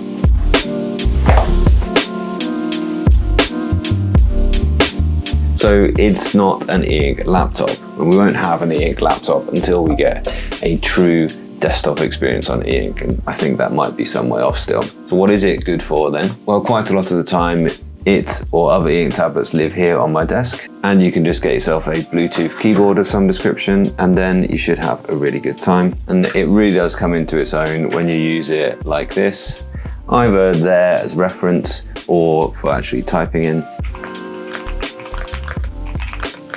If I want to have a session where I'm just typing and composing words in a considered way, then it's a really comfortable place to do that. Or if I'm editing a document and doing it line by line, so not cutting and pasting, I think that's really awkward on Android. That's far easier on a full desktop experience. But if you need to go through a bit of text line by line and make edits with a keyboard, it's really great having it on a stand like this and carefully composing or reviewing your writing. Great keyboard that, by the way, the Keychron Q1HE. So they market the Tab X C as the 13.3-inch color e-paper tablet for enhanced productivity and intentional living. Not for taking notes, not purely for reading, but your place for productivity. But the core use of an e-ink tablet has always been about reading and writing. That's why there's been such a lot of controversy about the pen.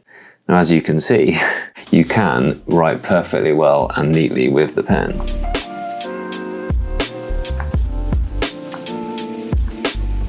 And this was the issue at launch. They also marketed this as everything you'd ever dreamed of. And all the e-ink fans were a bit surprised and annoyed they took away one feature they love, which is the Wacom EMR pen. This is a capacitive stylus, which is not as accurate as a Wacom EMR pen. So it's almost everything we ever wanted. Now, what is a capacitive stylus? Well, what it means is it's using the touch grid, which is the same grid that essentially turns the pixels into little tiny capacitors, which register being discharged when you tap a certain position. And generally, capacitive styluses are therefore less accurate than EMR ones are. But don't confuse this stylus with other capacitive styluses you might have used. It is better than the one, for instance, on the Boox Go 7, which the accuracy is incredibly low on. It's in line with Microsoft Surface pens. I'd be inclined to say slightly better than those actually. It's in line with the remarkable Pro pen, but it isn't quite as good as the very best EMR pens. So why is EMR better? And this brings me to one of the comparisons that I wanted to do today, which is with this one. And I think this might be the best EMR pen that you can currently buy on an Android tablet. It has 16,000 levels of pressure. Whereas the Inkspire has plenty, it's just 4,000 levels of pressure there. And so is the ordinary Wacom EMR. Now there are a few Android tablets that I haven't tried yet. For instance, Wacom themselves have just brought out a tablet as well, which might have something to do with other companies moving away from Wacom EMR styluses. Watch this space for that one. Why is EMR better though? It has much higher resolution. So whereas the Inkspire and any capacitive stylus only has the resolution of the grid, EMR pens have resolutions in the thousands of lines per inch. So you've only got 300 dots per inch, which is still reasonably high resolution for the screen. For a drawing pen, that is very low resolution. It's also much more accurate where you place the pen down with an EMR pen, and it's much higher accuracy moving across the grid. You can just see that really telltale wobble there. And it's much higher accuracy on an EMR pen going around small motions, small loops in general. Curves are just generally better defined on EMR pens. But the bigger problem with writing on the Tab X C is not the pen itself, but it's actually the screen. And the screen is just not inviting to write on. It's not bad, but it's slippery and you just can't get any grip on the screen. They have tried their best to make this feel better by adding a little motor in the pen that actually makes the pen shake whenever you put it down and start writing, mimicking the feel of that grippy paper that we're all so used to. I thought I was going to hate that. I don't hate it, but I certainly don't love it, and I'd much rather have a real paper-like sensation. Not because I like the way that feels, but because that friction makes it easier to write more neatly. And so you can see that with this stylus, you can write perfectly neatly. There's just occasionally, for instance, that wobbly line as you go across the grid in this diagonal sense, and also the inaccuracies of the pressure. It's not a very smooth transition between thicker and thinner. You can just see at that point there, for instance.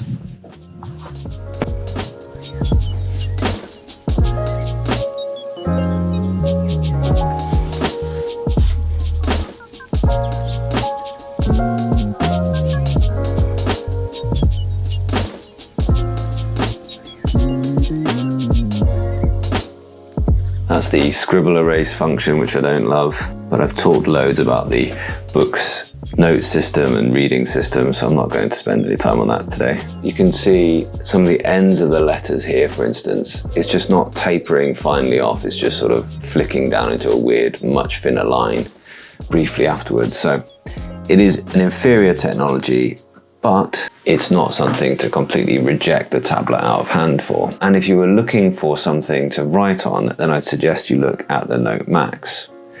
Now, incidentally, one real plus point for this stylus, it is one of the fastest responding styluses ever on e-ink, or indeed any Android or iPad tablet as well. So if you are someone who always is frustrated by the latency of writing on e-ink, then you'll love writing on the Tab X C. And this may just be the very best e-ink screen, full stop. The anti-ghosting performance of this screen is stupendously good. It does have Boox Super Refresh, but they've really simplified things, and both are always fast and always clear.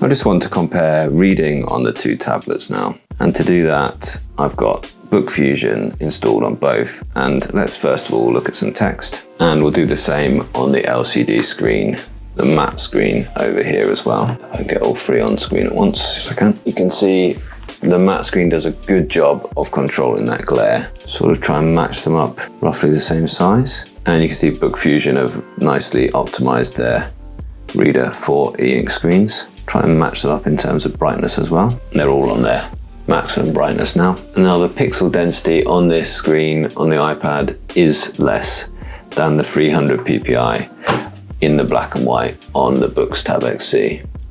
And I can tell you that text looks far crisper here on the Tab X C. It looks fine on all three. It looks good straight on this nice matte screen here. And having seen the nano texture screen, the matte screen on the best iPads, then yeah, I can tell you that that is a really pleasant low glare way to look at that screen. And I think this is suffering for the lower quality matte screen protector that I've got on it. But I can just tell this brightness is going to get to me after a time. So let's go ahead and read at sort of half brightness. And the two LCD tablets do come with eye comfort modes, and I'd rather have them than not, but they aren't a replacement for e-ink. I mean, that's more comfortable, but now it's lower contrast. Yeah, I don't know. Tell me in the comments if you get along well with reading on your iPad. I know some people do. And although I've complained about the resolution, actually from a normal reading distance, the text appears perfectly crisp. It's only when you really pixel peep that you can tell this is far better. But this is more comfortable now with the lower light.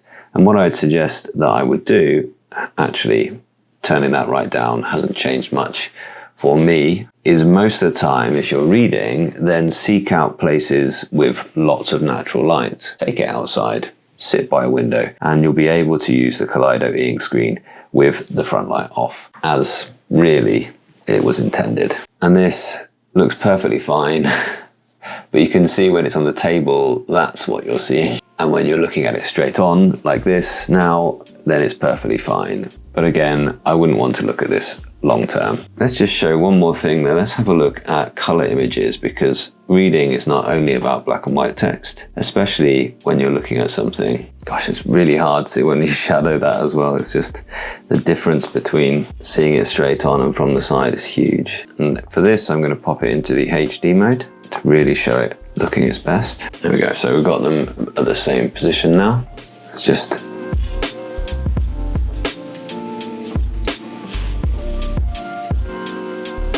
page 10, you can see it's much slower in the HD mode. And I'm getting a bit of ghosting there, so I'm just going to double check. I've got this on its best. Yeah, I've got the animation filter time quite high up. So they're doing a refresh there, has made that look better. See the XP pen, it's looking good. Needs a bit more brightness. There we are, does look really good. Really great colors, even for LCD. And the Boox, in this example, not so great.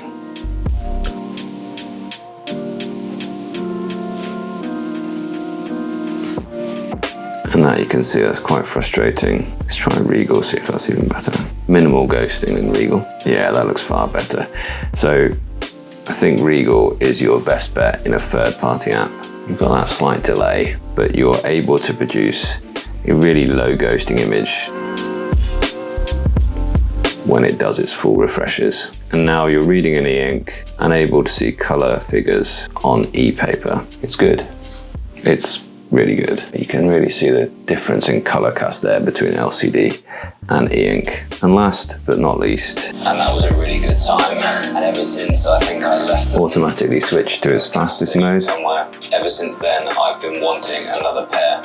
Guys, they sounds perfectly fine. Like that original iJacket design did. And the Meta Raven. And ever since I think I left them at gas station. It's a better sound on the iPad, there's no denying. Those have been really very popular, and I've been wanting another pair. And that's iPad from 5 years ago, let's not forget. But it's plenty loud enough. Guys, they've certainly got something about them like that original iJacket design did. And the Meta... Most of the things that these guys will do, you can actually just do on your phone. You can take photos and videos on your phone. And of course, the camera will be much better quality on your phone. It is at least possible to view a video if you need to. If you need to get some information out of that, then you can actually do that. But yeah, e-ink, it's not for watching videos, is it?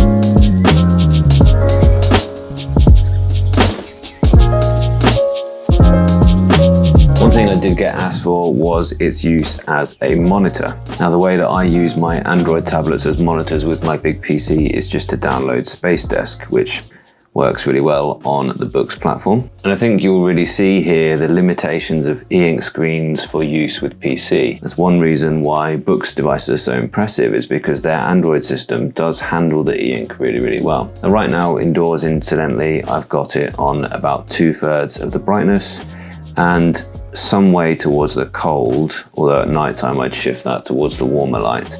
And you can see that gives you quite a nice, comfortable look. Viewing angles are great, and the readability is frankly awesome on this device. Now, if I connect to the big PC, you can see monitors accept that signal. You can see all of a sudden the color accuracy is just not there at all. What I have installed on my PC is Power Toys, which means that double tap control and it brings up a kind of highlight of the cursor. And now automatically I'm using my PC with the contrast mode on the mouse, so it sort of changes depending on whatever it is in front of.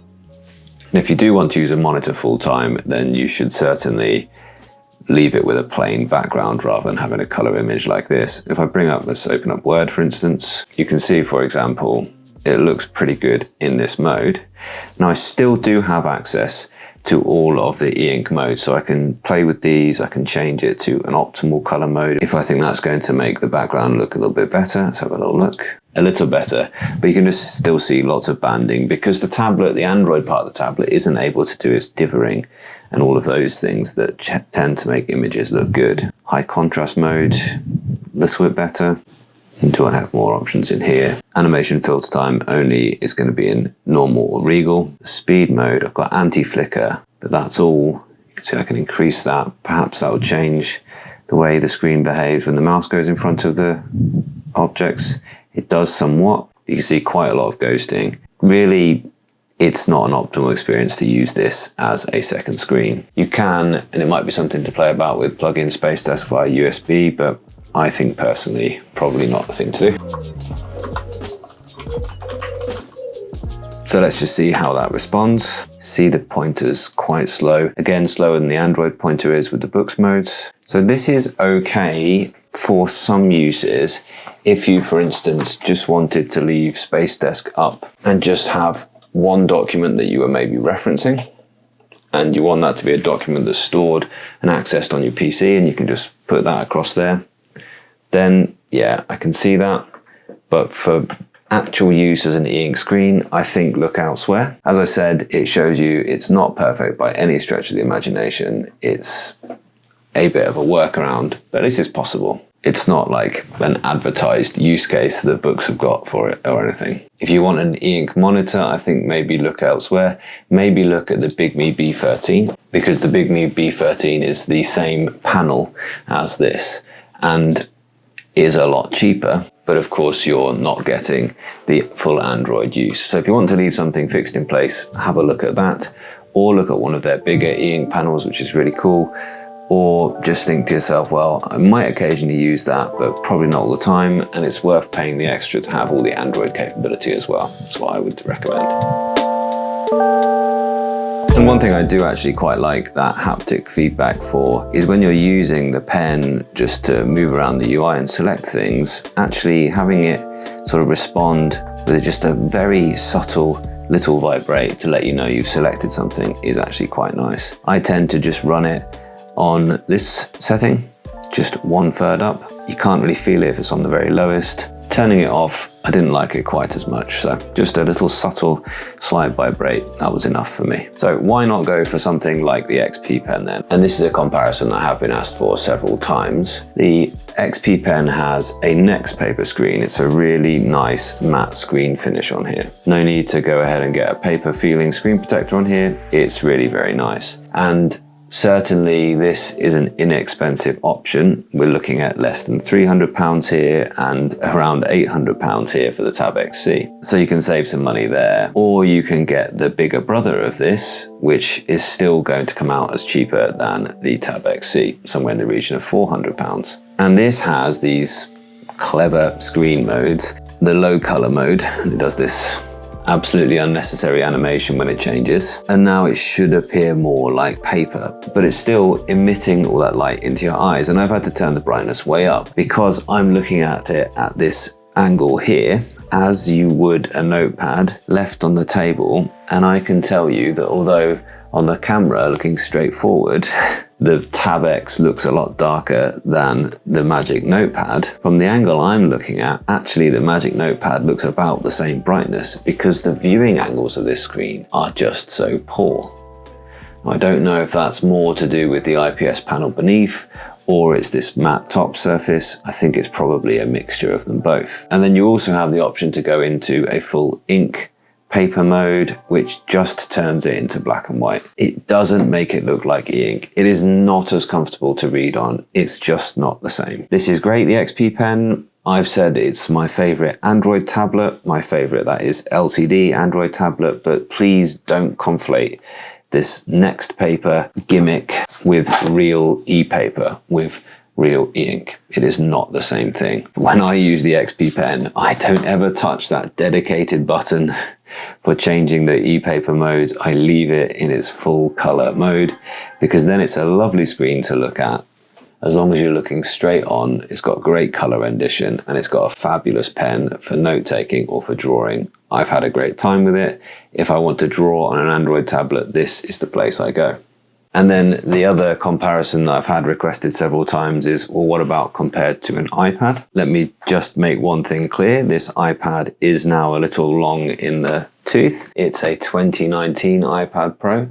Impressively, it's still going. It still comes out maybe 2 or 3 times a year because we still take this on an airplane for one of our children to be entertained in the flight if they don't have in-flight entertainment. And it also came out when I was ill recently and when my wife was ill not that long ago as well, as a kind of entertainment in bed sort of situation, because it's a good screen and it's good sound for a tablet, but the battery life is still really good on it even after all of those years. I don't often talk all that much about battery life on tablets, and there's a reason for that. It's because the battery life is going to massively vary depending on what you do on the e-ink tablet. If you're just reading, you should expect about a week from this tablet, and if you're taking notes all the time, you should expect about 10 hours on this tablet. That's in line with other Boox tablets. It's quite good for the general e-ink space, but I'm not just going to say the blanket statement that everybody does when they review e-ink. They say, oh, it's e-ink, so it just sips battery and it lasts for weeks. No, it doesn't. You will probably, if you get an e-ink tablet, you will find that your usage is very different and your battery life is very different from another user. That's to be expected. Battery consumption has as much to do with the system on chip, the processor that's in these devices, as it does the screen type. Certainly though, you will find better battery life if you run it with a front light right off, of course. Having it somewhere in the middle won't impact too much the battery, but using it on full blast will certainly limit your eyeball life, but it will also limit the battery life as well. So have it down for as much of the time as you can. Do things like close out processes when you're finished with apps. If you really want to eke out battery, do things like turn off connectivity as you go as well, and you will still get great battery life from any ink tablet, not just this one. But yeah, I'm certainly still impressed with this. This is the iPad before they started putting M chips in iPads. So this is still on the sort of A series of chips, and it's still doing really well in terms of its battery life. This is now a 6-year-old iPad, and it's credit to Apple that it's still going strong for those occasional use cases that we have. It never feels old. It certainly is time for me to invest in one of the newer iPads. We'll see when the next generation comes out. But it's a good question to ask, why would you get a Tab X C as opposed to an iPad? I personally don't find that I can write as neatly on the iPad with the Apple Pencil.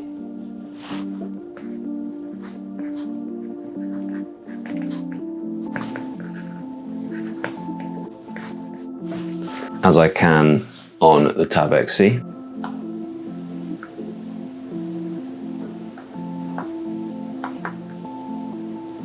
But that's both of them in a third-party app. What about in the built-in Notes app on the iPad and the built-in Notes app on the Tab X C?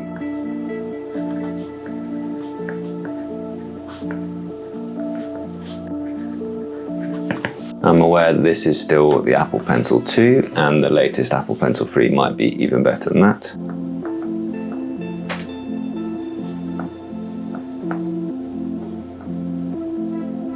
Okay, I think this is better here than it is on the iPad, although neither of them are bad at all.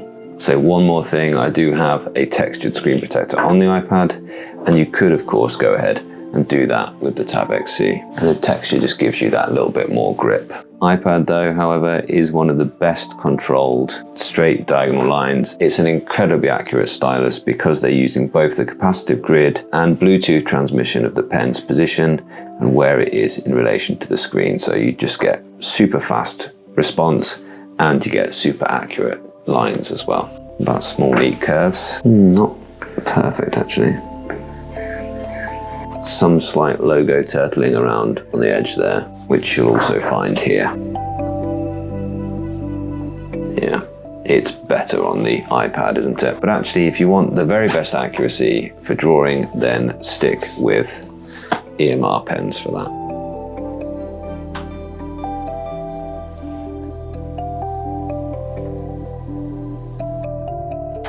But it is the case though that Boox have pulled it off and they've made the Tab X C pretty much as fast a response as the iPad. And that is impressive. Now I'm fully aware as well, the newer iPads have the tandem OLED screen and I've not tried them. I've used them briefly like in a shop or testing out someone else's iPads, but I haven't lived with them for a longer time. And I find that it's totally fine to use LCD or OLED for short periods of time. OLED's brilliant. For the way that I use a phone, for instance, just glancing down at it, checking a few things, interacting with it in short bursts, then the OLED screen's absolutely fabulous. Great, obviously, color accuracy, great contrast, great brightness for reading outdoors. Although if you want to use a tablet outdoors, then e-ink is second to none. But for long sessions, I just cannot stare at an LCD or OLED for reading and for taking notes. E-ink is just far better for that. So every time I go back to the iPad, I'm reminded of how good a device it is. And yeah, every time they release a new one, I'm very tempted to get a new one. But I just cannot look at it all day long and no screen protector can change that.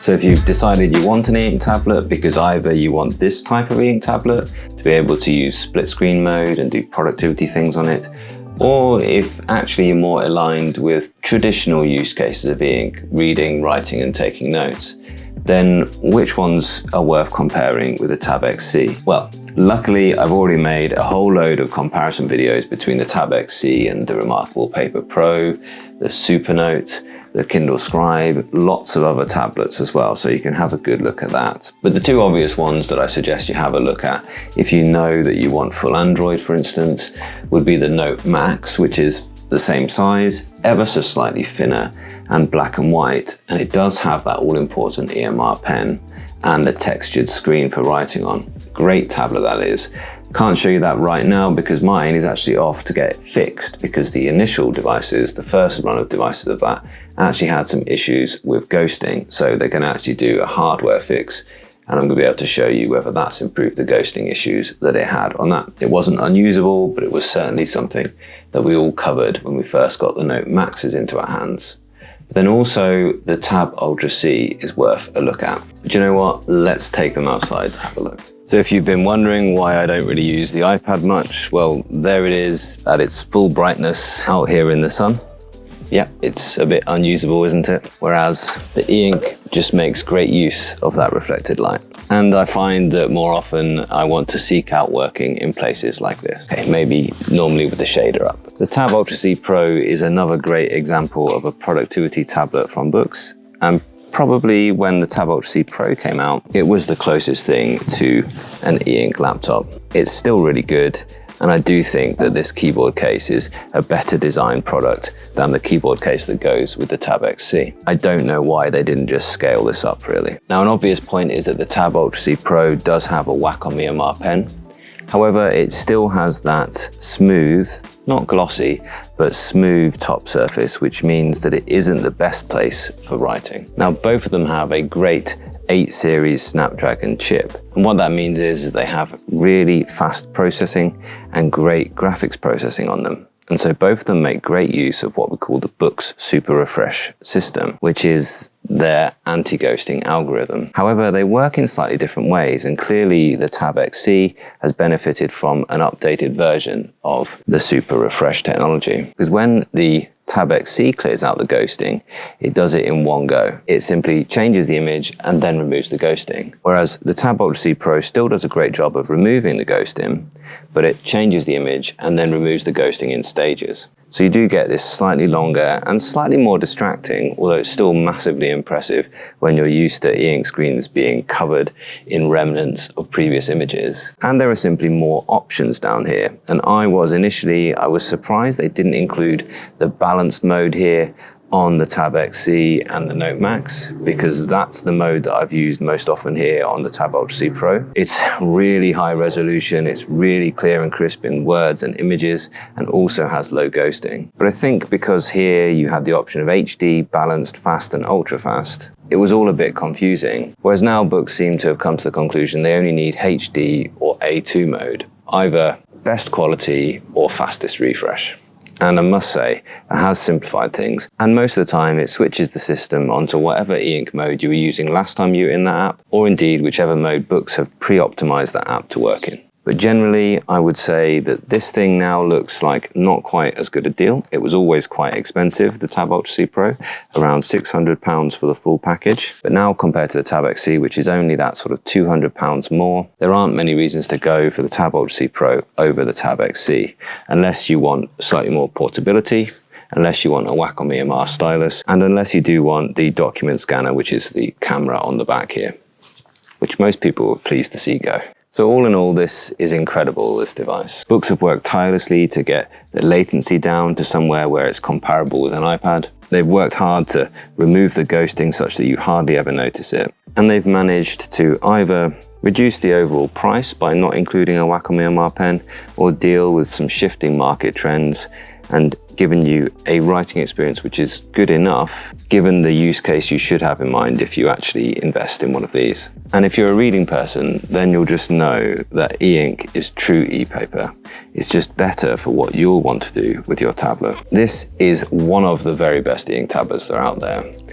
And I'd say it's the best for that use case. For someone who wants to work on the e-ink tablet in apps across multiple documents, with color images, with lots of screen real estate and syncing to the cloud. This can fit into so many of your professional workflows.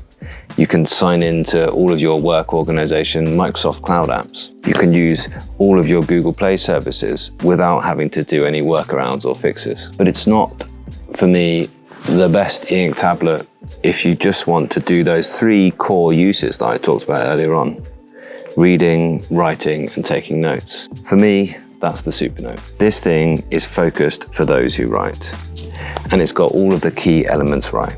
It's got a glorious 300 ppi e-ink screen.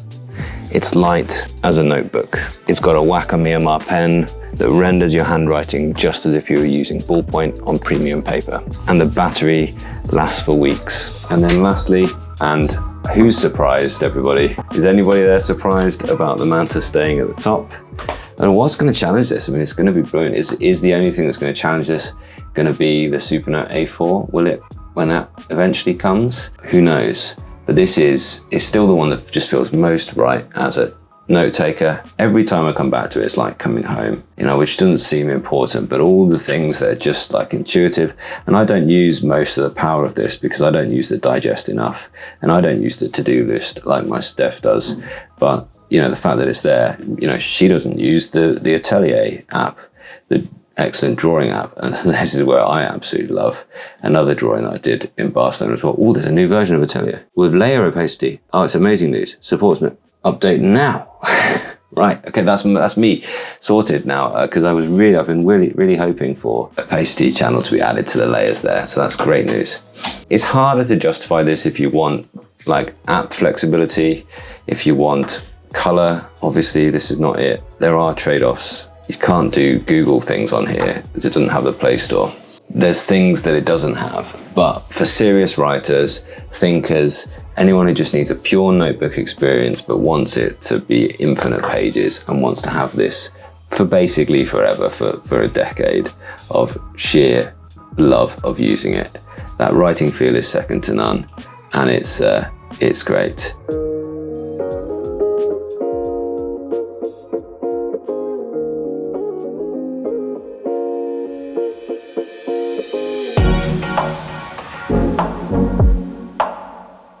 The SuperNote A5X2 Manta, does it live up to that hype? You have to remember that I'm personally quite hyped here. SuperNote, they've kindly sent this out here to review, and I'm one of the first people to try the new SuperNote Manta, which is one of the most anticipated devices in this amazing emerging space of e-ink tablets. But also remember, there are no strings attached. They haven't asked me to say anything, and of course, they don't get to see the content before I publish it. E-ink tablets have been busy transforming the way that people work, as well as people's leisure time, for the last 5 years. And if you're just discovering them, then SuperNote make really balanced e-ink tablets, which retain a distraction-free user interface, which allows you to focus in on reading, writing, and planning, and any creative tasks that you need to do, while still giving you a feature-rich software, which SuperNote have effectively co-designed with their really engaged community. SuperNote is for those who want to build a well-organized second brain, who want to manage their work and their personal lives with elegant digital stationery, and for those who want freedom to create on a device which lives with them and grows with them as they explore their ideas. Let's do a few things, a few questions, a few things that I really wanted to know before I took this out of the box. Firstly, there's an obvious comparison to make between this and the previous generation. This is it here, this is the A5X, and you can see that the newer screen does have far better contrast. This is 227 ppi screen, and this is the 300 ppi screen.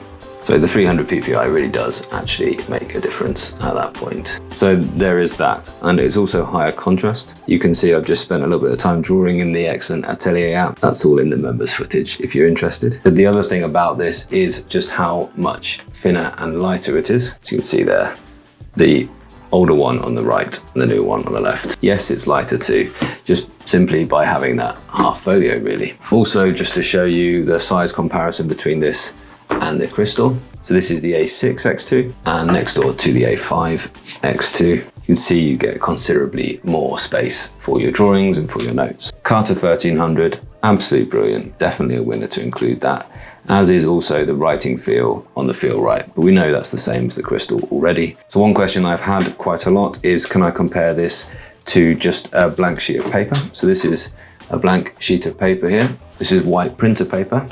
And honestly, I don't feel like this is the ideal color for writing anyway, but you can see that it is still quite a bit darker than that. And because you don't have a front light, and I think you will need to take account of the lighting conditions that you have and you regularly use them. But in my study with all the video lights on, of course, it looks really good because there's just plenty of light. As with all e-ink, seek out well-lit spaces and you'll be absolutely fine without the front light. I can also tell you that the gap is reduced between this and the previous one, so that is quite nice to have the e-ink really close to the screen. Now the ViWoods is another Carta 1300 tablet, so let's see if there's any real difference in terms of the way that looks.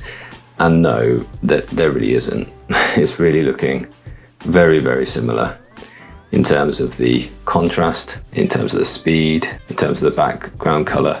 So yeah, I'd say that's definitely the same screen. In terms of the feel though, and here's where people are asking about the ceramic nibs. This is a ceramic on the SuperNote, but non-ceramic, these are palm nibs on the ViWoods. This is an amazing writing feel. I'm gonna have to go into a note.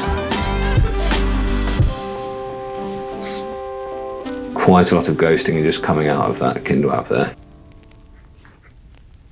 The Feel Right 2 screen is an amazing writing feel. And I do think the other question people are asking me about is the Lamy or the SuperNote. I think this Lamy belongs very much to the Crystal Edition. Great to see it here in the flesh though. But yeah, my wife is going to have this for Christmas. She doesn't know that yet, unless she watches my videos, which she watches a few. But you see that's going to match up really nicely, isn't it, to the crystal set there. So you can really see that extra crystal set that they're offering at the minute. It's certainly going to be a really nice look.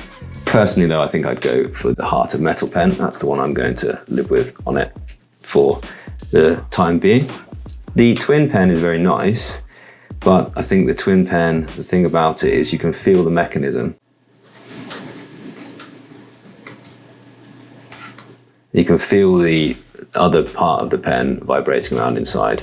So I think certainly if you're after a twin because you just want to carry one pen that you know you're going to use for both paper and for the SuperNote, then this is a good option.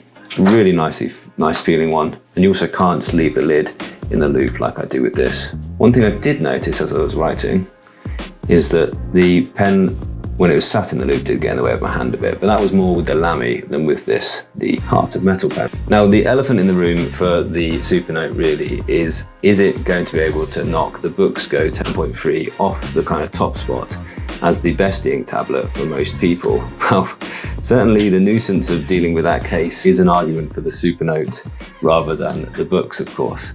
But at £380 compared to, sort of £600 for this full set, I think it's difficult to overlook some of the real benefits of the Boox device. This is, although it's cart of 1200, it's still 300 PPI, it's still a great choice.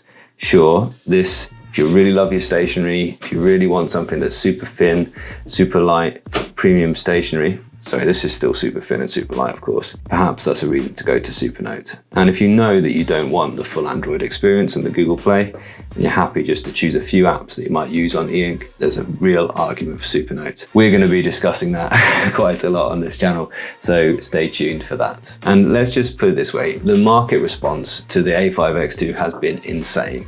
As far as I can see, they're actually sold out everywhere at the minute, just 2 days after launch. SuperNote A5X2 Manta is on pre-order already.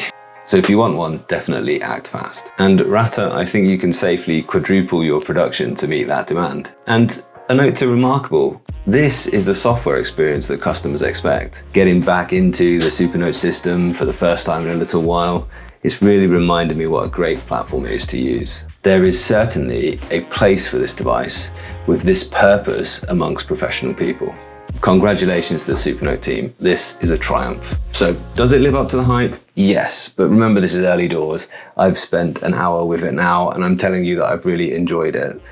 Let me spend a couple of weeks before I really give you my final verdict. And let's come back here on Sunday night and we'll actually do a live stream. I'll spend a bit more time with it and I'll have planned answers to some of the questions that you've asked in the comments of this video and my previous content on it as well. And if you do decide that this is the one for you, then please go ahead and visit their website via the links in the description.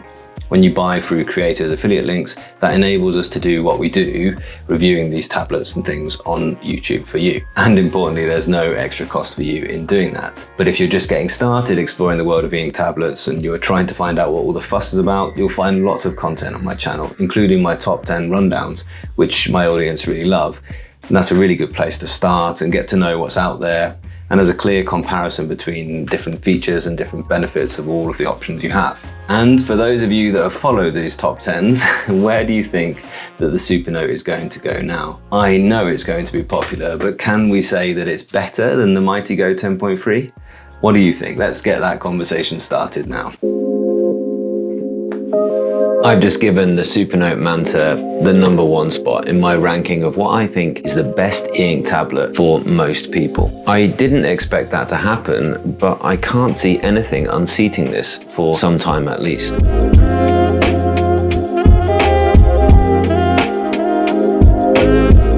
I asked and you guys voted and asked me to go back onto the SuperNote Manta, and I couldn't be more happy to go back and work on this thing. I'm struggling to see me wanting to go back to any other e-ink tablet at this point. It's that good.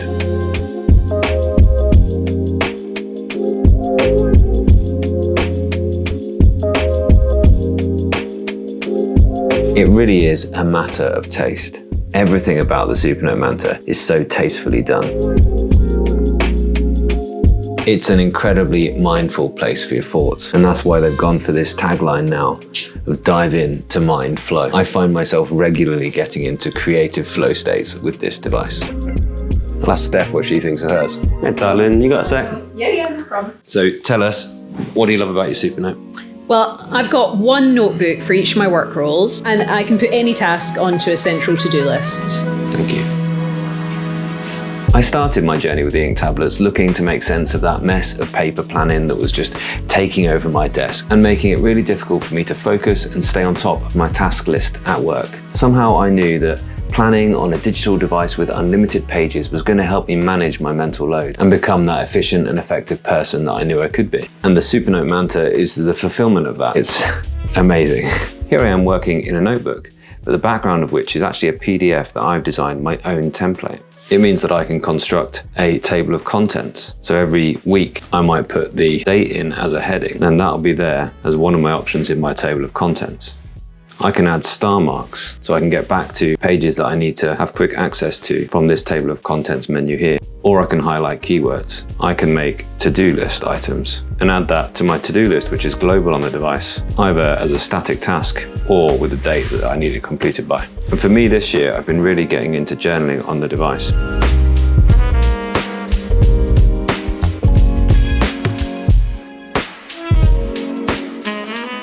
It's a conscious and calm digital space, unlike our phones, which are constantly screaming for our attention and stealing our focus.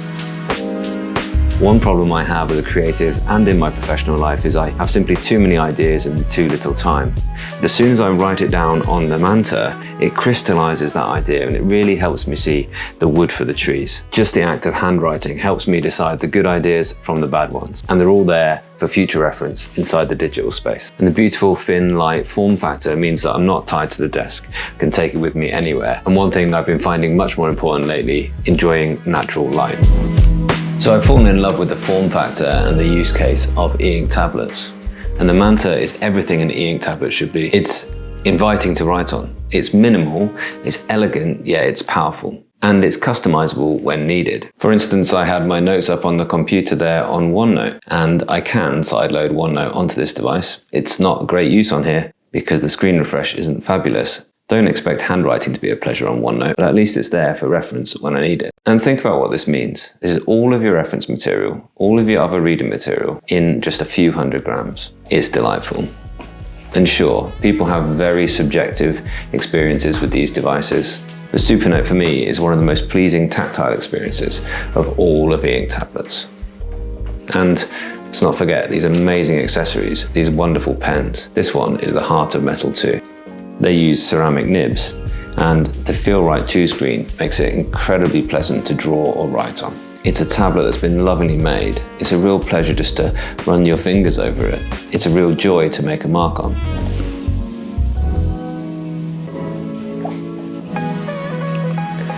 It's just something special. But don't expect it to be like a Boox tablet and give you those Android features like even a multitasking switcher. That doesn't exist here on the SuperNote. But it's done something that no other piece of tech has done in my life. It's so closely replicated, a moment that I loved, being a young man traveling with a notebook. And that's the difference, you know, with books, it's all there. It's just not fully formed yet. It's like the promise of this was just like so good. And in many ways, it is still so good, and I'm not complaining about the thing. I think still that it's going to be the right choice for many of you. Sitting there thinking that you want a 13.3-inch e-ink, you do, but it isn't what it could have been. Whereas SuperNote, they made us wait. They made us wait for some time, whilst they agonized over things like the pen loops. They got it right. That's why Manta is the #1 right now. It's because they got it exactly what they said they were going to do. That's what we got. I'm really enjoying having it as this one sole place where I can do all my thinking, where I can dive into the mind flow, as they put it. I'm loving that about it. I can go straight to my journal or straight to my planning. And you can see, like, I've written so much more since I've gone back to using the Manta full time because I just love writing on the thing. I'm just going to make a little link to the start of February now.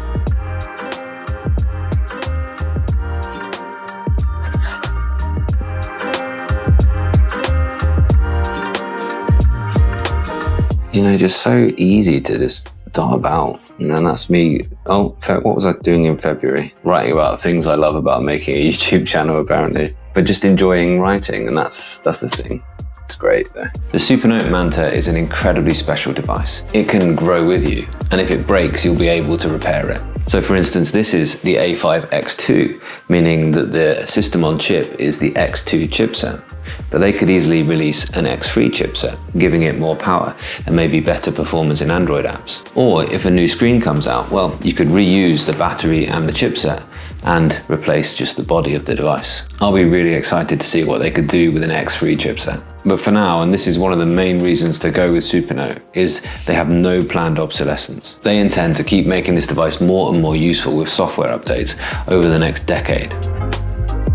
And the way they're developing that use case is cautiously, meticulously, and with lots of feedback from their users. The SuperNote community is worth joining. You'll join a group of like-minded people who want to get the most out of their study, out of their thinking, and out of their work. So it's no longer just a place to write, it's a place to dive into your mind flow. Now, what else have I planned to do today?